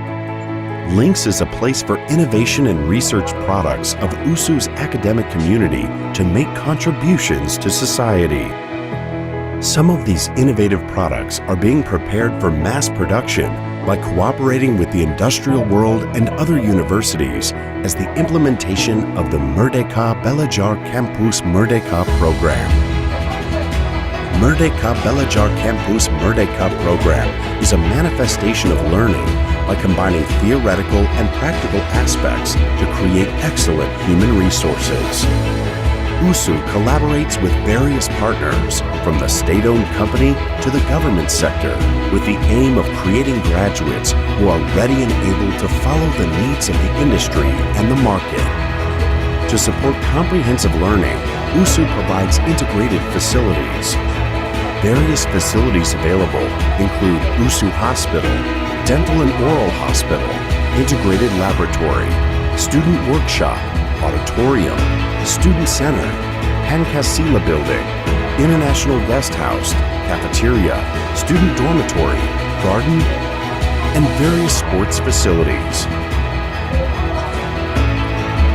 The spirit of transformation towards the ultimate within the scope of the Tri Dharma is a manifestation of USU's commitment to produce excellent human resources for the advance of Indonesia. USU believes that the contribution of all parties is the main key in the effort to transform to be superior. USU, the pride of North Sumatra for Indonesia, transforming to be the best in the world.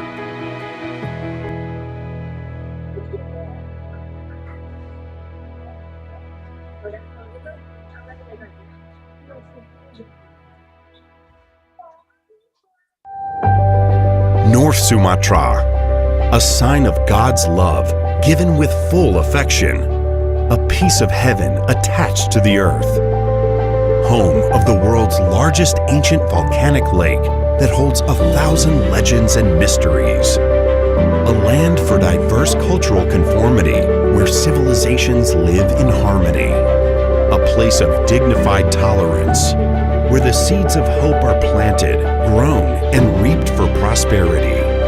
The genuine miniature of Indonesia. By declaring the tagline transformation towards the ultimate. Universitas Sumatera Utara is ready to transform into an international standards university with excellent local characteristics. I am Murianto Amin, presenting you Universitas Sumatera Utara.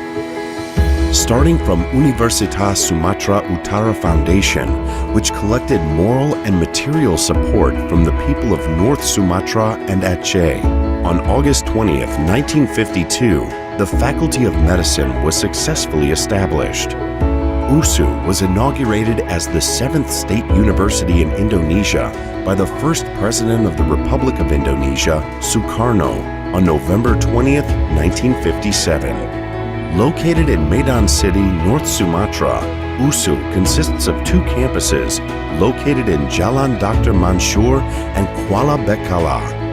USU has 15 faculties, 1 graduate school with 163 study programs, and 1 experimental garden covering an area of 300 hectares located in the Tambunan area, Langkat Regency. USU has the vision of becoming a university that has academic excellence as a barometer of scientific advancement that can contend in the global world. Carrying a new spirit, transformation towards the ultimate supports the entire USU academic community to make significant changes to their mindset and work culture per the demands of bureaucratic reform and technological acceleration. Transformation towards the ultimate is indicated by a series of transformations in various sectors. The transformation is realized through collaboration and synergy between the academic community and various parties to create excellent higher education services implemented through Tri Dharma. Campus digitization is an absolute must to provide the best service. Various digital services are provided by USU, such as ASA, e-office, e-agenda, PPID, and also telemedicine. Telemedicine provides easy access for medical treatment to the public through their gadgets.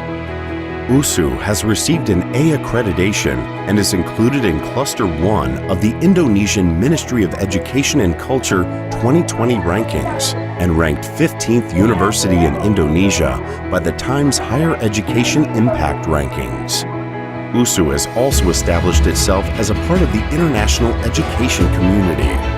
USU is ranked first nationally and ranked 305th in the world in the field of agriculture and biological science at the university level by the Skimago Institutions rankings. In addition, USU is ranked 1201 plus in the world with QS Stars 3 on the Kwakwareli Simmons World University Rankings 2022 rating agency. As a commercial university, USU is committed to encouraging research to create an USU enterprise by establishing the Institute of Innovation and Business Technology Incubation, or LINKS. LINKS is a place for innovation and research products of USU's academic community to make contributions to society. Some of these innovative products are being prepared for mass production by cooperating with the industrial world and other universities as the implementation of the Merdeka Belajar Campus Merdeka program. Merdeka Belajar Campus Merdeka program is a manifestation of learning by combining theoretical and practical aspects to create excellent human resources. USU collaborates with various partners, from the state-owned company to the government sector, with the aim of creating graduates who are ready and able to follow the needs of the industry and the market. To support comprehensive learning, USU provides integrated facilities. Various facilities available include USU Hospital, Dental and Oral Hospital, Integrated Laboratory, Student Workshop, Auditorium, Student Center, Pancasila Building, International Guest House, Cafeteria, Student Dormitory, Garden, and various sports facilities. The spirit of transformation towards the ultimate within the scope of the Tridharma is a manifestation of USU's commitment to produce excellent human resources for the advance of Indonesia. USU believes that the contribution of all parties is the main key in the effort to transform to be superior.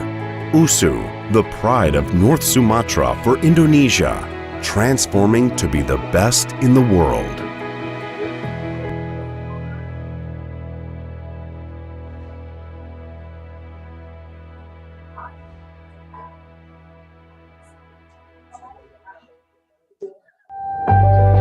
North Sumatra, a sign of God's love given with full affection, a piece of heaven attached to the earth, home of the world's largest ancient volcanic lake that holds 1,000 legends and mysteries, a land for diverse cultural conformity where civilizations live in harmony, a place of dignified tolerance where the seeds of hope are planted, grown, and reaped for prosperity. The genuine miniature of Indonesia. By declaring the tagline transformation towards the ultimate, Universitas Sumatera Utara is ready to transform into an international standards university with excellent local characteristics. I am Murianto Amin, presenting you Universitas Sumatera Utara. Starting from Universitas Sumatera Utara Foundation, which collected moral and material support from the people of North Sumatra and Aceh, on August 20th, 1952, the Faculty of Medicine was successfully established.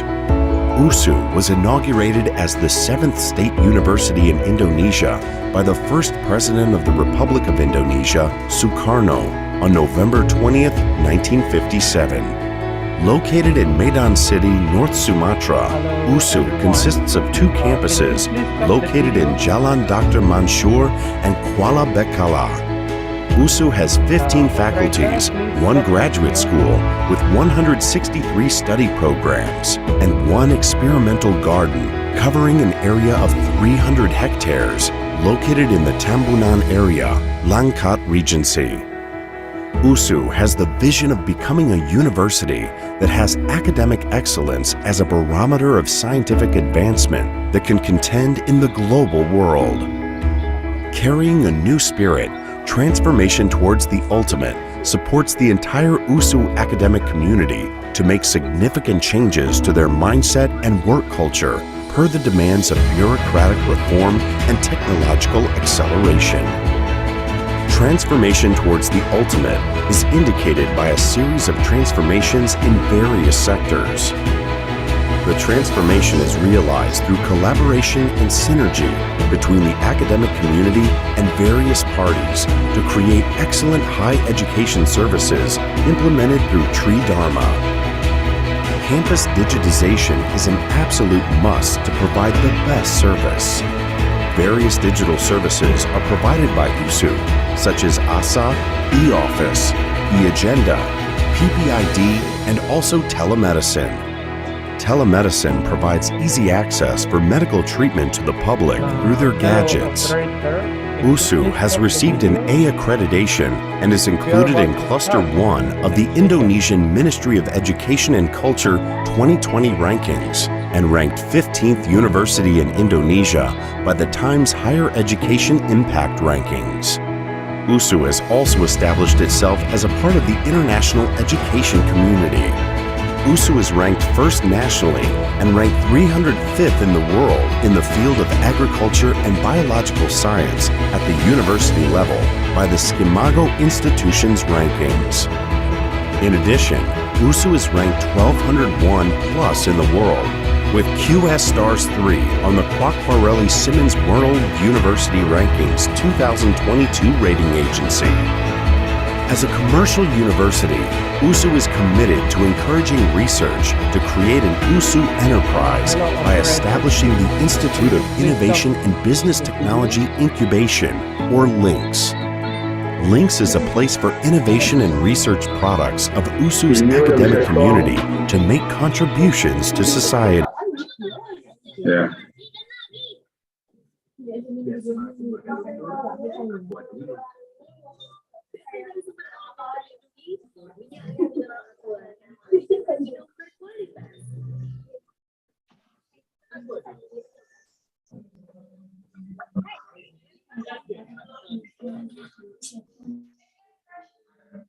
Okay, Assalamualaikum warahmatullahi wabarakatuh. Good afternoon, everybody from Indonesia. Welcome again to International Seminar on Nanomedicine. I would like to welcome again to Professor Dr. Ismail Tunsir Degim. So actually, one of my friends had a student exchange in Biruni University, and we had a good discussion with him, Adrian, and he proposed and asked Dr. Ismail as one of our speaker today. It's very pleasure to meet you in person, even though it's virtual. And also, I would like to welcome Professor Dr. Jansen Silalahi as the moderator today. Hello, Prof. Hello. Okay, Prof, it's a bit low. Maybe you can increase the voice.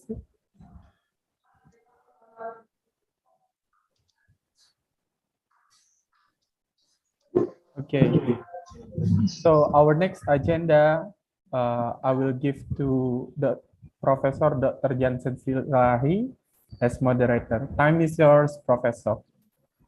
Okay, thank you very much. Good afternoon, ladies and gentlemen, but good morning to Professor Ismail Degim, because still in the morning in Turkey, isn't it? Okay. Are you ready, Professor? I'm ready. Okay, thank you very much. Okay.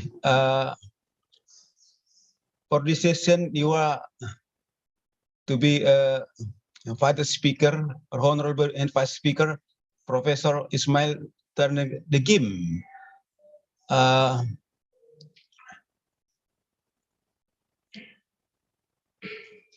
Professor Degim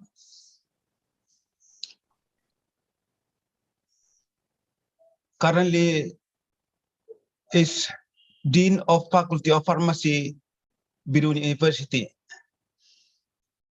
in Turkey. And Professor Degim has been working in nanotechnology related to the drug delivery system.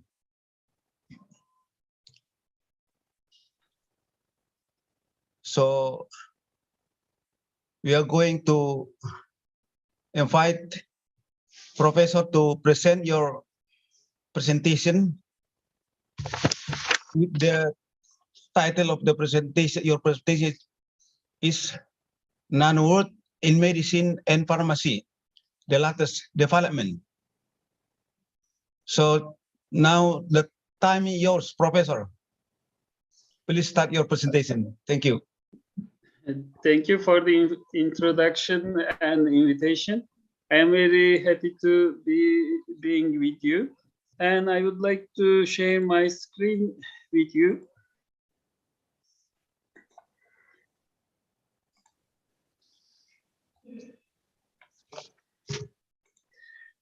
And in fact, I'm going to talk about my life actually. And I have been working with the nanoparticles and nanosystems for years. And I'm going to tell you some interesting results and what I am thinking today after long years working with the nanomedicine and nanoparticles. In fact, nanomedicine and nanoparticles is another world. And if we make a quick look, we can understand that what is nanotechnology or what kind of delivery system we have been using in nanotechnology. So here is the quick table: nanomaterials, nanocrystals, even nano electromechanical systems, micelles, drug conjugates. But I would like to emphasize some of them. And carbon nanotubes and carbon structures, they are very interesting. I am going to give you some examples. And also, boron nitride nanotubes is there, but there are few examples is present in the literature. But the other one can be a quantum dots. So they are interesting, and I am going to tell you why they are interesting.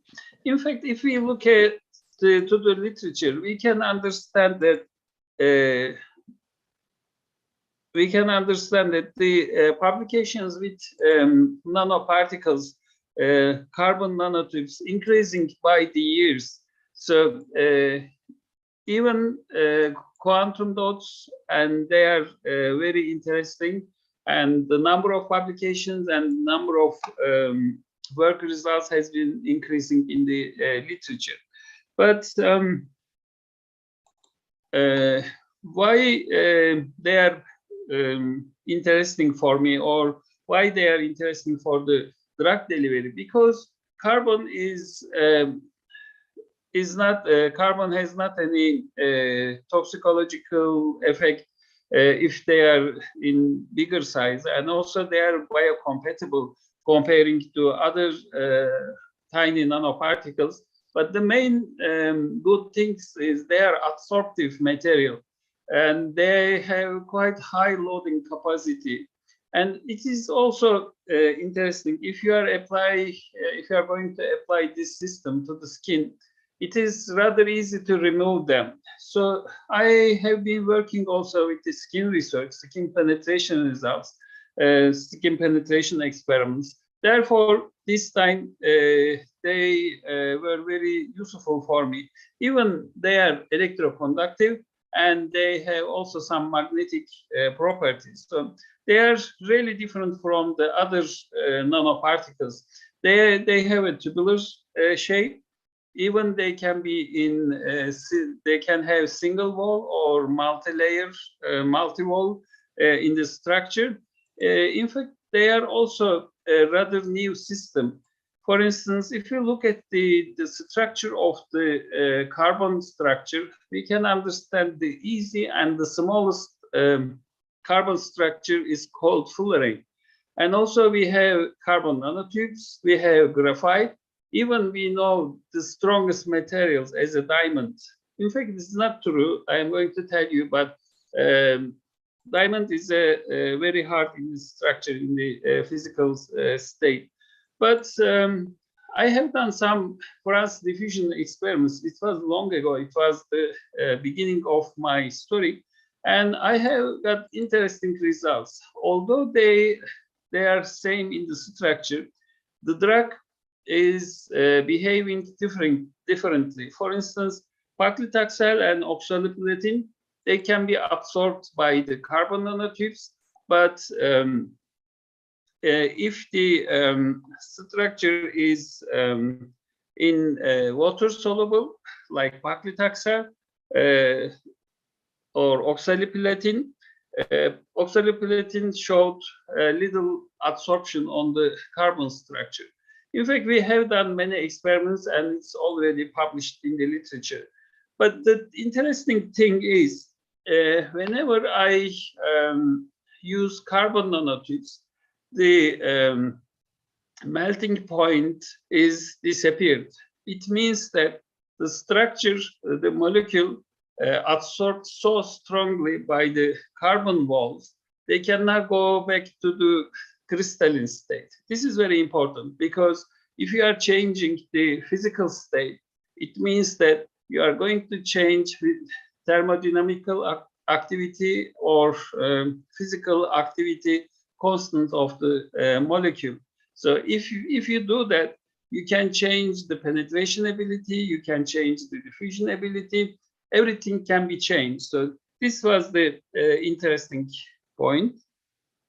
And as you see, the melting point was disappearing.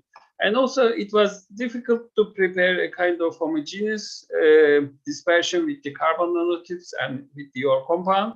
And I have spent some time to prepare homogeneous system. And finally, I could obtain homogeneous system with the pegylation and also with some protein structure like albumin and insulin. Even in that time, I was able to visualize the physical structure of the carbon nanotubes using atomic force microscope. The interesting thing is you can see the structure, but also you can see the pegylation points.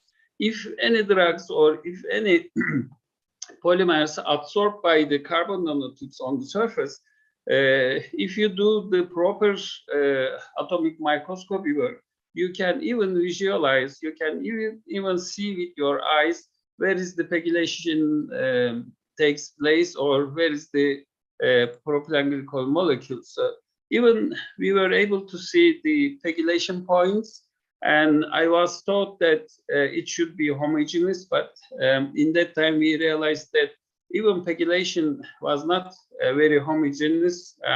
It is a very interesting point.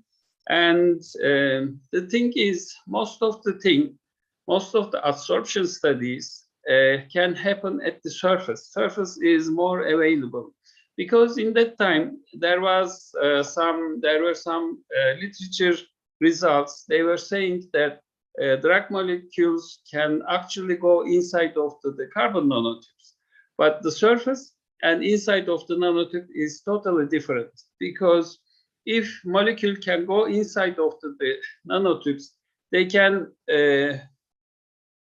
absorb more and more strongly by the inner walls, and even they can go into the strange crystalline state. They were calling that this is freezing, like a freezing or recrystallizing process. So this is something was very interesting. And in that time, we checked the literature, and we understood that the compound can actually bind or absorb by the surface of the fullerene or carbon structure. So there were interesting results, and it was a matter of the size, and also it was related to thermodynamical activity of the molecule, and the absorption side of the molecule is also important, and hydrophobicity was important. But we noticed that if we use carbon structure like a fullerene, living cells, keratinocytes, for instance, can actually absorb or internalize these small structure if they are in nano size. So fullerene was not very toxic. Even we always find higher penetration, but it was not perfectly predictable. But we have done many diffusion and penetration experiments through the skin. We were using rat skin in that time, and we were obtaining very interesting results. But we always find some carbon nanotubes perpendicular to the skin surface. In that time, we were thinking that it was by a chance, but after we realized that it was not by a chance, it was a kind of physical activity or thermodynamical activity, because the tip of the nanotubes always has very high thermodynamic activity, and it can work like a nanoneedle in the structure. So here is the similar work I have done in University of Connecticut in America. And even you can see the pegylation points. It was not very smooth coating process, smooth pegylation, because some part of the surface, some part of the nanotubes are more available for the pegylation. And we did experiment work, and we conclude that carbon nanotubes cannot actually insert into the skin if we are using normal skin, because epidermal layer is already there. But if the membrane is a living membrane, it has if it has a living cells on it, it can internalize. But if it is not living cells, if it is like stratum corneum, they can facilitate the transport. The molecule can jump from carbon nanotube surface to the cell surface, and the penetration can be facilitated.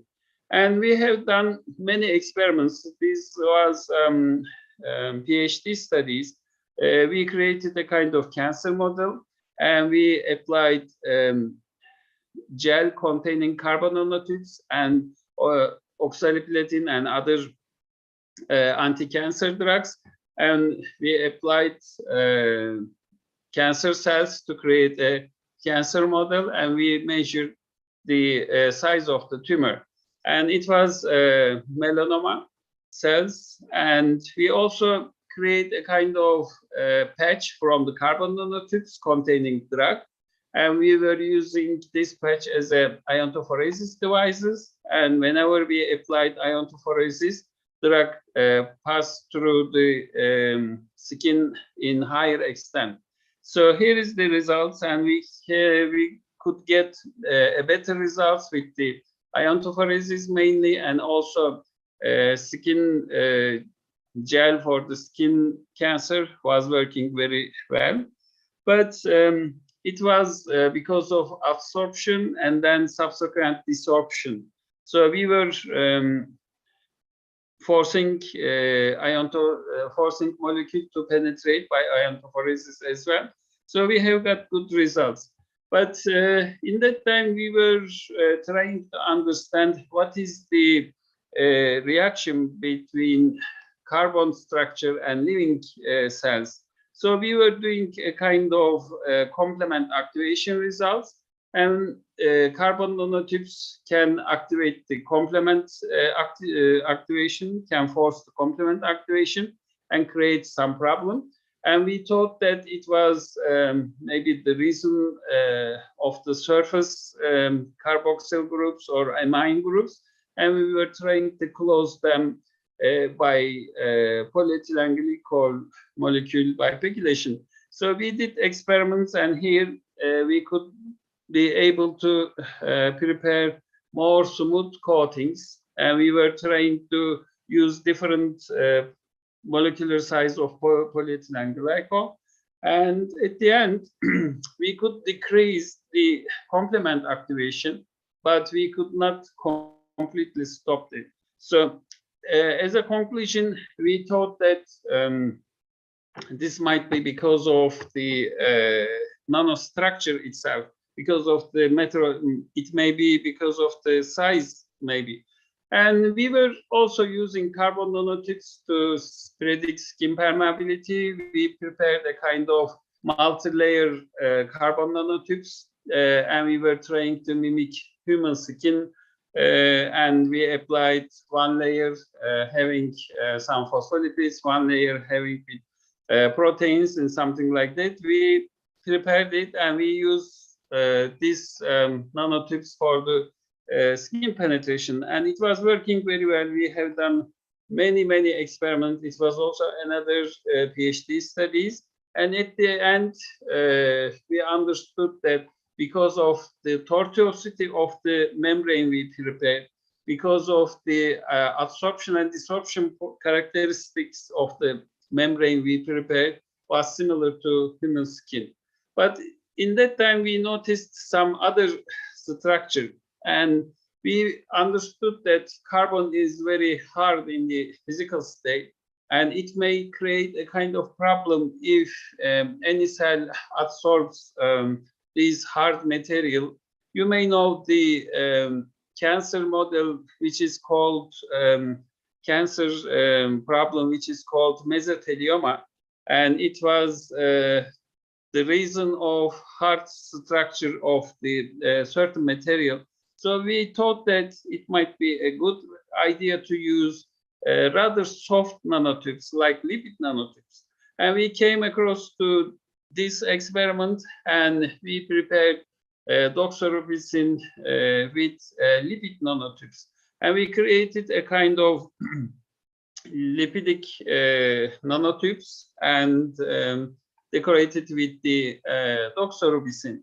And here is the physical appearance of the softer nanotubes with the anti-cancer drug. And it was very nice, and the releasing properties and water solubility and lipophilic activity was good. And we noticed that although they are made by lipid, they are able to absorb and desorb active molecules. And because of their lipidic nature, it may be more biocompatible, and it may be more ready to absorb by the human living cells. So we did experiments, and we have got quite good results, and we have found some advantages and disadvantages. The main disadvantages for me, it was not very predictable for the elimination pathway, because elimination pathway shows the important thing, because it is related to pharmacokinetics. And in that time, we came across to another structure, which is called cochlets. Cochlets are very interesting structure, and maybe it is also interesting for you, because they are prepared from liposomes. It was rather recent structure. It was discovered 1975, and they are in nano size, shorter, smaller than 500 nanometers in the length, but their size or their width is much smaller. They are cigar type of. They have cigar type of shape, as you can see here. And if you use liposomes, and if you add some calcium ion on it, and after certain procedure, you can get a kind of cigar shape of structure. But this is important because they are although similar like a nanotubes, but the difference is they have no aqueous layer in it. They are full lipidic. There is no aqueous layer in it. So it is interesting. It is different from the other lipidic nanotubes, and they are different from the liposomes as well. And here is the structure. How can you prepare the structure? But if you check their physical appearance under microscope, you can see the tubular shape, nano needle shape, and it was also a work with the raloxifene cochlets, and it was also a PhD thesis. And they have done too many works with raloxifene and cochlets, and they have got very good results. Controllable excretion, controllable release, and also internalization by the cells was perfect. And they were able to use it for the cancer treatment, and they have got very interesting results. And by the way, they have also done another experiments with the cochlets, and they were able to deliver some kind of stem cells to the organs by using cochlets. So keep in your mind that. But also after this, we came across with another structure, which is called boron nitrate nanotube.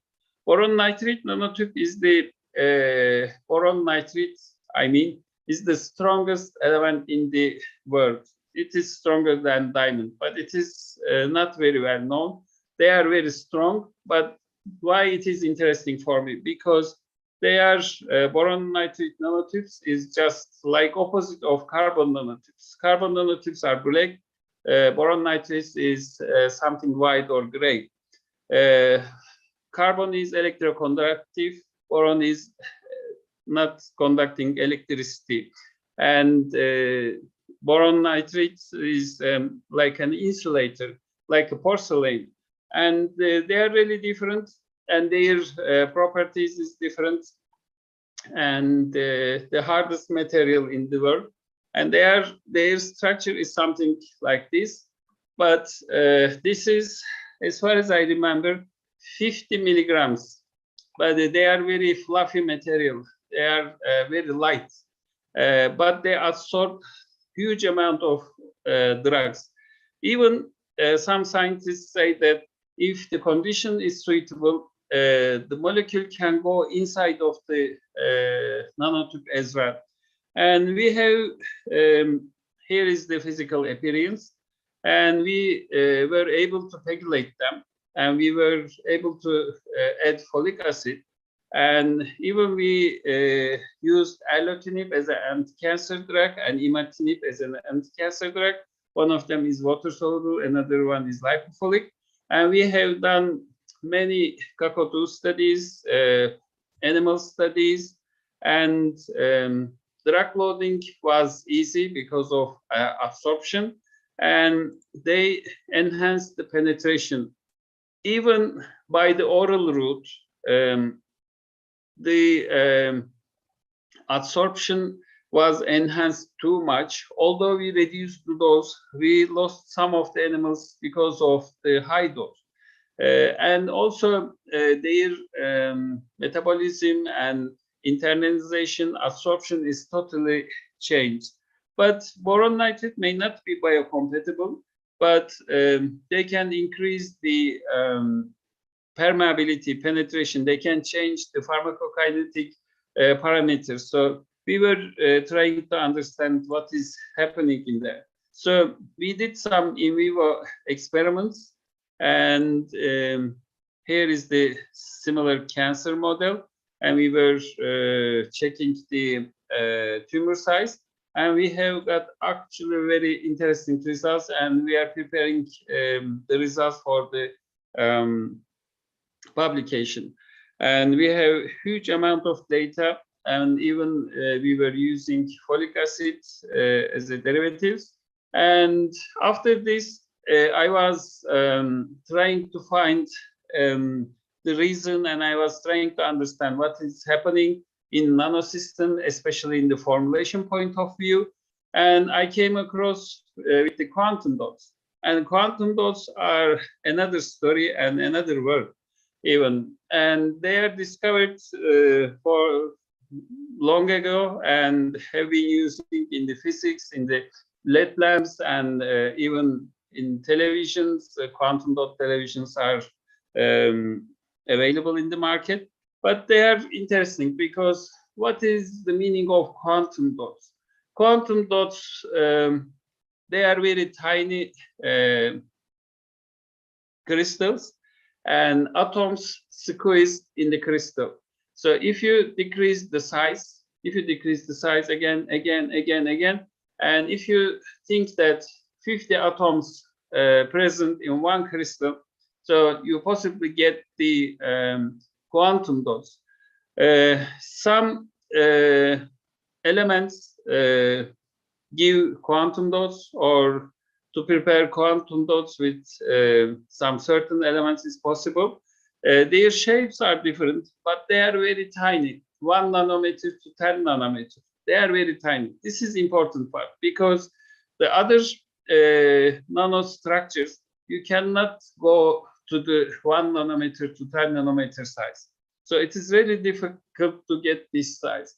But if you prepare quantum dots using bottom-up techniques, you can be able to prepare very tiny quantum dots. So I'm going to tell you what is different with the quantum dot. This is the first work I have done with my PhD student, and we were trying to prepare zinc oxide quantum dots, they are all zinc oxides, you see, and the only difference is the size. In that time, I was understood that I was understanding that the color and the size is very important for the penetration and for the physical activity, thermodynamical activity, or so on. And we were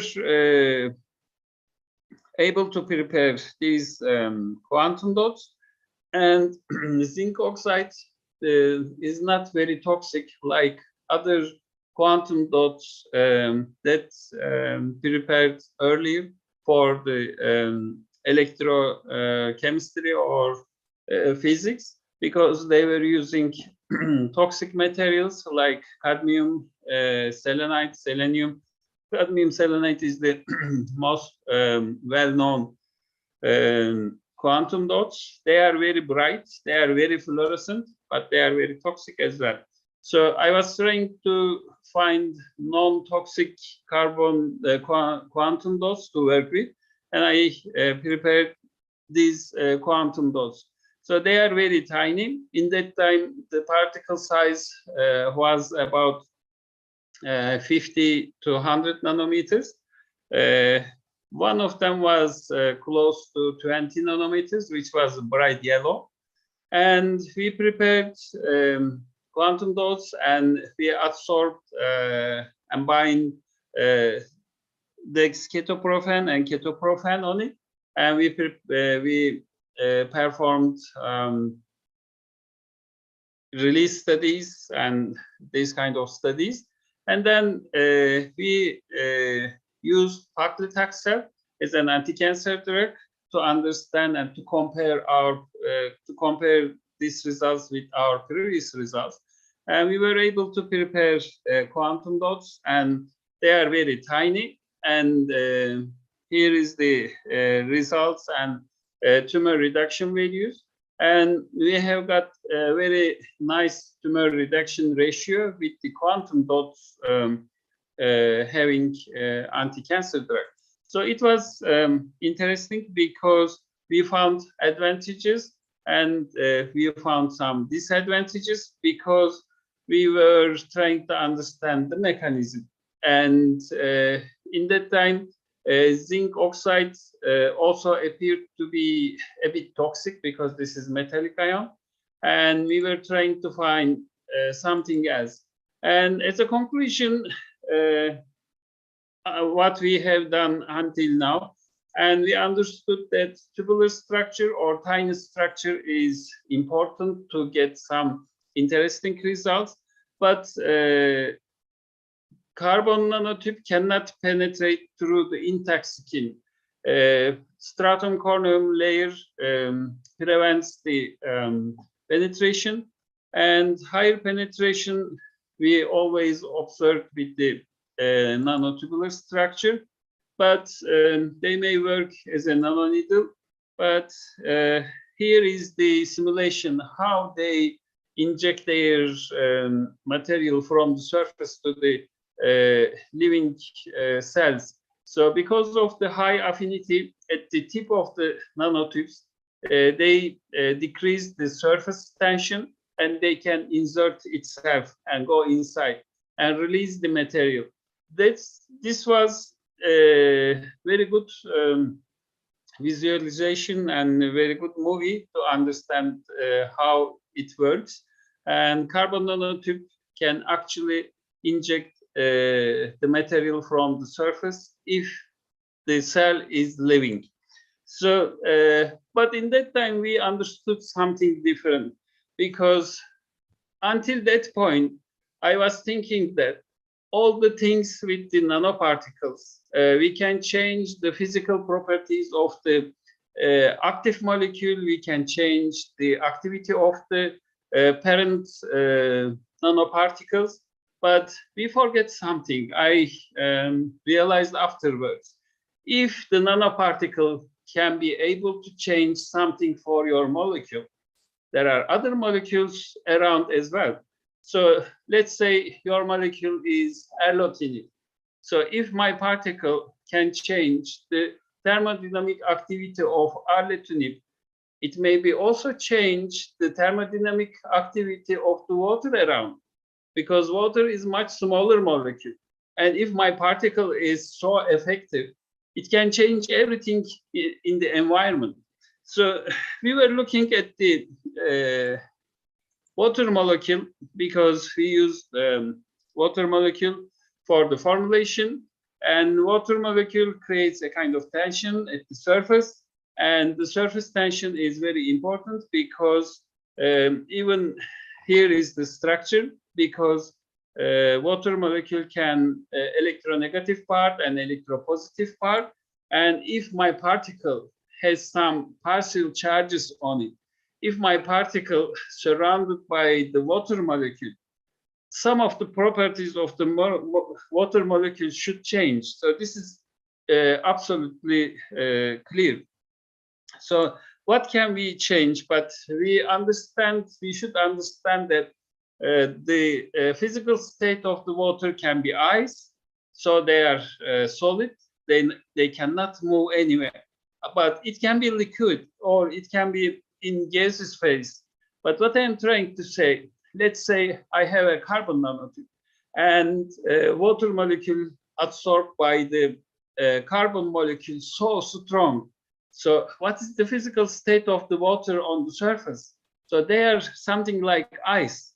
So if you think in that way, everything can be changed, because the volume can be changed if it is in ice form, and if it is not in ice form, volume can be different. So here is the three states of the water, and this is the strange part of the water molecule, because as I told you, it can change the specific volume. So if it is like liquid water, the water molecule is around.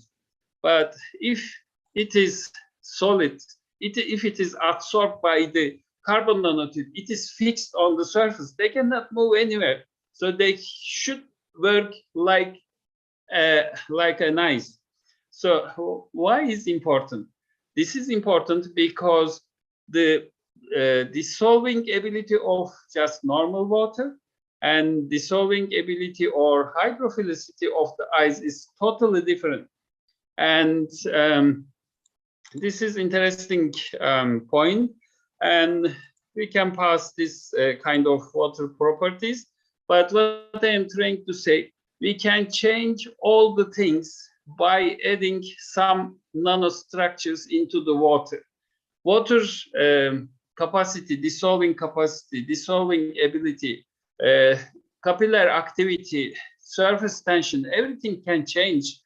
Specific heats and whatever vaporization point, everything can be changed with the other molecules. So even you can prepare a kind of hydrophobic water. I am not so sure did I put it here, but some years ago there was a patented technology, and they were preparing a kind of neo water. They called it neo water, and they were putting very tiny, around 1 nanometer silica particles in the water, and they were able to prepare a kind of hydrophobic water. So it was very interesting, and the pH thing can be changed, and buffer capacity can be changed. And also, as you can see here, if the molecule is on the surface, on the wall, something is different. If it goes inside of the water, it can be changed everything. So in the capillary state, in the carbon nanotubes, water can be defined differently, because it is going to be confined inside. If it is going to be trapped inside, and the thermodynamic activity is totally changed. So even you can change the boiling ability and freezing ability. It is very well known. If you add any ions or any particles, we can change some properties of water. But what I am trying to say is, we are not considered this as a formulation point of view, as a pharmacokinetic point of view, as a mode of action point of view. So we should consider this. So maybe water and another molecules around something like this. But if they go inside, so they should behave something differently. Even stability of the drug can be changed by preparing with some nanostructures. So this is another type of ideas, and we should think in that way, we believe. So if we consider something deeper, and this kind of thing should be considered, and we never know the environment condition is good for molecule to go inside of the nanostructures, or is it good for molecule to stay on the particles? So they are really different things. So here there are some examples, and it is a kind of breaking taboo thing. So if it is going to be good for you, I prepared 2 water, and this is oil bath and heating from the same source, and same thermometer is there. So we are heating. So look at the temperatures. So one of them increasing a bit faster, but another one not increasing in that way. So something is going in this vessel. So if you go further, the difference is increasing, and at the end, one of them starts to boil. Look at here. It is boiling earlier than this. It is not reaching to the 100 degrees Celsius, so it starts before. So it's not boiling, but this one is boiling. It's maybe another better example. It is same, heating from the same, but carbon absorbs some energy, and also something is happening in this vessel. It is totally different. You see, it's boiling. Another one is just standing like that. So I'm sorry. So we should keep in our mind. So the pH behavior is also changing with the nanoparticles, because if it is absorptive material, it can be able to absorb some hydrogen and hydroxyl ion. So their response to the acid or alkaline ion differently. So it is something different. So we should always keep in our mind. And I came across with the term quantum water, because if you use nanoparticle smaller than 200 nanometer, you can actually prepare a quantum water without noticing. So it was very important. So we should keep in our mind that. So quantum water is very important. And I have a publication, and I think this is the neo water I was talking about. This is silica particles. They are organized very well in the solution. Their size is very suitable, and water surrounds them. And the physical appearance and thermodynamical activity is totally changed. Even this water can be able to dissolve much more amount of active compound, because it is like a hydrophilic material.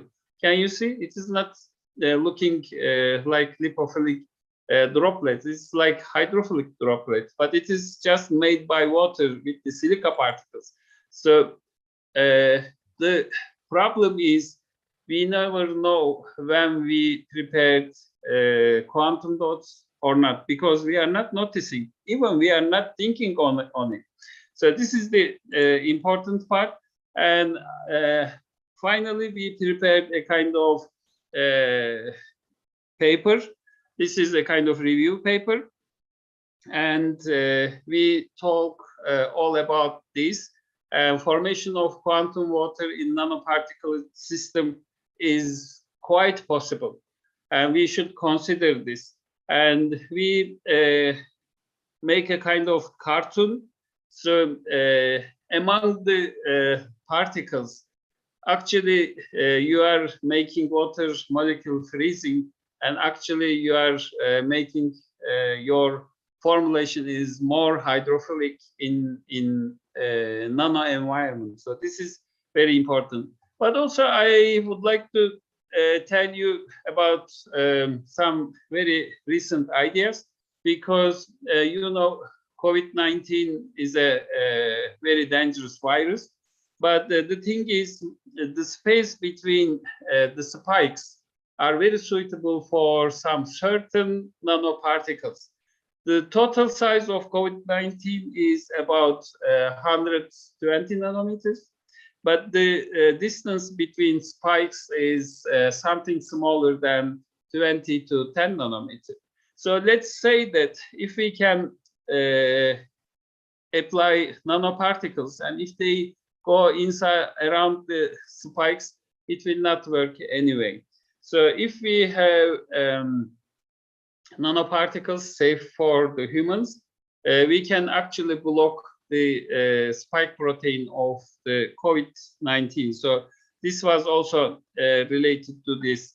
And also I came across after this carbon quantum dots. So they are very interesting and important particles, because they are very small in the size, like 1 nanometer, 2 nanometer, but they are able to absorb insulin molecule, and they are also absorb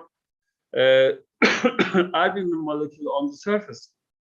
And it is easy to work with, and they are very fluorescent, and even they can they are very stable.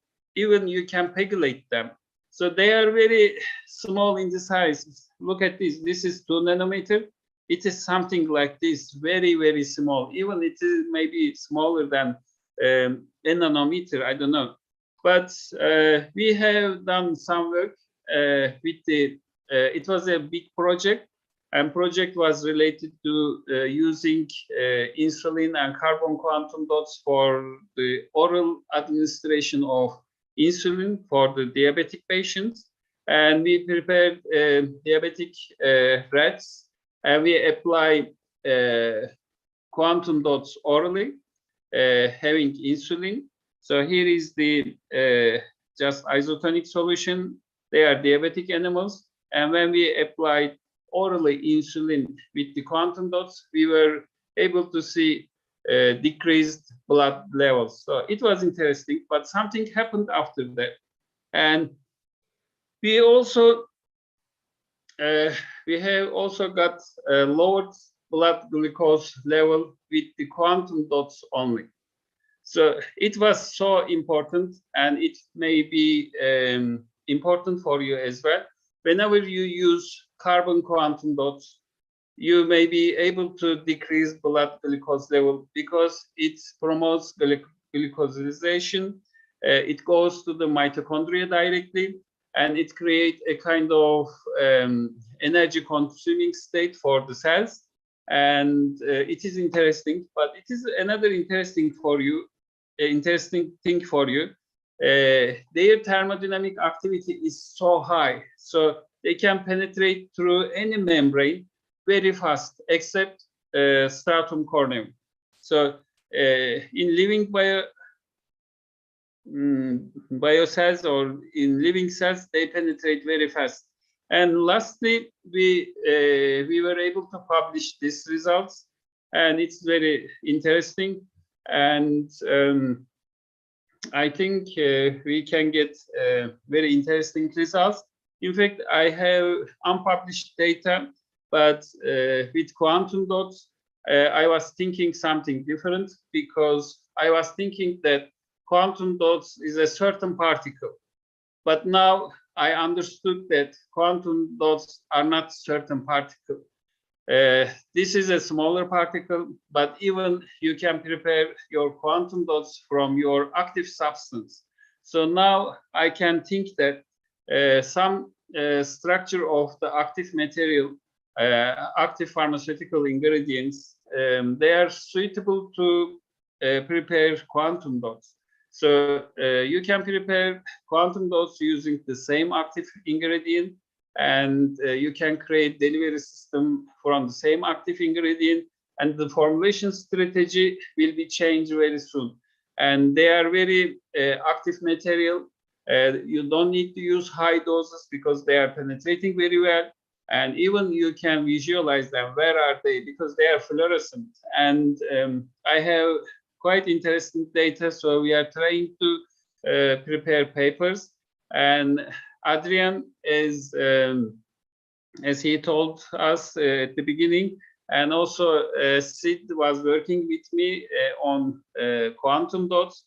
Believe me or not, but quantum dots will open a new world to the medicine, new window to the medicine. So we should keep in working on this.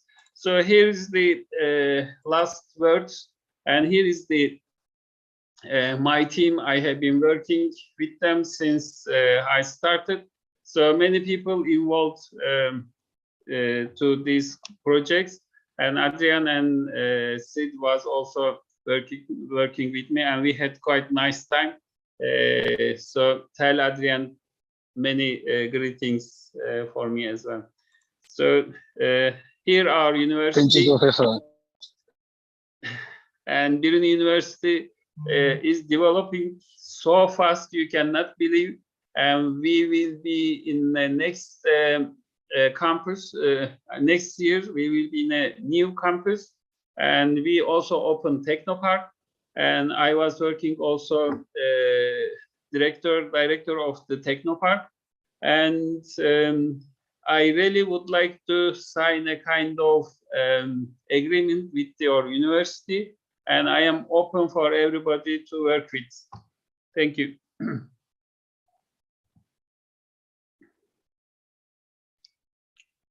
Okay, thank you very much for your very, very interesting presentation, Prof.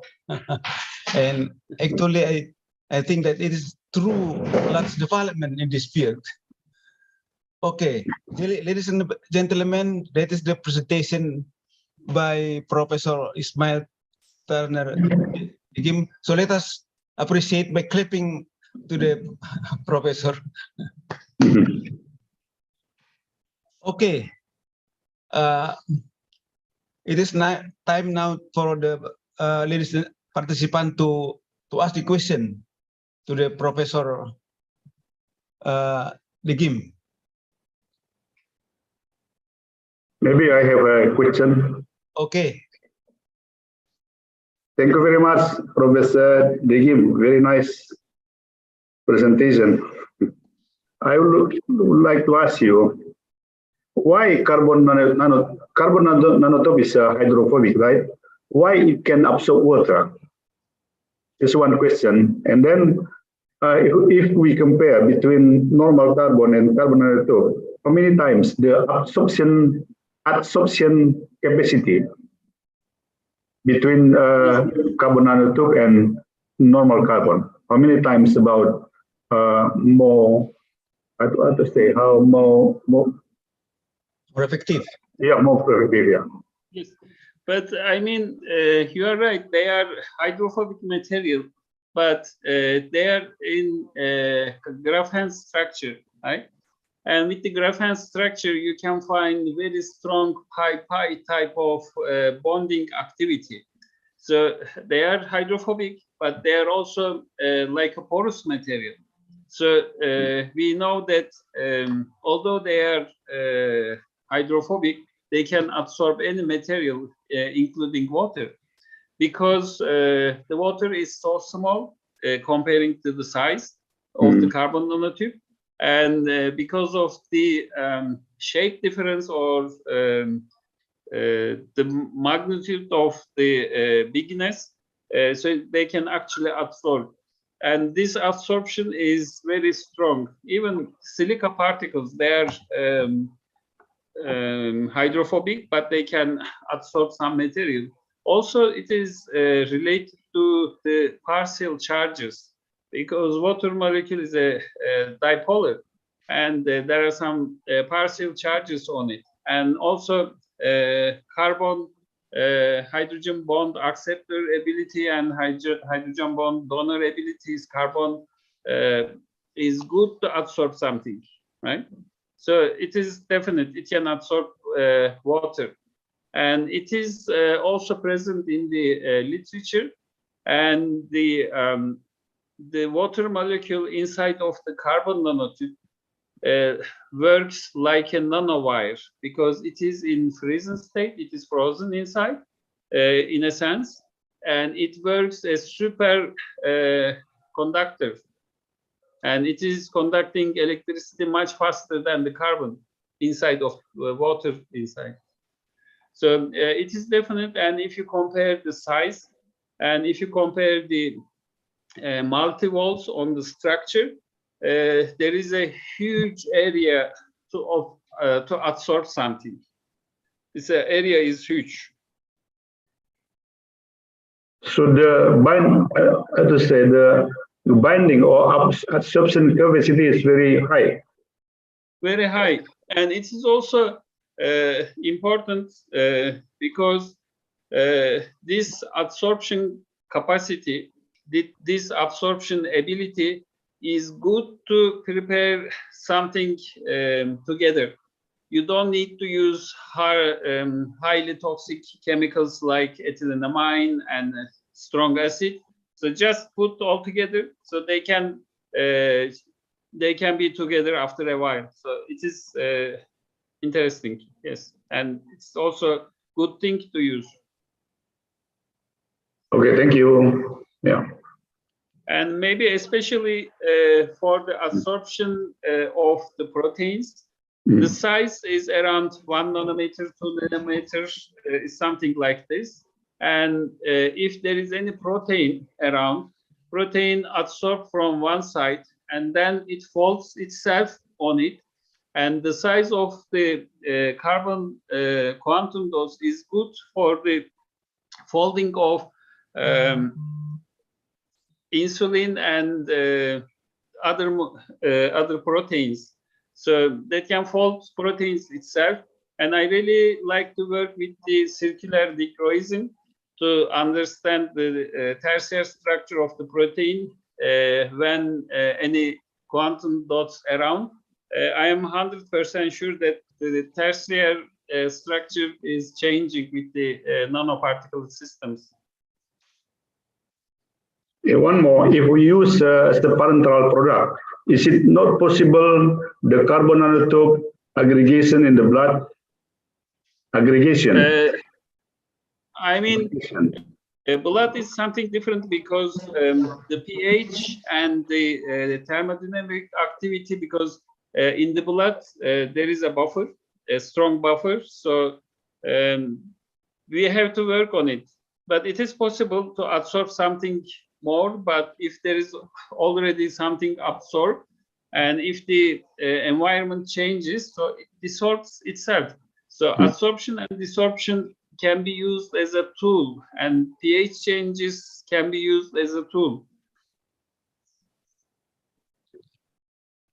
Okay. Okay, thank you. Yeah, yeah. Any question from the participant, other participants, please?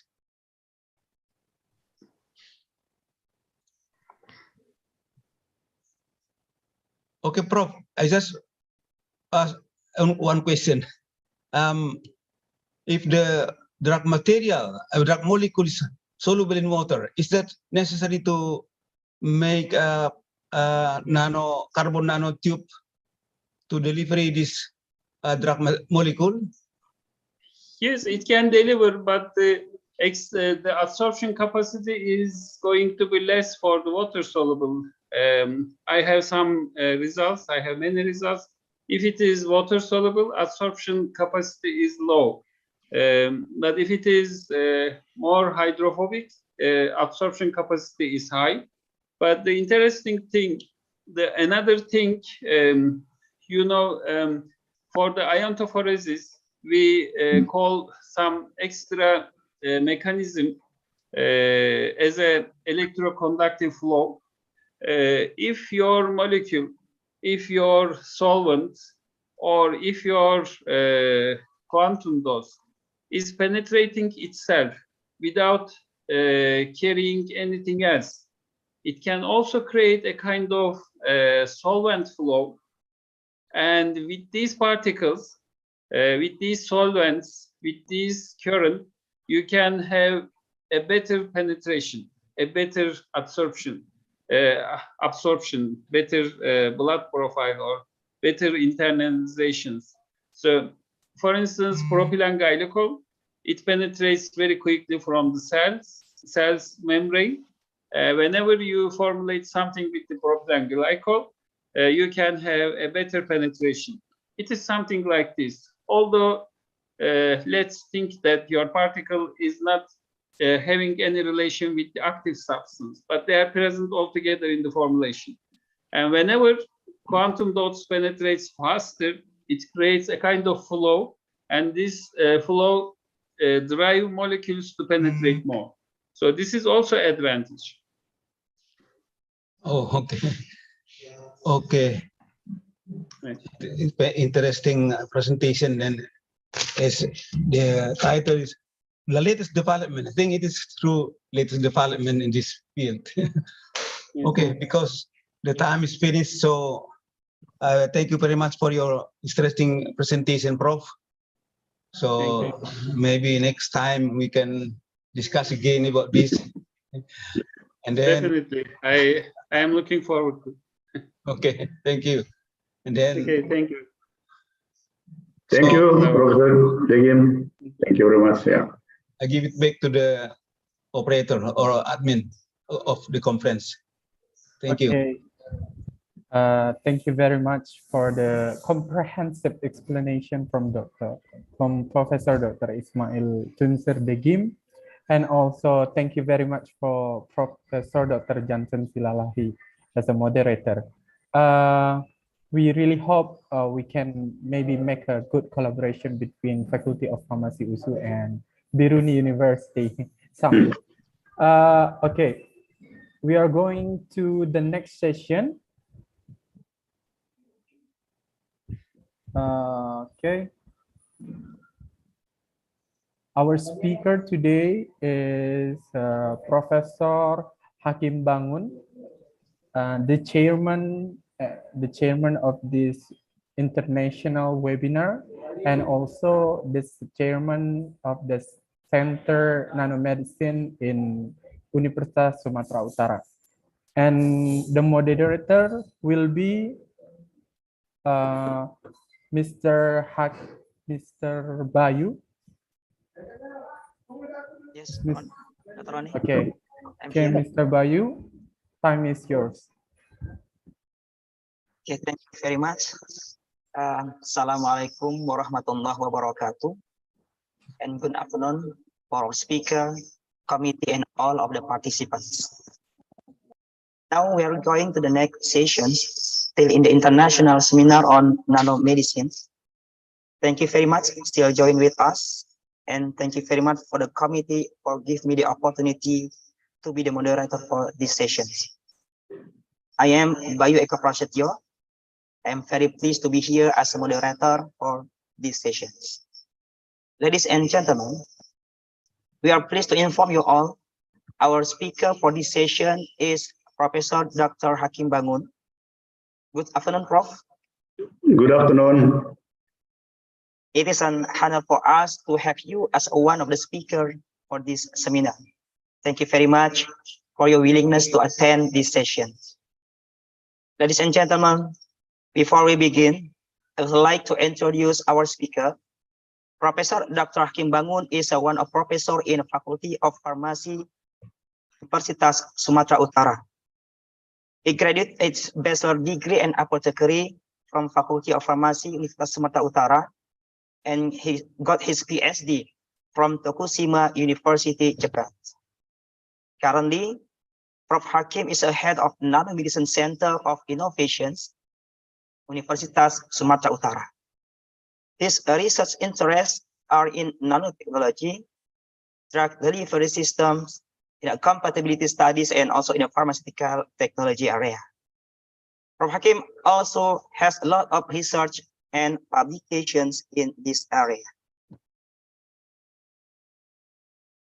Okay, so I think without any further ado, I would like to welcome our speaker, Professor Dr. Hakim Bangun, Apothecary, to deliver a lecture entitled Nanosuspensions, a Promising Drug Delivery System of Non-Steroidal Anti-Inflammatory Drugs, or NSID, to decrease the local irritation effect and increase the efficacy. Okay, Prof. Hakim, time is yours. Yes, thank you. Let me show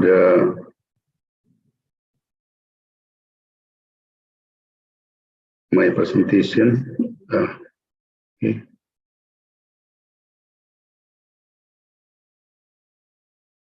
Mana dia? Bentar. Nggak bisa.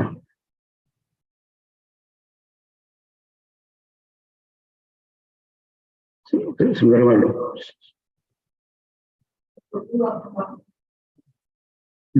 Mau deh.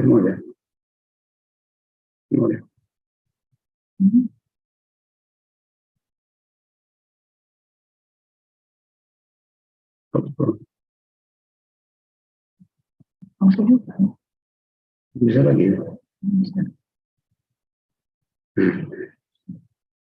Just a moment.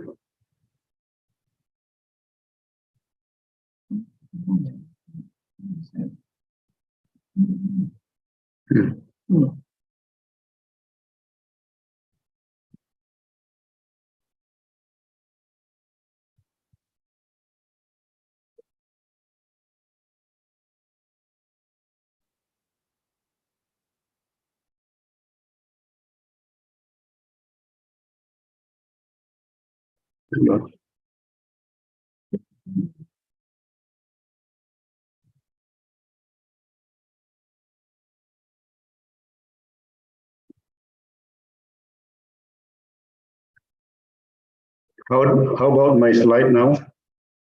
Already, Prof, but still in not in. Is it fine?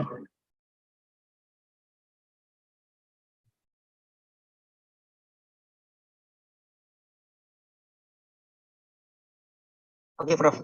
You can see your slide.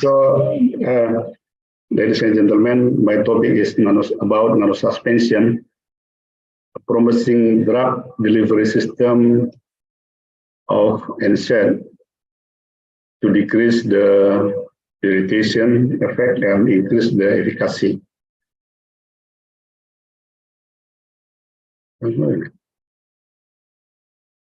Nanosuspension is involved colloidal dispersed submicron particle of the pharmaceutically active drug ingredient in the liquid phase. As we know, nanosuspension to enhance the dissolution. Yeah. Mostly recently discovered drugs are insoluble in water and hence poorly absorbed with reduced bioavailability.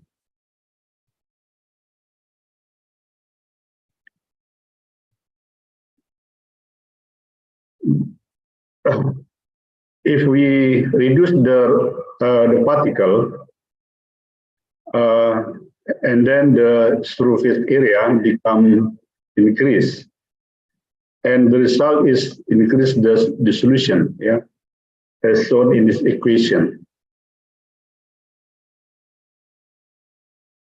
And we can stabilize the nanosuspension, yeah, by using electrostatic. Using the surfactant or polymer. If we use surfactant, the mechanism is electrostatic repulsion, and if we use the polymer, the mechanism of stabilization is by steric hindrance. And the nanosuspension is not, maybe not stable. Yeah? So the instability because of aggregation, or because of crystal growth, or because of sedimentation. And how about how to prepare the nanosuspension? Nanosuspension we can prepare by two methods, top down or bottom up. In the top down method, large micron size drug particles are crushed in various ways to reduce the particle. Meanwhile, in the bottom up method, nanosuspension is produced by controlling the precipitation of drug which has been dissolved in the appropriate solvent by the presence of stabilizing agent. If we use the bottom method, maybe we can use using precipitation or evaporation method. Or if you use top-down technology, in my laboratory, we can use by milling method.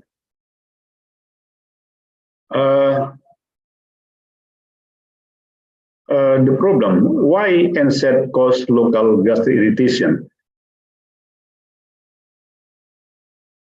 Non-steroidal anti-inflammatory drugs, or NSAID, are widely used as antipyretic, analgesic, anti-inflammatory, and anti-platelet aggregation. And NSAID is insoluble in the stomach. The insoluble drug crystal of NSAID produce saturated in the area of its diffusion layer. And this layer contact with gastric mucosa surface and cause damage to the gastric mucosa.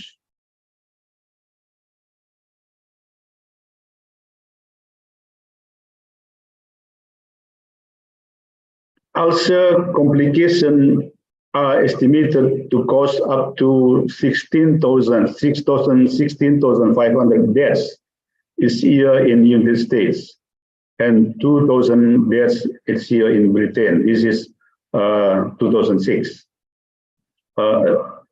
Because of the complication, because of the bleeding. When we take aspirin, for example, aspirin causes gastric mucosal damage. After 30 minutes administration, so very, very fast. After 30 minutes, form like injury like this.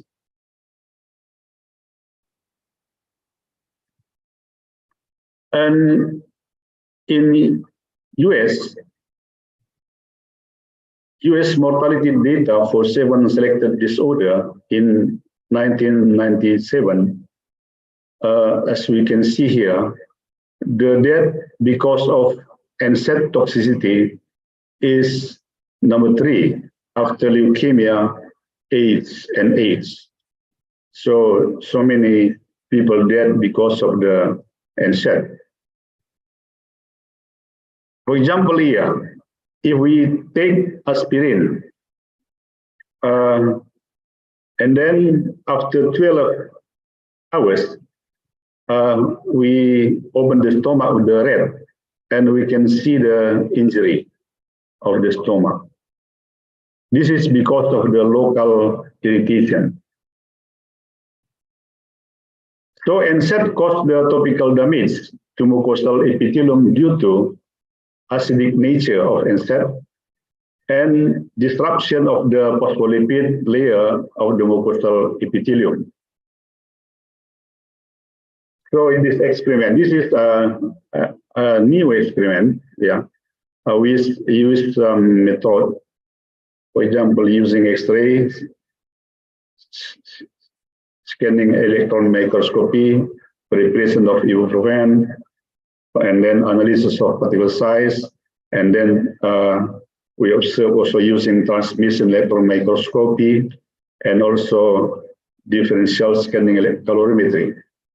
And we measure also potential zeta, dissolution, and irradiation test and also analgesic and antipyretic tests.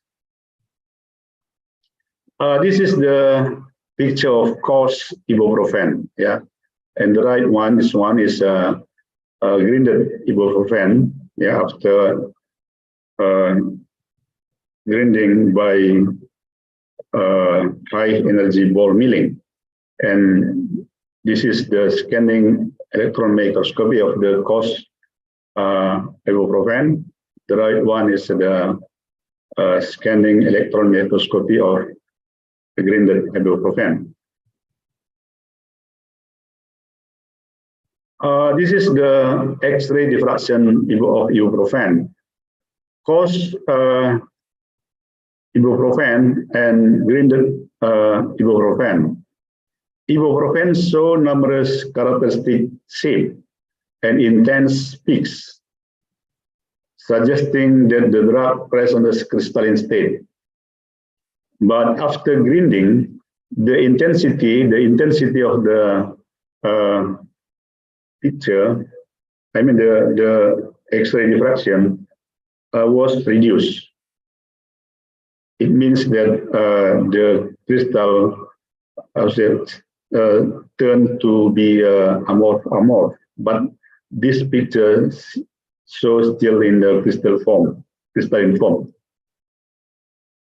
And we prepare the nanosuspension by using three kinds of polymer, using PVP, polyphenylpyridone, xanthan gum, and sodium alginate. And we compare between evaporative preparation or by bottom up, and also by dry milling by, the top down. And we prepare also suspension as a comparison. So the preparation is bottom-up method by precipitation or evaporation method. Ibuprofen dissolved in alcohol and twin and PVP dissolved in water. And then organic phase added to the water phase little by little while stirring at about 1100 RPM at 50 degrees. Then the stirring was continued for 1 hour until alcohol evaporated. And by top-down method or by dry method, ibuprofen was grinded using high energy ball milling. So this is the picture of suspension, nanosuspension. It seems clear, yeah. Also, when prepared by dry milling, also the picture seems clear. But in suspension, form a turbid, yeah, turbid. It's very different with a nanosuspension. And the particle size of nanosuspension, for example, using PVP, is around 15. If using a PVP is bigger, a little bigger, yeah. Using alginate also bigger. And if we use, the suspension, the particle size is very big, around 15,000 micrometer. So very different between particle size, nanosuspension, and suspension. This is the picture of the nanosuspension. Looks clear. Very different with suspension is turbid. And the particle size, the particle microscopic observation 10 times. And this is for suspension, yeah. And the TEM, transmission electron microscopy of the nanosuspension, prepared by evaporation method, form a amorph state.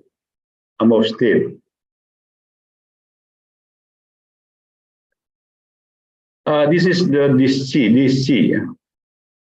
DSC of nanosuspension. This graph of the pure ibuprofen showed an endothermic at 70.9 degree, which is the melting temperature of ibuprofen. Thermogram of nanosuspension for both bottom up and top down method showed change in the endothermic peaks characteristic of ibuprofen, which is due to the ibuprofen in the amorphous state and means that ibuprofen is well dispersed in the polymer. So in the nanosuspension, we cannot see the endotherm peak. For nanosuspension by grinding or by precipitation. And how about the potential zeta? The potential zeta of ibuprofen nanosuspension is minus 27. And when we prepare with xanthan gum, it was minus 34. And we prepare with sodium alginate is 36. Yeah. So the zeta potential is affected by the type of the polymer. And how about the dissolution? We did the dissolution in the simulated gastric medium. So the dissolution of nanosuspension is very fast. Yeah.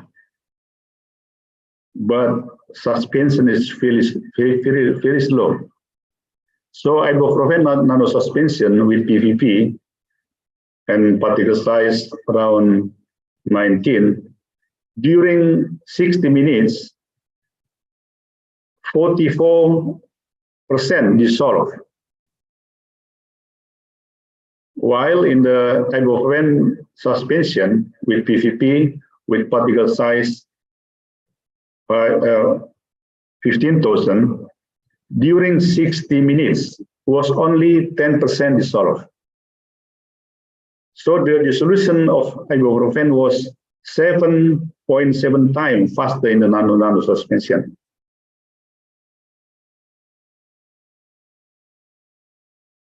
How about the polymer effect? PVP provided faster dissolution than xanthan gum and alginate. So this is related also to the size of the nanosuspension particle.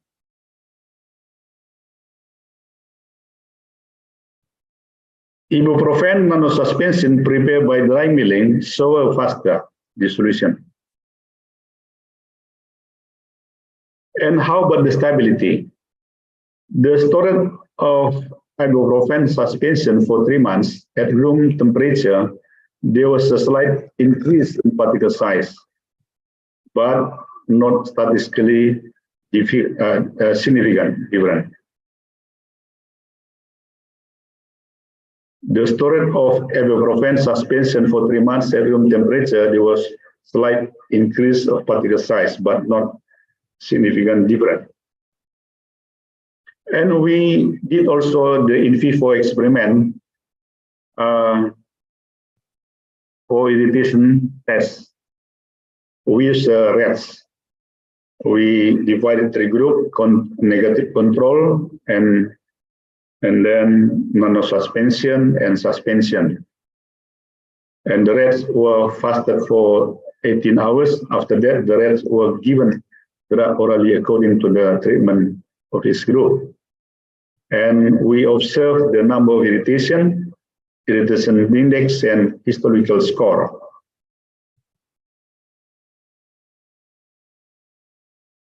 How about the irritation? The number of irritation or wounds was 7 times less in the rats given nanosuspension, the red one, compared to suspension. So 7 0.7 times, 7 times less the irritation, yeah, compared to the suspension. And how about the irritant index? Irritation index also less in rats given in nanosuspension, 4.4 times less than suspension. And historical score. So this necrosis we observe, for example, 0 normal mucus, 1 erosion of epithelial cell in the epithelial cell layer, 2 erosion of epithelial cell to the laminar propria, and 3 erosion to the musculus mucosa, 4 erosion to the submucosa.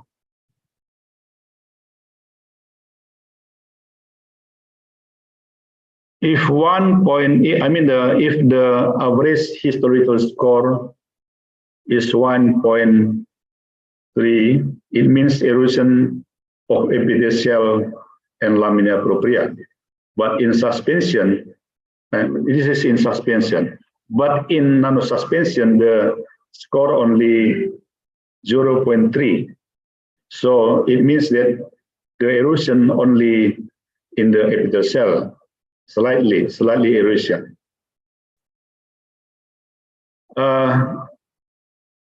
This is the picture of historical score. So in negative control, there is no ulcer, yeah, no ulcer. But in suspension group, this all this is all in the control group, no ulcer. But in rat given with suspension, we found many ulcer. Every rat, they have ulcer. And in nanosuspension, almost no ulcer. Only in some rats we find, yeah, the rats, yeah. So almost the rats is, the ulcer is less than nanosuspension. Than suspension. So why ibuprofen suspension cause stomach irritation? This is a problem.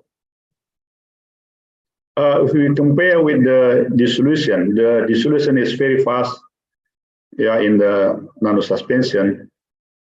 So in suspension, only 10.9% ibuprofen dissolve, yeah, during 80 minutes, 60 minutes, and 80.9% undissolved in medium PS 1.2. So the undissolved ibuprofen cause the local irritation. As just I mentioned, if this particle, the undissolved particle contact to the stomach, in the ductal layer film around the particle form a saturated solution of ibuprofen, and this saturation of this saturation solution contact to the stomach and cause the irritation. As I mentioned that ibuprofen is acidic, and ibuprofen also cause the damage of the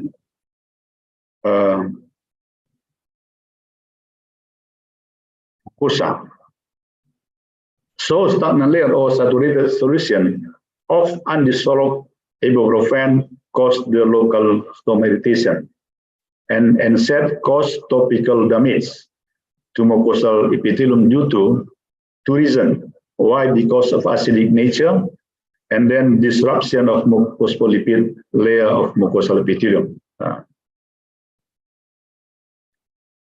When we use nanosuspension, it means that in nanosuspension, 84% of ibuprofen dissolved and only 50% undissolved during 60 minutes in medium phase 1.2. So the dissolved ibuprofen does not cause local irritation. So now we can understand why nanosuspension can reduce the irritation. So this is, I think, one of the advantages of the nanosuspension, because it can reduce the irritation of insect.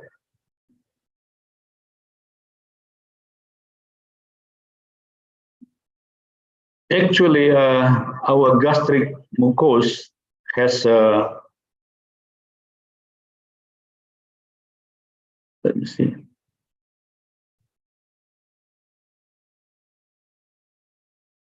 Has a special barrier against noxious agent, such as ibuprofen, aspirin, ethanol, bile, or indomethacin, e.g. a gastric mucosal barrier. As the barrier sodium carbonate is secreted from the surface epithelial cell and incorporated into mucous layer, may play a role in the mucosal barrier against gastric acid. So in a normal stomach, there is a secretion of bicarbonate, sodium bicarbonate. When the hydrochloric acid concentration high in the stomach, and then the sodium bicarbonate will secrete to neutralize the hydrochloric acid. This is in normal condition. But if there is ibuprofen, for example, the insoluble ibuprofen, it causes the damage of the epithelial cell, the damage. And then the hydrochloric acid can enter to the mucosa and form a ulcer. So when the barrier is broken by the insect, the gastric mucosa then allows the back diffusion of the gastric acid into the mucosal cell, leading to mucosal damage. And how about the analgesic test? This is, the efficacy. So we also, we did also analgesic test and the antibiotic test. So we use also rats. Group 1 negative control, and group 2 using nanosuspension, group 3 ibuprofen suspension. So the rats placed on the hot plate with temperature 55 degrees, then observe and calculate the time when the rat began to lick its leg. This is the result. So the analgesic effect of nanosuspension ibuprofen was stronger than ibuprofen nanosuspension. Then ibuprofen suspension. So this result also related with dissolution. As I told you just now, that dissolution of nanosuspension, the dissolution of ibuprofen is very fast. So of course the absorption also larger, and the viability of course become bigger. That's why the effect, the analgesic effect is stronger than compared to the suspension. So similar effect also antibiotic. This is also using rat experiment, group 1 negative control, 2 nanosuspension, and 3 suspension. So rats were induced with 0.5% intramuscular dinitrofenol to cause fever, then treated with ibuprofen, known as suspension and suspension. So the result, the antipyretic effect of nanosuspension, ibuprofen, was stronger than ibuprofen suspension. So this is also a relation. There's a relation with the dissolution, yeah. Because the dissolution of ibuprofen from nanosuspension is faster, yeah, more faster than suspension. So the conclusion of this experiment, ibuprofen nanosuspension provide a much less locally irritating effect on the stomach than ibuprofen suspension, based on historical score number. Yeah, I mean this is by microscopic observation. This necrosis was 4 times less in rats given ibuprofen nanosuspension than ibuprofen suspension. In addition, ibuprofen nanosuspension provide a stronger analgesic and antipyretic effects than ibuprofen suspension. So the most good result, I think, about the irritation. So the nanosuspension product is safe, yeah, more safe compared to the suspension. So this is ibuprofen. We did also another NSAID, for example, mefenamic acid and other NSAID drug. So I'm sure in the future, this is nanosuspension is potential, yeah, to make syrup, a kind of syrup, more safe than current suspension. And this work, my student worked very hard, yeah, in this research. 3 students, 1 Arwet Sanjaya, 2 Gina Rafifa Harahap, and Parencia Disnea. Thank you very much. Yeah. Okay. Yeah. Thank you very much for your informative and interesting talk, Prof. And I think now we can go to the question and answer sessions for the participants. You can type the question at the column chat with the format name, your institutions, and questions. And you can directly write your questions with a way. You can also directly ask to the lecturer by raise your hand in your Zoom window. Okay, Prof, maybe writing the question from, oh, sorry. I have a question. A question from Dr. Emil Salim, I think. Okay, maybe you have a question, Emil, please. Welcome. Okay, thank you, Mr. Bayu. Thank you, Prof. Hakim, for the nice presentation. Ibuprofen in nanosuspension form can cause less irritation compared to that suspension. So very interesting. And you show that there is 15% of ibuprofen in nanosuspension form were not dissolved. So what is the cause that this 15% of ibuprofen were not dissolved? So that is my first question. And then second question is, why the undissolved ibuprofen can cause damage to the intestinal epithelial layer? So That is my question. Thank you. Okay, thank you very much for Dr. Emil Salim. Maybe Prof. Hakim, you can answer directly, Prof. Yeah, thank you very much. Yeah.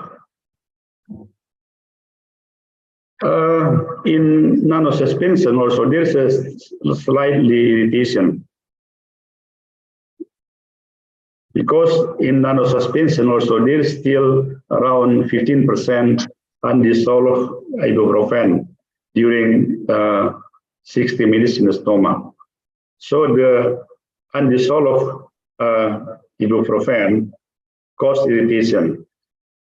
So the amount of the undissolved ibuprofen is higher, yeah, in suspension compared to nanosuspension.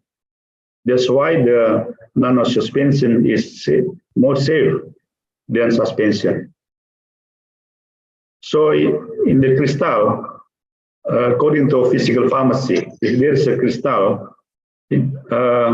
during the dissolution process, so before this dissolution, there's a film, or we call stagnant layer around the particle.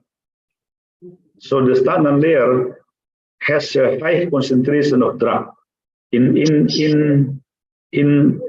saturated form.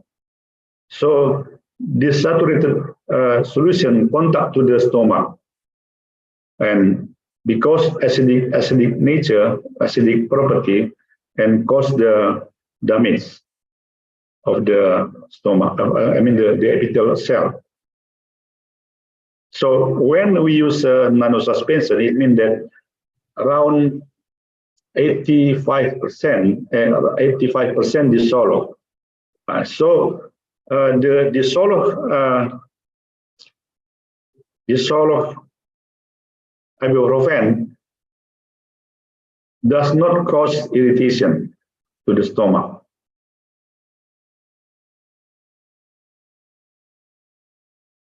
Yeah. Is it clear? Yes, clear, Professor.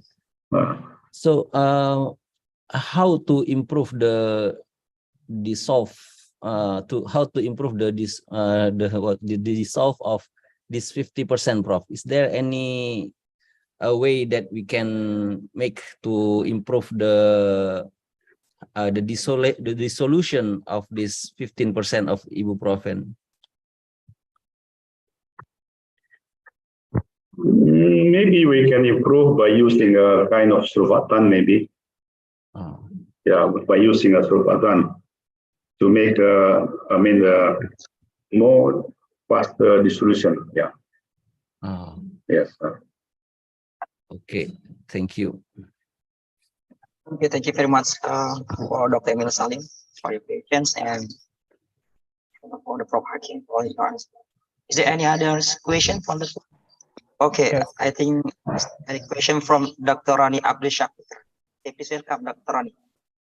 Okay, thank you very much, Mr. Bayu. I have a question regarding your research interest, Prof. Hakim. That's very great and explained well the research. And regarding the question, have ibuprofen formulated into other form like liposomal formulation or neosome or other formula like that? So is it better reduce the intestinal damage compared to ibuprofen in suspension formula? Do you get my point? I'm sorry. In our laboratory, still now just using a nanosuspension. In my laboratory, in our laboratory, just using nanosuspension. We haven't done, for example, with another product, for example, liposome. Yeah. Okay. Because in the market now, in the pharmacy, the ibuprofen sell in suspension in the market. So there is, for example, for children, so the company prepare ibuprofen suspension. And this suspension causes irritation in the stomach. So that's why I think it's very important to reduce the irritation by prepare ibuprofen in nano suspension form. Yeah. So I think this is improvement of the suspension. From suspension, we prepare nano suspension. Not only ibuprofen, we can also, for example, we have also another NSAID, mefenamic acid. The same result also. The irritation also become less. And also the pharmacological effect also increase. Yeah, this is why until now we just interest about nano suspension. Okay, thank you, sir. I got the reason now why it make it into nano suspension.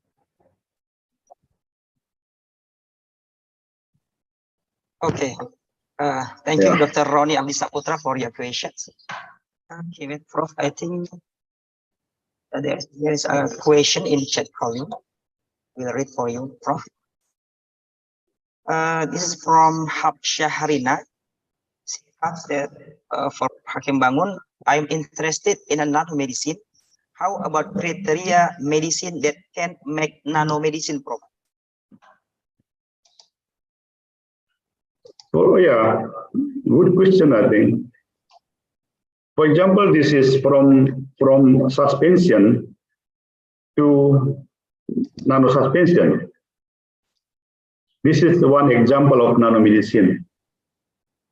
So from medicine, in the, how to say, we always use, for example, ibuprofen tablet or ibuprofen suspension. And now we change from suspension to nano suspension. This is one of example of nanomedicine. Many kind of nanomedicine like liposome, neosome, nanotube, yeah, nanotube, like albumin nanoparticle, yeah. Many type of nanomedicine. The question how the criteria, how about criteria medicine that can make nanomedicine.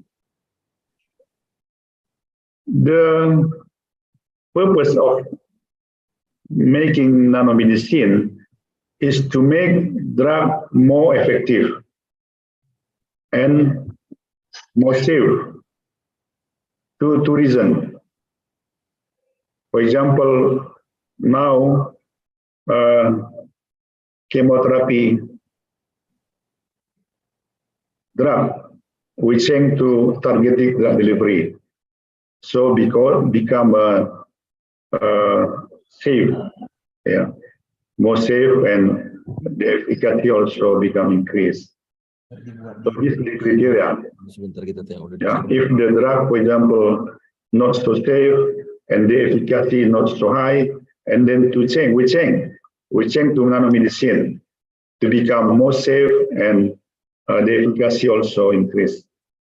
I think this is the criteria. Two reasons: to make more safe and to make the efficacy stronger. Yeah. Okay, thank you very much, Prof. Hakim Bangun, for your answer. So hopefully, Habsyahrina, is it clear for you? So Prof said that usually the two main reason is to make the drug more safe, yeah, and then to add the efficacy of the drug. I think hopefully it can very clear for you. Okay, we still have more time. Is there any other question from the floor?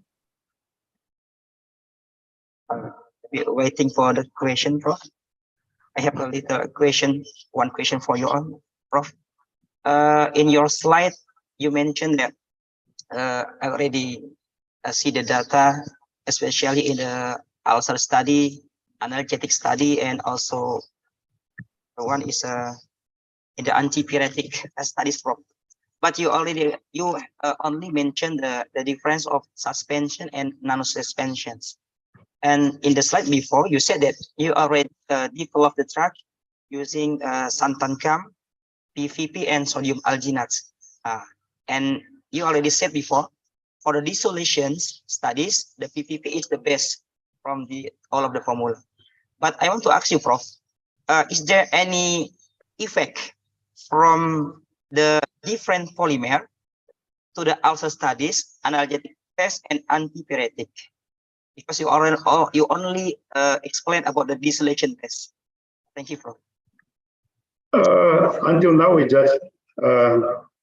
we did still about using PVP. Until now, we still have no data using, for example, alginate or santan gum. Yeah, maybe it is for the next experiment, I think. For next experiment. Yeah, so in vitro experiment we have done for 3 kind of polymer: PVP, sodium alginate, and santan gum. But for in vivo experiment, we still use. Our experiment still using PVP. Another polymer haven't done already. Yeah. Thank you, Prof. I got the point. But the dissolutions result, I mean, the PVP is the best, Prof. For the research. Yeah.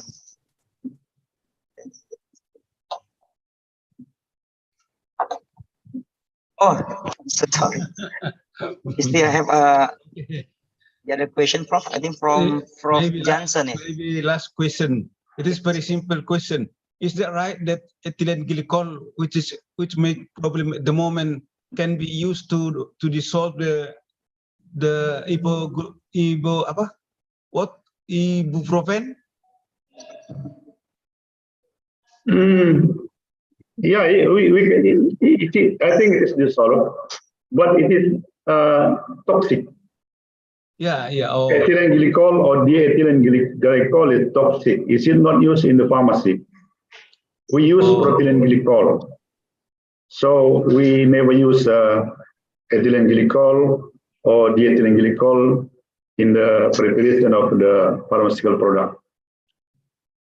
But it was used before. That's why that's a problem by using that syrup by children like that. Is that right?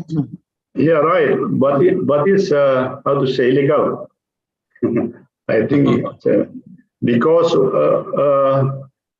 the one of the chemical company, I mean not pharmaceutical company, chemical company, they change the label.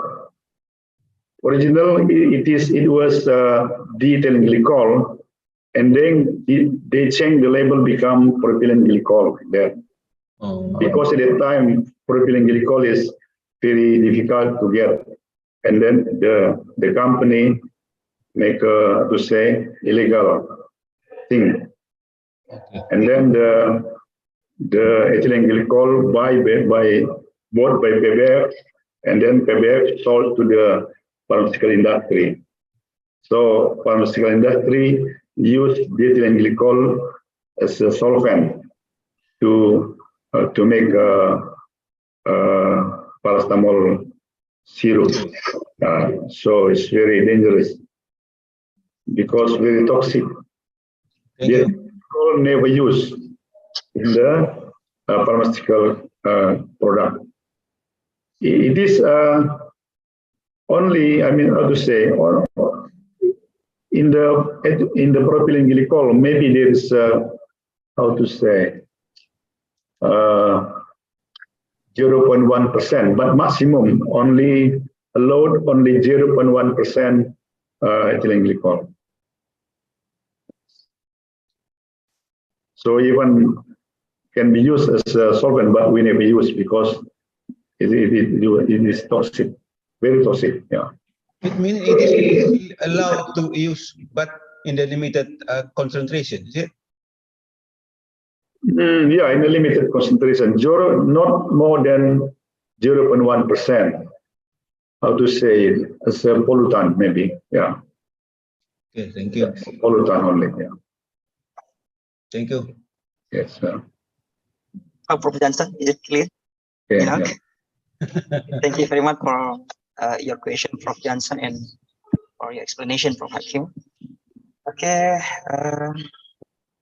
we still have Last discussion, Mr. Bayu. okay, it's welcome. Last discussion, Prof. I have a question regarding the topic delivered by Dr. Adam.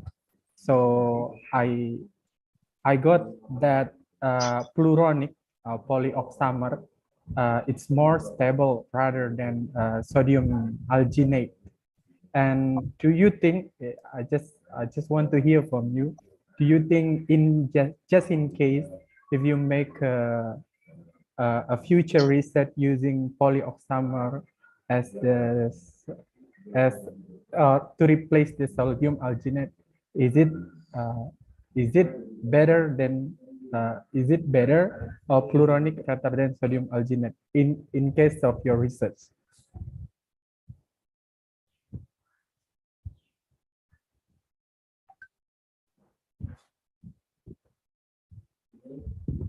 It's freezing.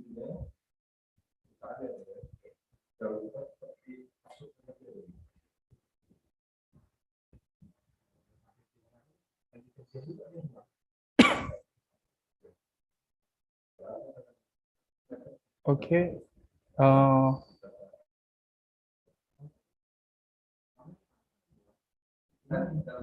don't know what happened. It's freezing here.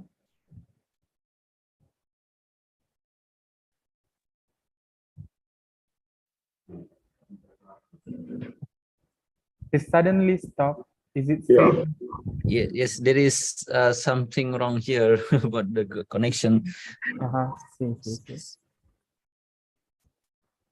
You know, Mr. Bayu is connecting the signal to his own phone.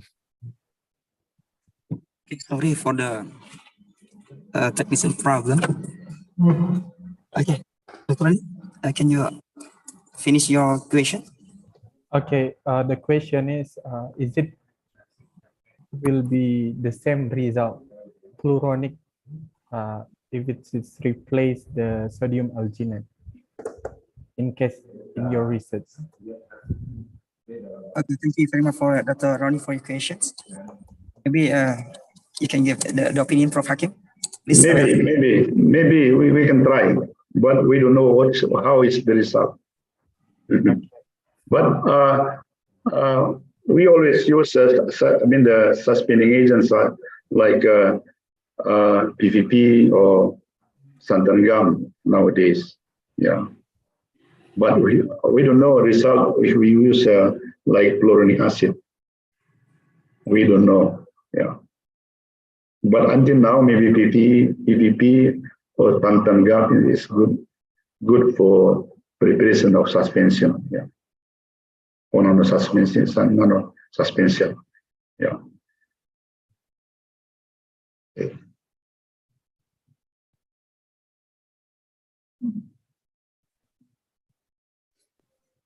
Thank you, Prof. For your explanation, Prof. How, Dr. Ronnie, is it clear for you? Yeah, it's clear. Thank you. Thank you very much. Okay, I think there is the last question for our discussion today. So we come to the end of this session.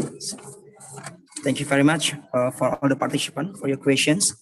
And I think thank you very much also for the Professor Dr. Hakim Bangun for showing your slide, your knowledge. Yeah? So it can very useful for us. And thank you very much. Thank you. Yeah. Yes.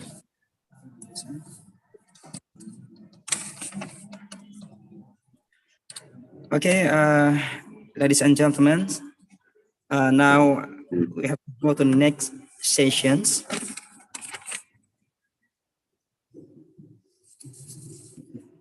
Okay, wait a minute. We are going to the next sessions, and the next speaker is Professor Dr.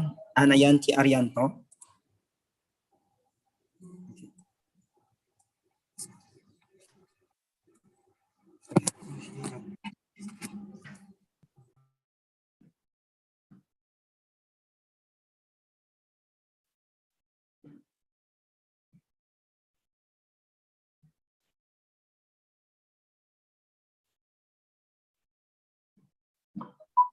Okay, sorry because yes,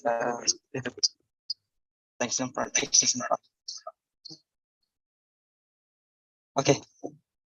Good afternoon, Prof. Anayanti. Good afternoon, moderator. Okay, thank you, Prof, for attending these sessions.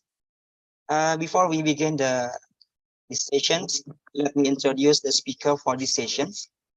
Professor Dr. Anayanti Arianto is one of the professor in Faculty of Pharmacy, Universitas Sumatera Utara. She graduated from bachelor degree, master and doctoral program degree from Faculty of Pharmacy, Universitas Sumatera Utara. Her research interests are in drug delivery systems and in pharmaceutical technology area. And she has a lot of research and publications in a pharmaceutical technology area. And for these sessions, the speaker will be invited to present the lecture in around 25 minutes. And after that, there will be a question and answer sessions for 5 minutes. Today, Professor Dr. Anayanti Arianto will deliver a presentation entitled Formulation and Evaluation of Anti-Acne Nanogel from Red Ginger Rhizome Extract, Liver Officinale, and Turmeric Rhizome Extract. Okay, Prof. Anayanti, time is yours. Thank you for your introducing me. I am going to share my slide.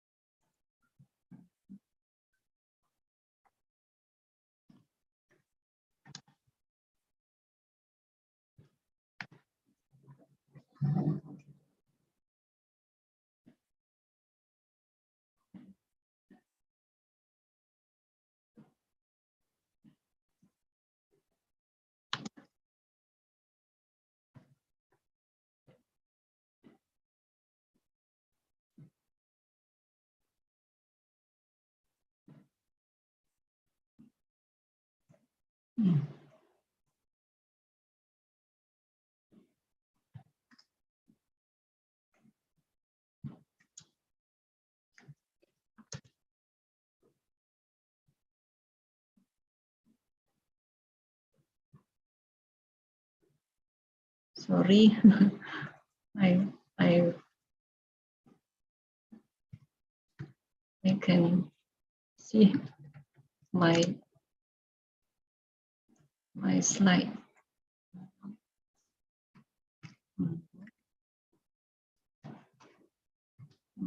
See.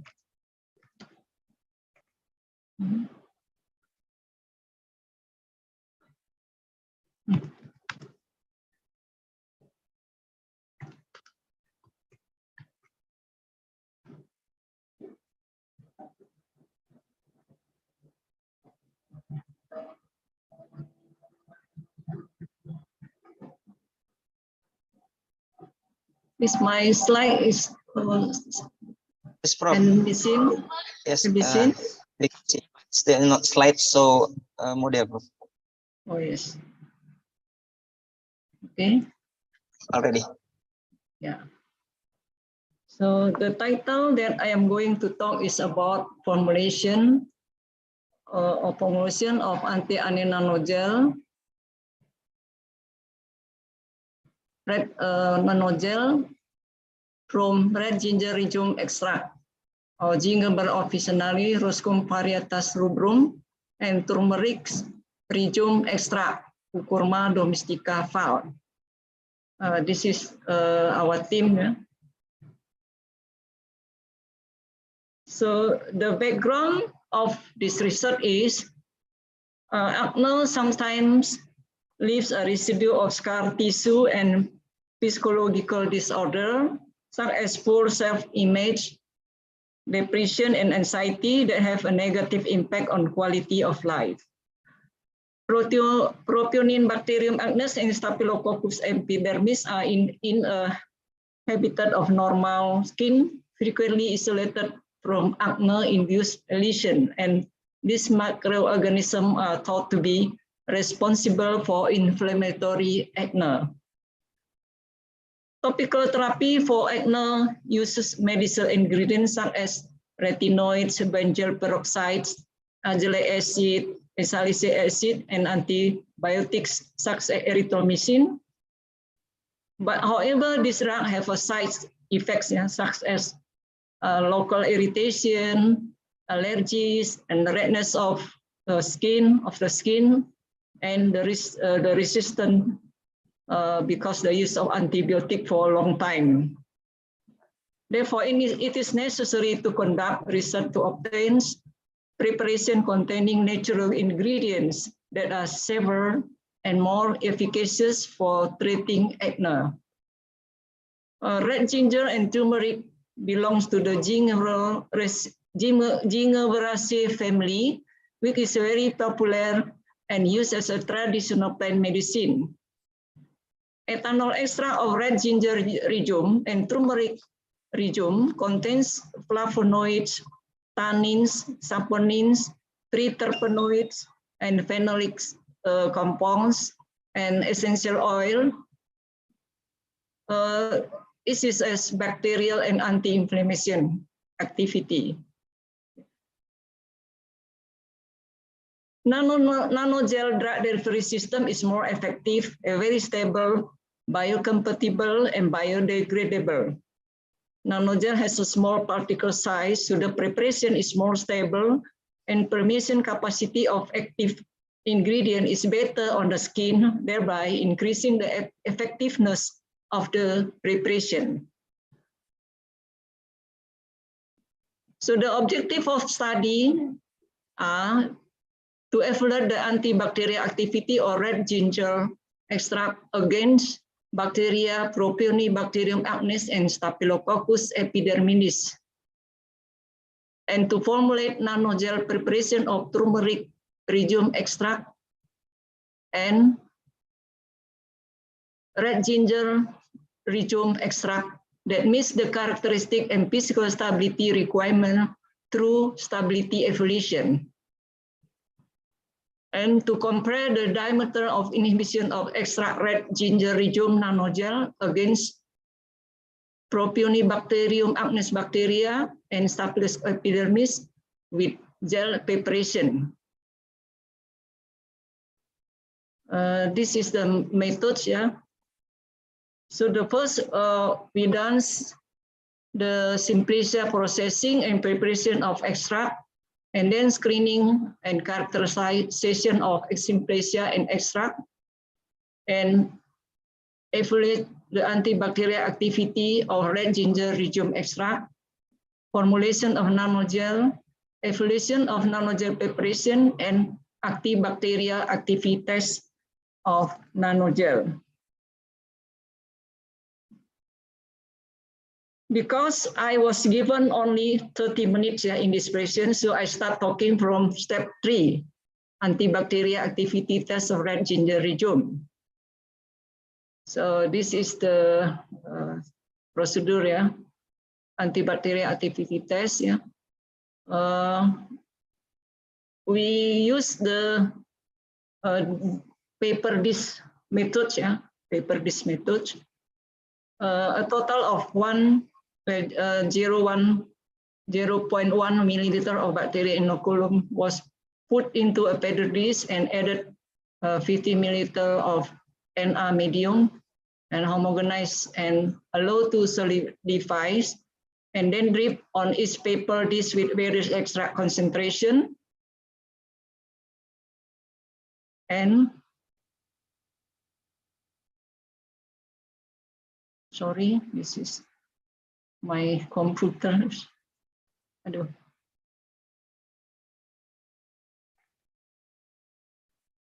My computer has a problem. Is my slide is Yes, Prof. Medicine, yeah? You have to change to slideshow model, Prof. So, oh yes. Yes, okay, thank you, Prof. Already, Prof. And then incubate for 24 hours at 37 degrees Celsius. And we measure the diameter of the inhibition zone using a caliper. This is the result of active bacterial activity evaluation. So you can see that antibacterial activity test of extract diameter of inhibition zone of active bacteria active is 30 to 80 millimeter. So we choose the concentration to prepare the nanogel 8.5%, 77.5% and 6.5% concentration extract to prepare a nanogel.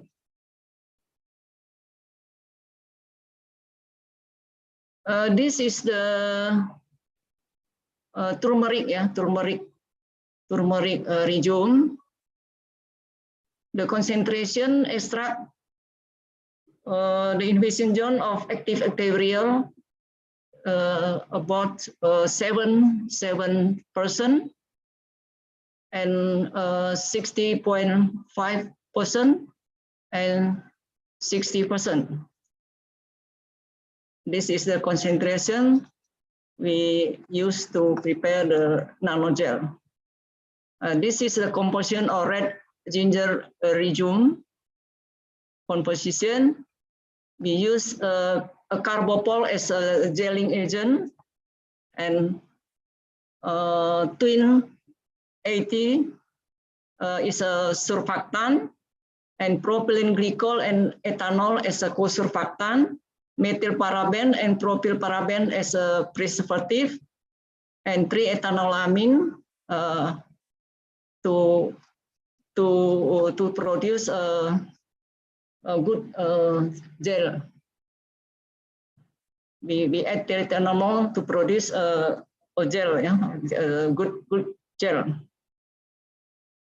This is a composition of turmeric rhizome extract nanogel. So the formula is the same, but the concentration of extract is different with red ginger. This is the procedure, how to prepare the nanogel. The first, we use extract. This is the extract. The procedure is same, for red ginger and turmeric extract. The first extract dissolve in ethanol and stir 50 minutes, and add propylene glycol and stir 1 hour to form a drug paste. And then twin 80 is dissolved in distilled water and stir 1 hour to produce a water phase. And then the drug phase was added drop by drop to the water phase. We continue stirring for 8 hours at 20 20,500 RPM, and then sonication for 1 hour to produce a nano dispersion, and then the nano percussion was added. Gel base was added to nano dispersion, and then steering at 1,000 RPM at 3-ethanolamine, and then alternation for 1 hour to produce a nano gel. This is the composition of gel preparation. We use carbomel as a gelling agent, the same gelling agent, 0.5%. The composition is the same. We use the red ginger extract is the selected formula for nanogel, yeah, concentration. The selected formula we use the concentration selected, yeah, from the nanogel to compare, yeah, the activities bacteria. And the turmeric extracts we use 7 concentration, yeah. The preparation of gel,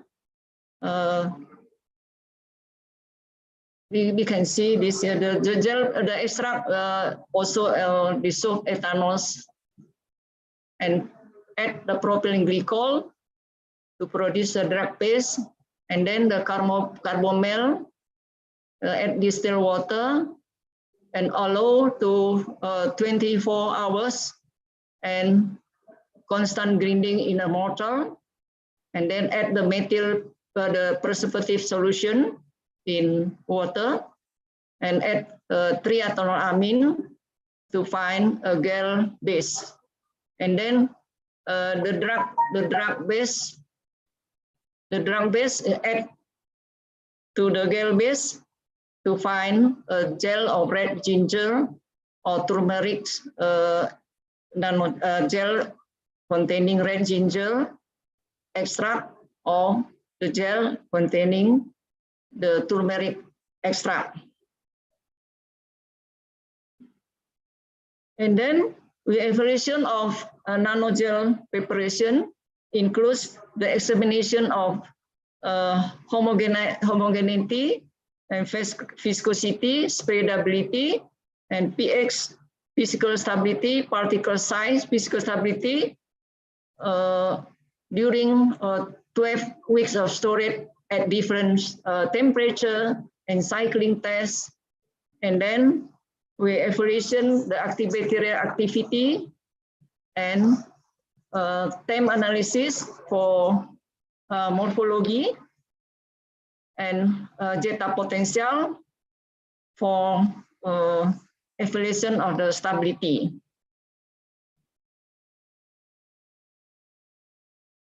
This is the evaluation of antibacterial activity on nanogel. The procedure is the same for evaluation of antibacterial activity of extract, but this is method where we use the not paper disc, but the well disc methods, yeah, well diffusion methods. And the result of nanogel and gel preparation. This is the nanogel and red ginger rhizome extract, and this is the nanogel gel turmeric restart. Yeah, the nanogel and gel ginger rhizome extract have red brown in color as a characteristic odor, but the gel more viscous. Yeah, the color is different. Yeah. This is a slight yellow, yeah, the gel. And the nanogel and gel turmeric rhizome extract have a range in color as a characteristic odor. The result of homogeneity test. So the homogeneity test was carried out by smearing the extract on transparent glass to check whether presence of aggregate or not. So we can see this picture, yeah. All the nanogel and gel homogeneous, yeah. And nanogel red ginger rhizome extract and nanogel turmeric rhizome extract. And from this, the result of determine of particle size, it can be seen that all nanogel formulation has particle size in range from 355 to 369 nanometer, yeah. Nanogel F1 had the smallest particles, yeah, size. And the particle size increased after storage, but was still less than 1000 nanometer. This is the nanogel red ginger, and this is the nanogel turmeric rhizome. And then viscosity, the viscosity of the nanogel containing red ginger rhizome extract, yeah, was lower than gel preparation. The viscosity of nanogel and gel were decreased after 12 weeks of storage, but the decrease in viscosity of the gel preparations was more significant. Yeah, was more significant.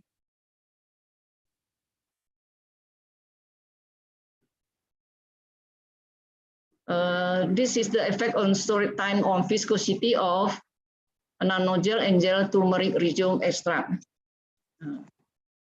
This slide we can see the viscosity of nanogel containing turmeric rhizome extract was lower than the gel preparation.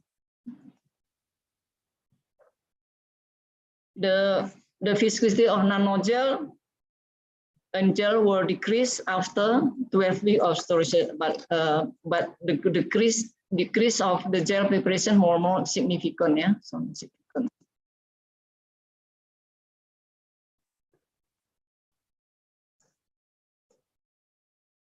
The greater the specificity, the easier to release active ingredient. So the result of stability, the nanogel F1 and F1, F2, and F3 and gel preparation have good spread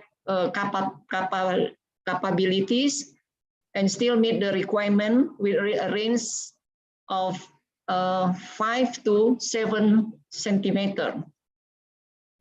This data we can see, yeah, that the spreadability of the nanogel and gel, yeah, still meet the requirement, yeah, good spread capabilities.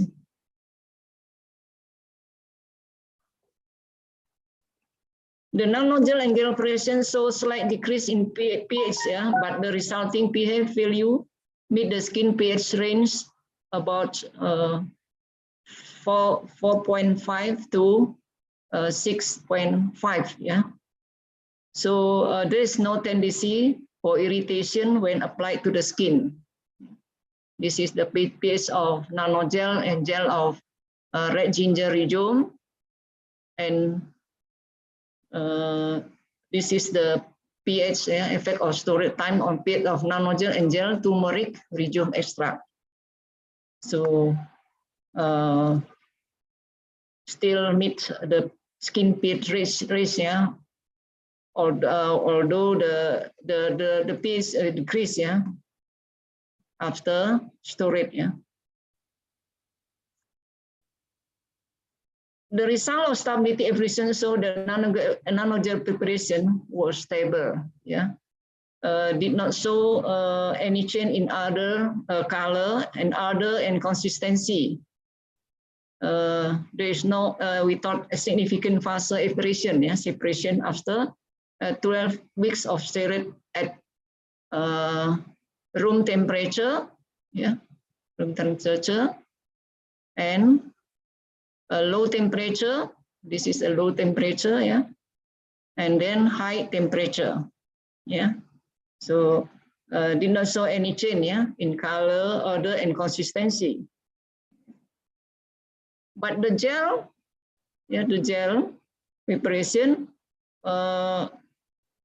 there was a change in consistency after 12 weeks of storage, which becomes more liquid in the gel at room temperature after storage for 12 weeks.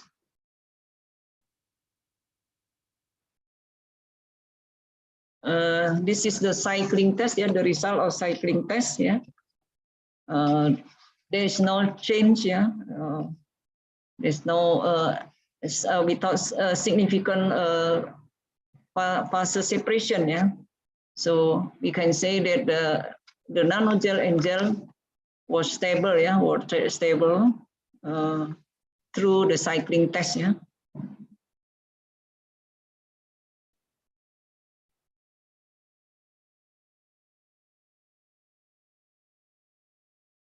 This is the antiviral activity of nanogel turmeric regium, and this is the antibacterial activity of nanogel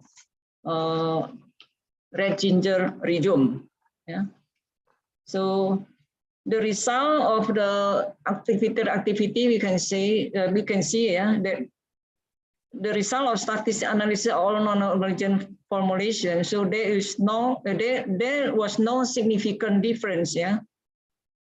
Significant difference was found inhibiting Propionibacterium agnus and inhibiting Staphylococcus epidermis for this is the red ginger regium. This is the same. But for Staphylococcus epidermis, the nanogel F1 is a difference with a significant difference with F1, F2, and F3. But if we compare the F3, F3 nanogel F3 and with gel and commercial gel product,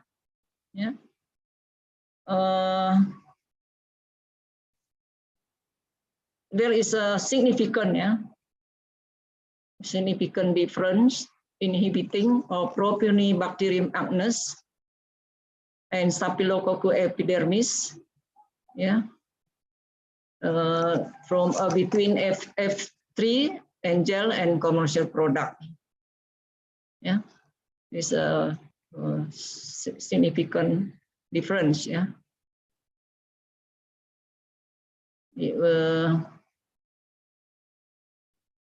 This is the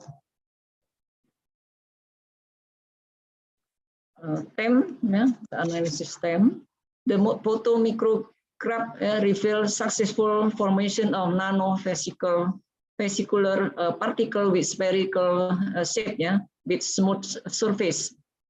The droplet size of nanogel was smaller than the gel. This is the nanogel of red ginger regium extract, and this is the nanogel of turmeric regium, turmeric regium extract. 7%.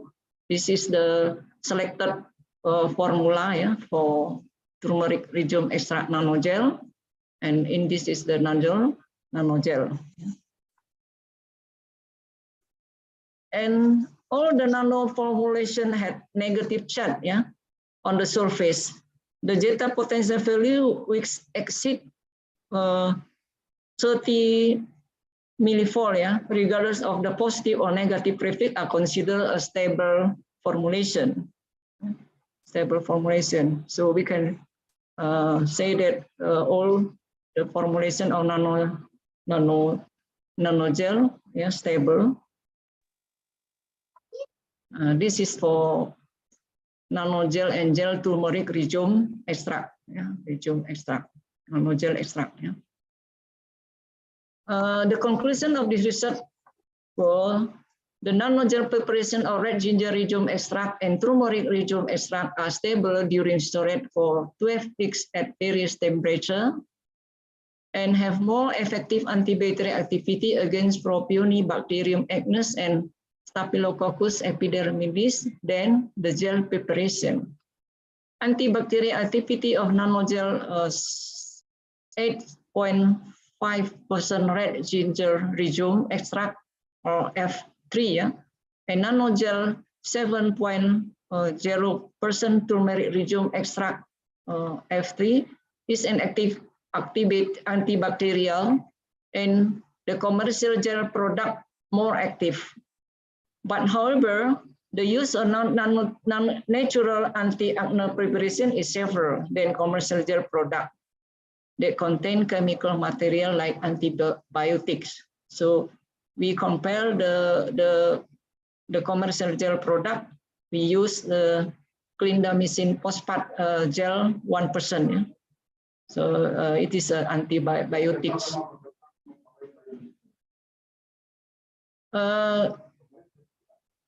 This is this research, yeah, we are extremely grateful, yeah, to the head of research institute, yeah, University of Sumatra, Professor Dr. Robert Sibarni, MS, who has facilitated this research through research scheme of Talenta 2021. Thank you. Okay, thank you very much, Prof. Andayanti, for your nice presentations. Now we go to a question and answer session. I invite all of the participants. If you want to ask a question, please write the question in the chat forum, or maybe you can directly ask the questions. Okay, waiting the questions from the participant, Prof. Maybe currently I have two questions for you, Prof. Yeah. Firstly, I think your research is a very interesting, Prof. Very nice. But I have a little question in my mind. You use for the ginger is a red ginger, Prof. I want to ask you, why you use the red ginger, Prof? Why not the normal ginger? Is there any reason for that, Prof? And the second one is for in your research, Prof, did you also make a research nanogel for, because at this slide you said you use the red ginger and turmeric rhizome, Prof. So is maybe you have any research that make combinations, both of them, both of extract, in also in the same nanogel, Prof? Because I want to ask you, is there any possibility if the efficacy, if we combine the both of the extract, is it possible to increase or not efficacy? Okay, maybe that's all, Prof. Thank you. Yeah, thank you for the question. The first question is why we use red ginger. Red ginger is have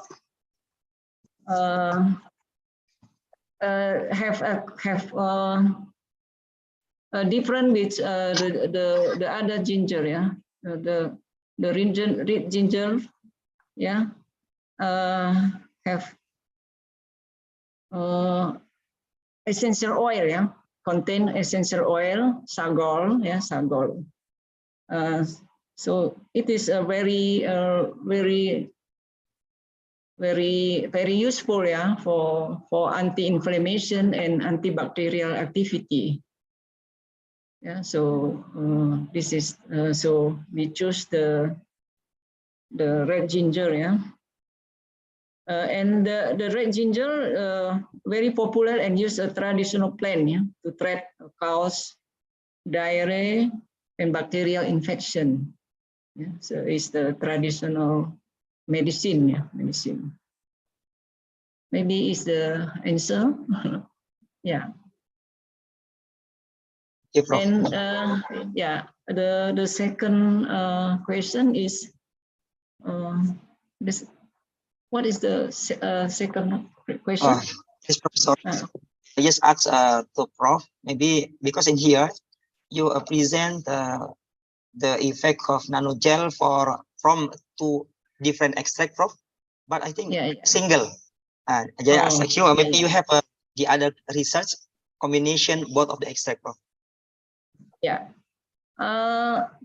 So we can see that the result, the result activity of the red ginger and turmeric ginger,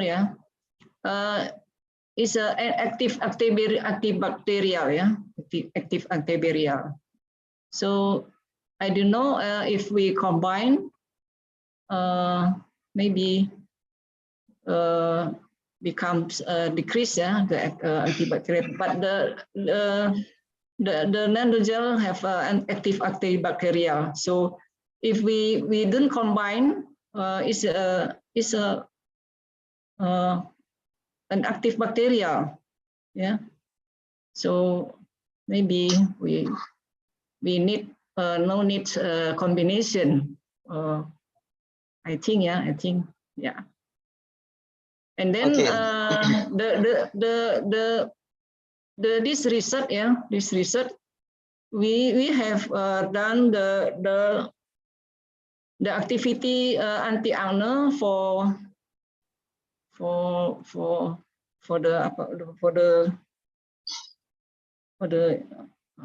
what will she call it, for anti-inflammation activity. We have done anti-inflammation activity and anti-acne activity.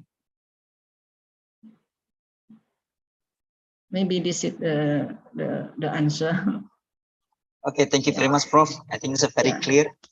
And not only this, but you always also state that the extract will also have a very good and efficacy in anti-inflammation, Prof. Okay, thank you very much. Okay, maybe there's still a lot of questions, Prof, but because we have a limitation on time, so I think that's all for these sessions. Once again, thank you very much for Professor Dr. Anayanti Arianto for your sharing. We got a lot of new knowledge and information that's very useful for us, especially to support our project and our research. Thank you, Prof. Yes, thank you. Okay, ladies and gentlemen, that's the last of these sessions. And I would like to apologize if there are any mistakes from me as the moderator during these sessions. Thank you very much. Now I will give the session back to MC.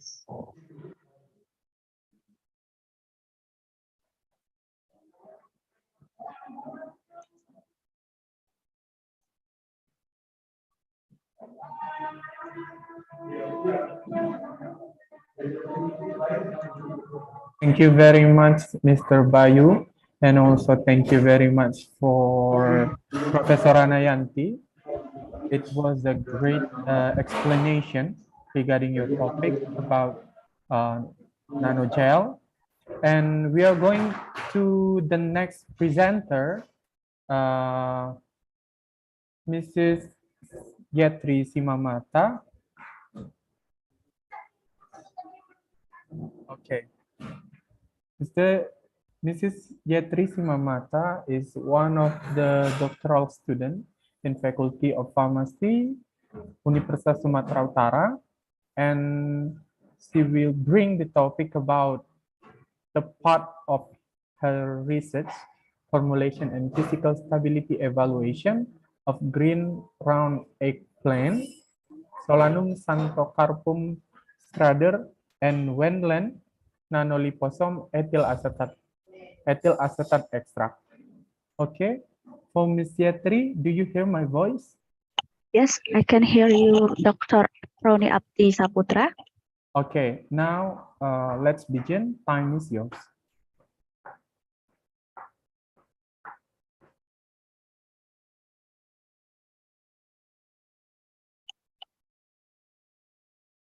Okay, thank you for introduce myself Dr. Roni Abdi Saputra, and I'm going to presentation with my research with the title Formulation and Physical Stability Evaluation of Green Round Eggplant Solanum Santocarpum Scrader and Wenland Nanoliposome Ethyl Acetate Extract. Introduction. Green round eggplant consists of alkaloids. I'm sorry, Miss Gatri, it's not appear yet in the display. Could you please open your PowerPoint? Oh, I'm sorry. Mana ini kalau bisa? Apa ini? Stop.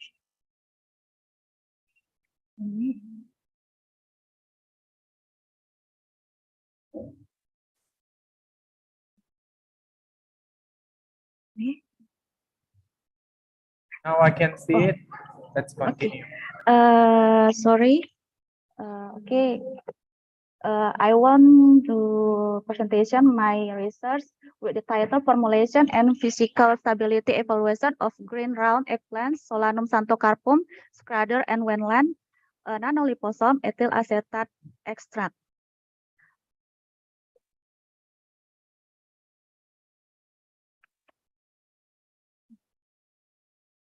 Okay, introduction. Green round eggplants consist of alkaloids, flavonoids, tannins, saponins, steroids, triterpenoids, glycosides, and phenolic compounds. One of the phenolic compounds is quercetin. Quercetin is categorized as a biopharmaceutical classification system 2, meaning that quercetin has high permeability but low solubility. Limitation in the absorption process and affect its bioavailability in the body. Quercetin is easily oxidized and alkaline pH reduce its concentration and antioxidant properties. And a carrier system is needed to protect it from degradation and oxidation so that quercetin stability during storage and maintains its antioxidant activity. And the solution for these problems, I made nanoliposomes to increase solubility. Nanoliposomes, a carrier system to increase stability and solubility, quercetin during storage and maintain its antioxidant activity.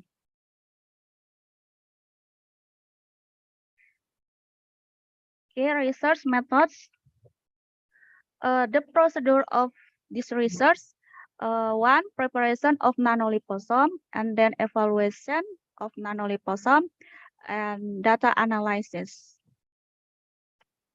I made 3 formulations of nanoliposomes, consist of F1 40 millimoles, F2 50 millimoles, and F3 60 millimoles.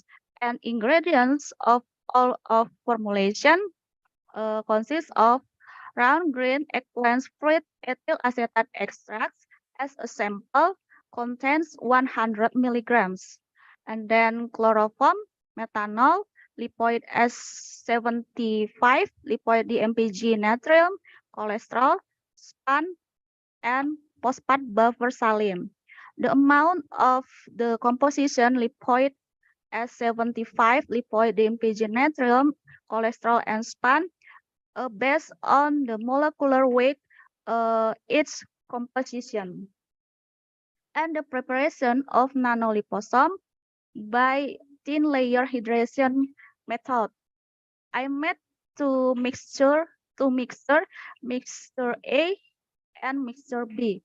Mixture A consists of lipoid S75, lipoid DMPG natrium, cholesterol, and span. Mixture B, sample round green eggplant fruit ethyl acetate extract, methanol, and chloroform. Mixture A and mixture B were combined and conduct evaporation rotary with 50 degrees Celsius and pressure 420 millibar during 1 hour. And we get the liposome. And I added phosphate buffer saline up to 10 milliliters.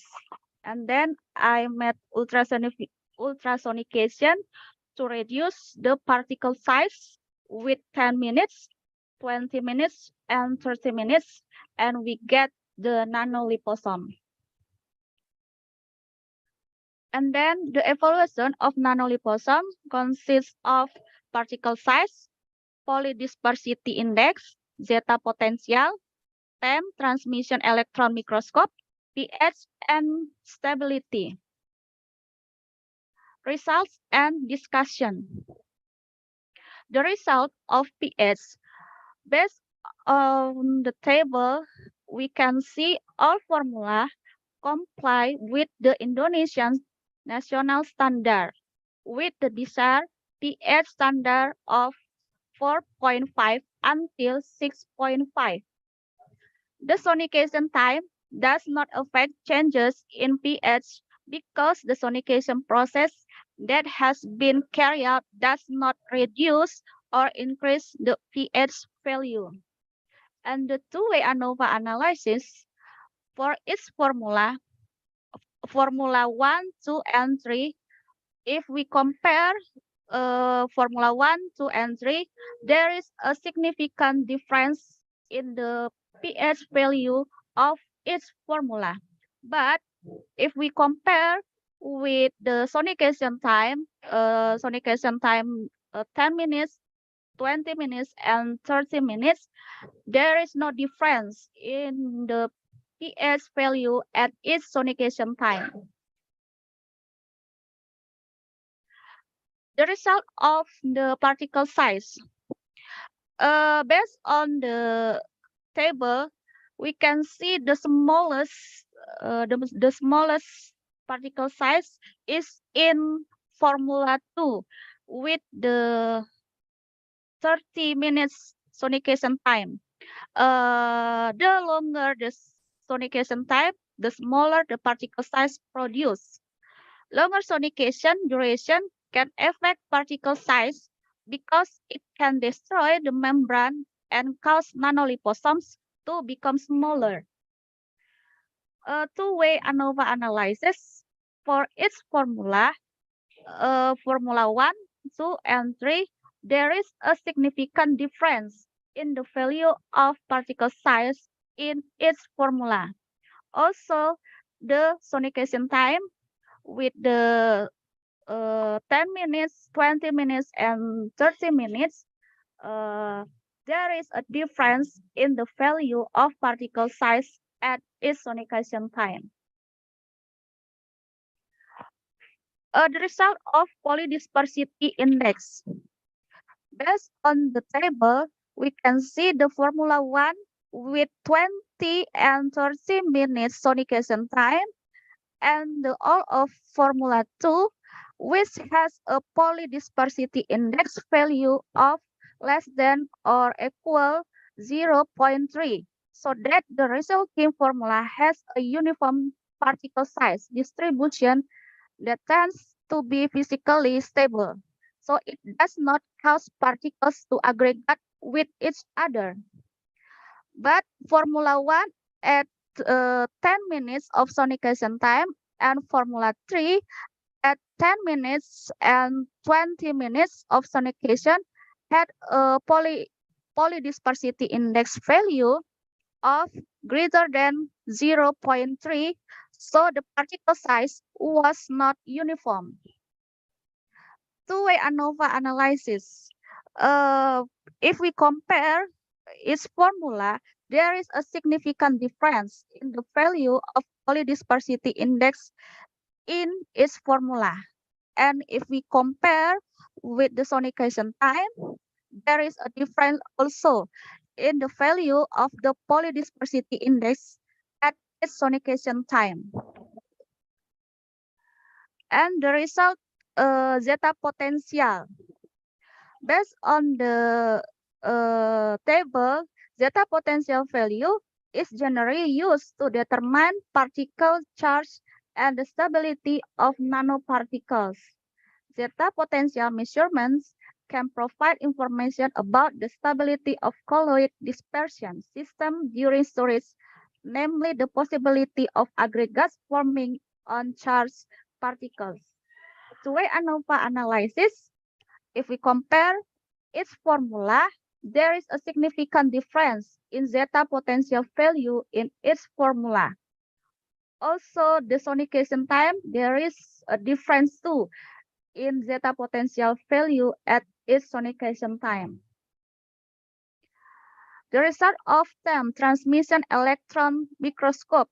Based on the picture, we can see the morphology of nanoliposome are spheroid-shaped and multilamellar vesicles.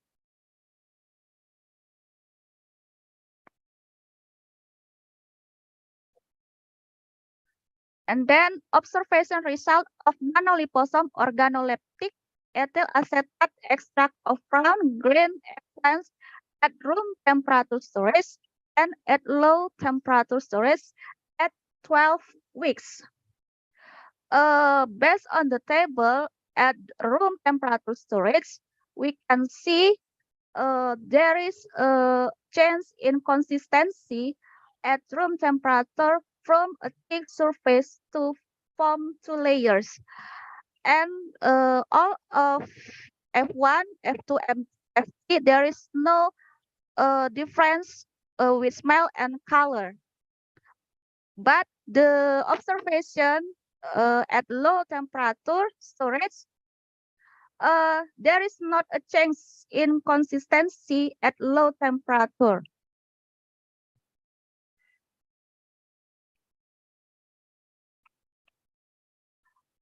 And then observation results of nanoliposome particle size ethyl acetate extract of round green eggplant at room temperature storage and at low temperature storage at 12 weeks.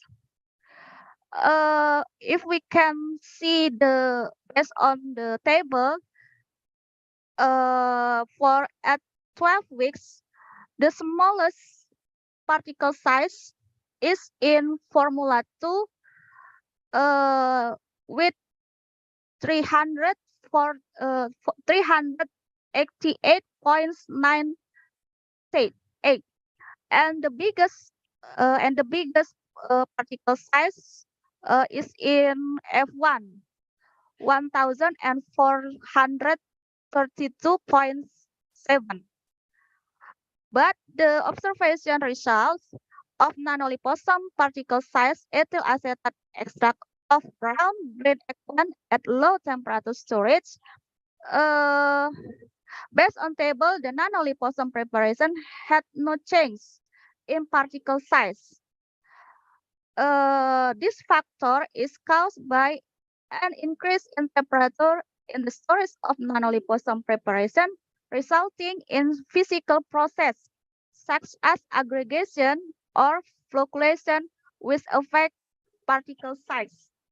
The lower storage temperature, the higher drug stability. And then conclusion.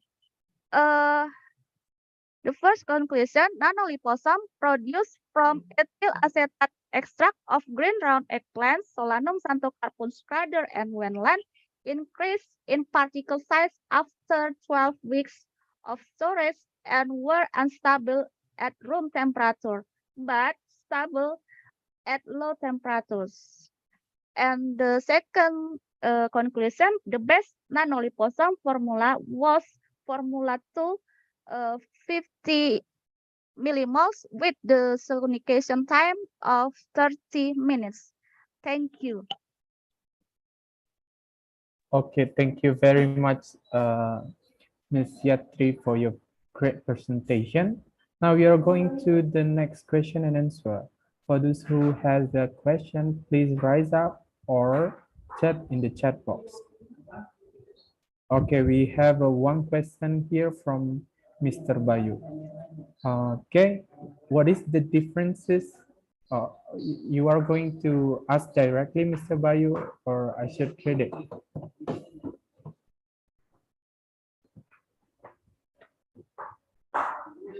Thank you, Dr. Rani. Actually, already write in the chat column. Mr. Yatri, I have a question.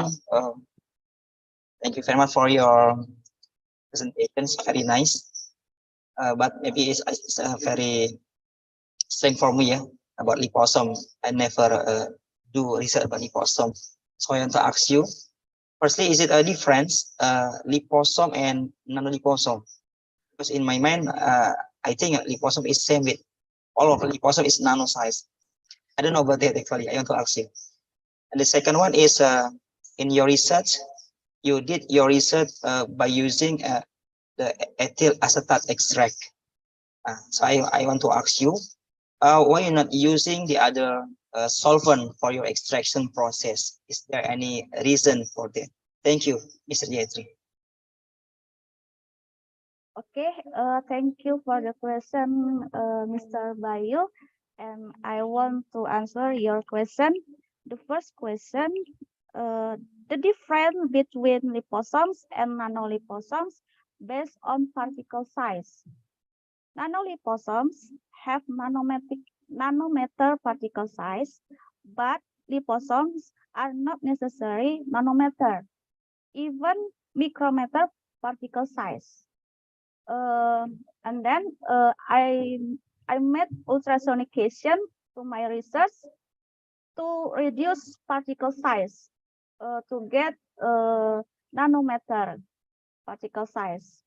And the second question, I chose the ethyl acetate extract based on previous research.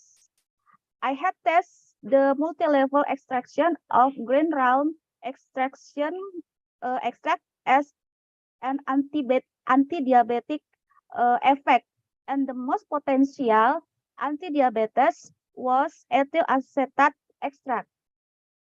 And then I chose the ethyl acetate because I had tests with the anti-diabetes before, and the most potential the ethyl acetate extract. Okay. Is it clear, Mr. Bayu? Okay, it's very clear. Thank you very much, Mr. Yatri and Dr. You're welcome, Mr. Bayu. Okay, it's a great answer and question. If anybody has a question anymore? Okay, next question from Hafsah Rina. What is the best formula for nanoliposome in this research? And for Prof. Anayanti, I want to ask about the best formula from this research. Okay, we have a two question, the same question. Which one is the best formula for Ms. Yatri and also to Prof. Anayanti? Maybe the participants skip the question. Okay, the best formula is in Formula 2 with sonication 30 minutes because with the best table, I'm sorry, I can change my slide. Yes, sure. You can move your slide. Yes, I can. Okay. Wait a minute.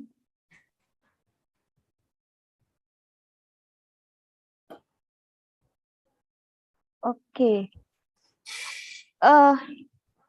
Based on table, observation result of nanoliposome organoleptic ethyl acetate extract of brown green eggplant at room and at low temperature. We can see the consistency. The Formula 2 already 2 layers formed for at 12 weeks, but the Formula 1 for 4 weeks and Formula 3 for 8 weeks. And the particle size, sorry. Okay. And observation result of nanoliposome particle size at room temperature storage for 12 weeks. If we see the table, the smallest particle is in Formula 2 at 12 weeks in 388.98, and the biggest particle size is in Formula 1 with 1,432.7. Based on the table, we can see the table of the particle size is in Formula 2.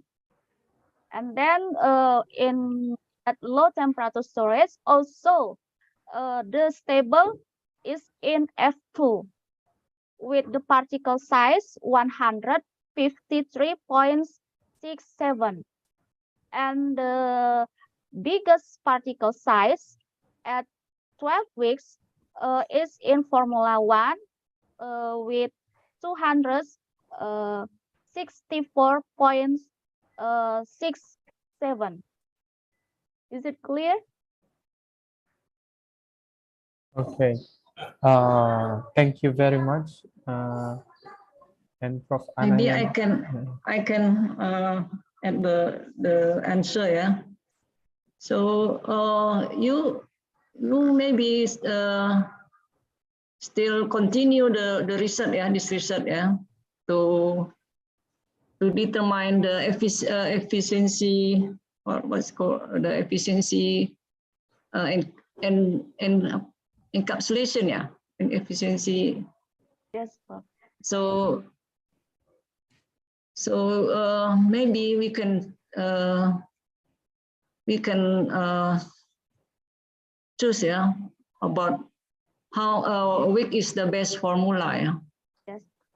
Or maybe you can continue the research to find the other that data. Yeah, that data. So we can conclude which the formula is the best. Yeah. Yes, Professor. Yeah. Thank you. So now you can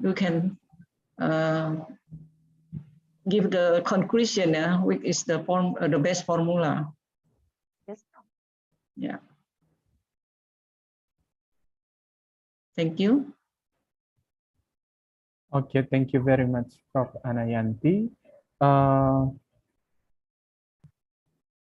Do we have a question? If it's no question anymore,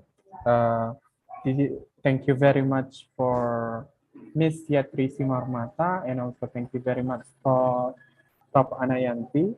Now we are going. Welcome, yeah. Dr. Roni. Thank you. Now we are going to end this session, and also I would like to thank you to all the speakers, including Dr. Adam and Dr. Wan, Professor Wan, Professor Yasimi, and then Professor Degim, Professor Hakim Bangun, Professor Anayanti, and also Miss Yatri Simamata, and also all the moderators. Thank you very much for your time. And to all the participants, thank you for joining this event. I hope all of us can increase, uplift our knowledge and also our skill, and yeah, explore more about nanomedicine. Before we are going to close this event, I would like to give time to the Secretary of Nanomedicine Research Center, Mr. Imam Bagus Sumantri. Can you hear me? Wow. Yes, I can hear you. Yeah, okay, yeah. Thank you. You look so good. Okay, I Okay, have time uploaded is a yours, clip, yeah. Mr. Bayu. Okay, thank you. Mr. Imam. Okay, thank you. Thank you to Mr. Ronnie for inviting me. Okay, I suggest the honorable, the speaker in the workshop and seminar, Associate Professor Dr. Adam, Dr. Wan Nazatul Sima binti Saidan, Associate Professor Dr. Jo Isima, Professor Dr. Ismail Tansar DAGIM, Professor Dr. Hakim Bangono, apoteker, Professor Dr. Ranayanti, apoteker, and Miss Yetri Simarmata. The Honorable to Head of the Center of Excellence of Nanomedicine Science and Technology, University of Sumatera Utara, Mr. Professor Dr. Hakim Bangun, apoteker, Dean of the Faculty of Pharmacy, University of Sumatera Utara, ladies and gentlemen, and the student, the participant in the workshop and seminar on nanomedicine. Assalamualaikum warahmatullahi wabarakatuh. Allow me to introduce myself. I am Imam Bagus Mantri, SPAM MSc Apoteker, Secretary of the Center of Excellence in Nanomedicine Science and Technology, University of Sumatera Utara. I would like to thank all the speakers at the seven who have been willing to attend this workshop and international seminar on nanomedicine, which are held online on November 26, 2022. Our speakers today come from various countries and cultures from Portland, Oregon, USA, Malaysia, Japan, and Turkey. They're all the speakers. Let me introduce a little about Indonesian culture, like the clothes I'm wearing today. This is called Blangkon and Surjan, a regional clothing from Central Java, especially Yogyakarta. There are a variety of regional clothes, including the culture in Indonesia, which consists of 38 provinces, with each having a different culture. As with diversity, Indonesia also has many types of natural resources that can be used as medicine. I am thanking you all, the speakers, for their excellent thoughts, provoking thoughts about how is the development of nanomedicine application in medicine. The speaker's presentation related to nanomedicine such as the application of nanotherapeutics in cancer treatment, extracellular vesicles, endogenous albumin transport system, local irritation treatment and NSAID drugs, delivery, and the development of nanowars in medicine and pharmacy. Development of nanoparticle technology is an effective solution for the treatment of various diseases and can be the first choice of the therapy. Nanoparticles can play an important role given the ability to deliver the drug to the target that can be adjusted to be desired place and the right concentration over the appropriate fluid. I hope that holding this event with an extraordinary presentation can provide ideas and innovations for participants to develop natural resources in Indonesia towards the development of nanoparticle technology. I hope that holding, with this, allow me to come to a close. I think it is time to finish what we start and move in a new direction to make the hope that we have heard from our speakers today into reality. It is time to move in a direction that will help us to deliver together on our shared goal is how to develop the natural resource in Indonesia into nanomedicine. Thank you and see you next event. Good afternoon, stay safe and stay healthy. Wassalamualaikum warahmatullahi wabarakatuh. Waalaikumsalam warahmatullahi wabarakatuh. Thank you for Ms. Bayu and Mr. Imam Bagus Sumantri to close this event.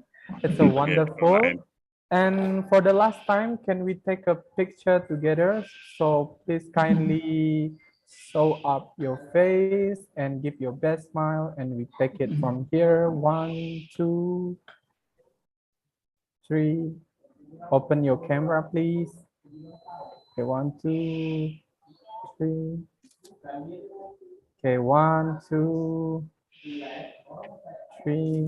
Not yet. Okay, 1, 2, 3.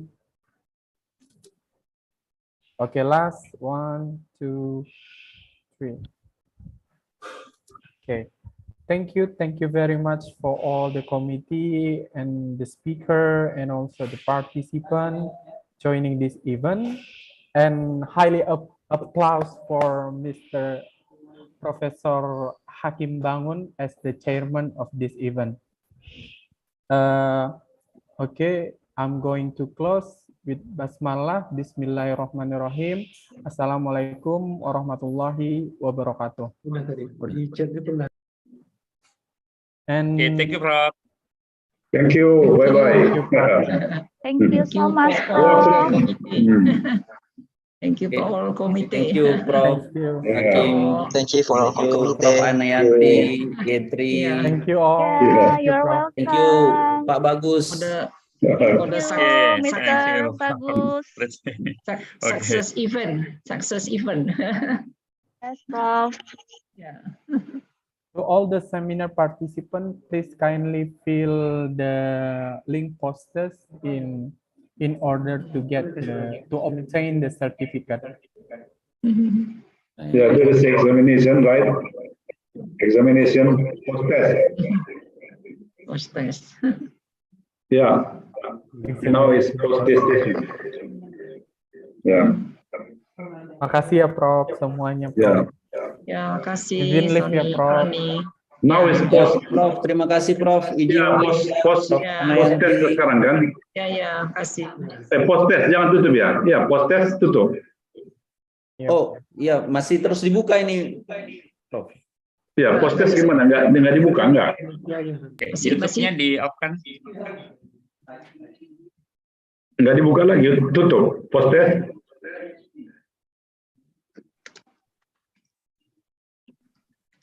Mungkin ke depan Prof acara itu kita pakai moderator pakai baju tradisional ya Prof, biar keren dulu.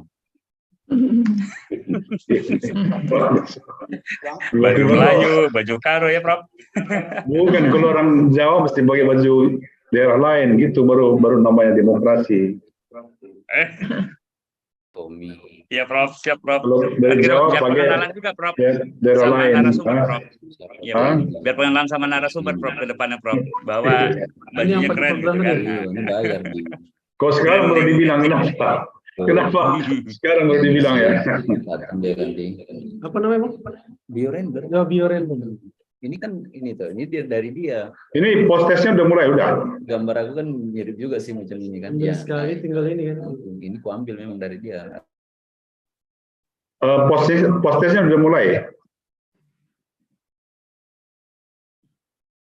Halo. Sudah Pak, sudah dimulai Pak. Post test udah mulai udah. Sudah Pak. Udah ya, oke ya. Jalan. Tapi sukses lah ya, Emil kan? Iya, sudah Prof, sudah selesai. Tinggal post test saja Prof. Tinggal post test. Artinya kan tadi ya sedikit terganggu pagi-pagi itu aja kan? Ya. Invited speaker-nya pun cepat bangun dia, yang dari Turki itu jam 4 pagi udah bangun dia, mendengar katanya. Jam 4. Setengah 4 ya Pak. Iya. Sampai selesai baru Iya.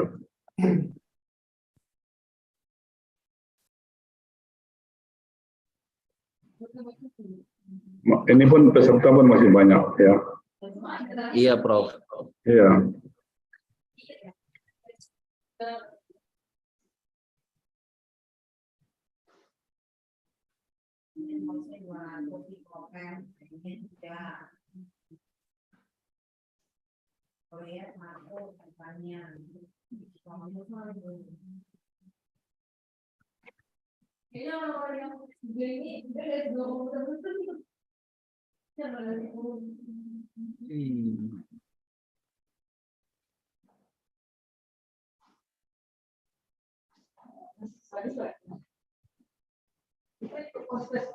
Enggak lah, saya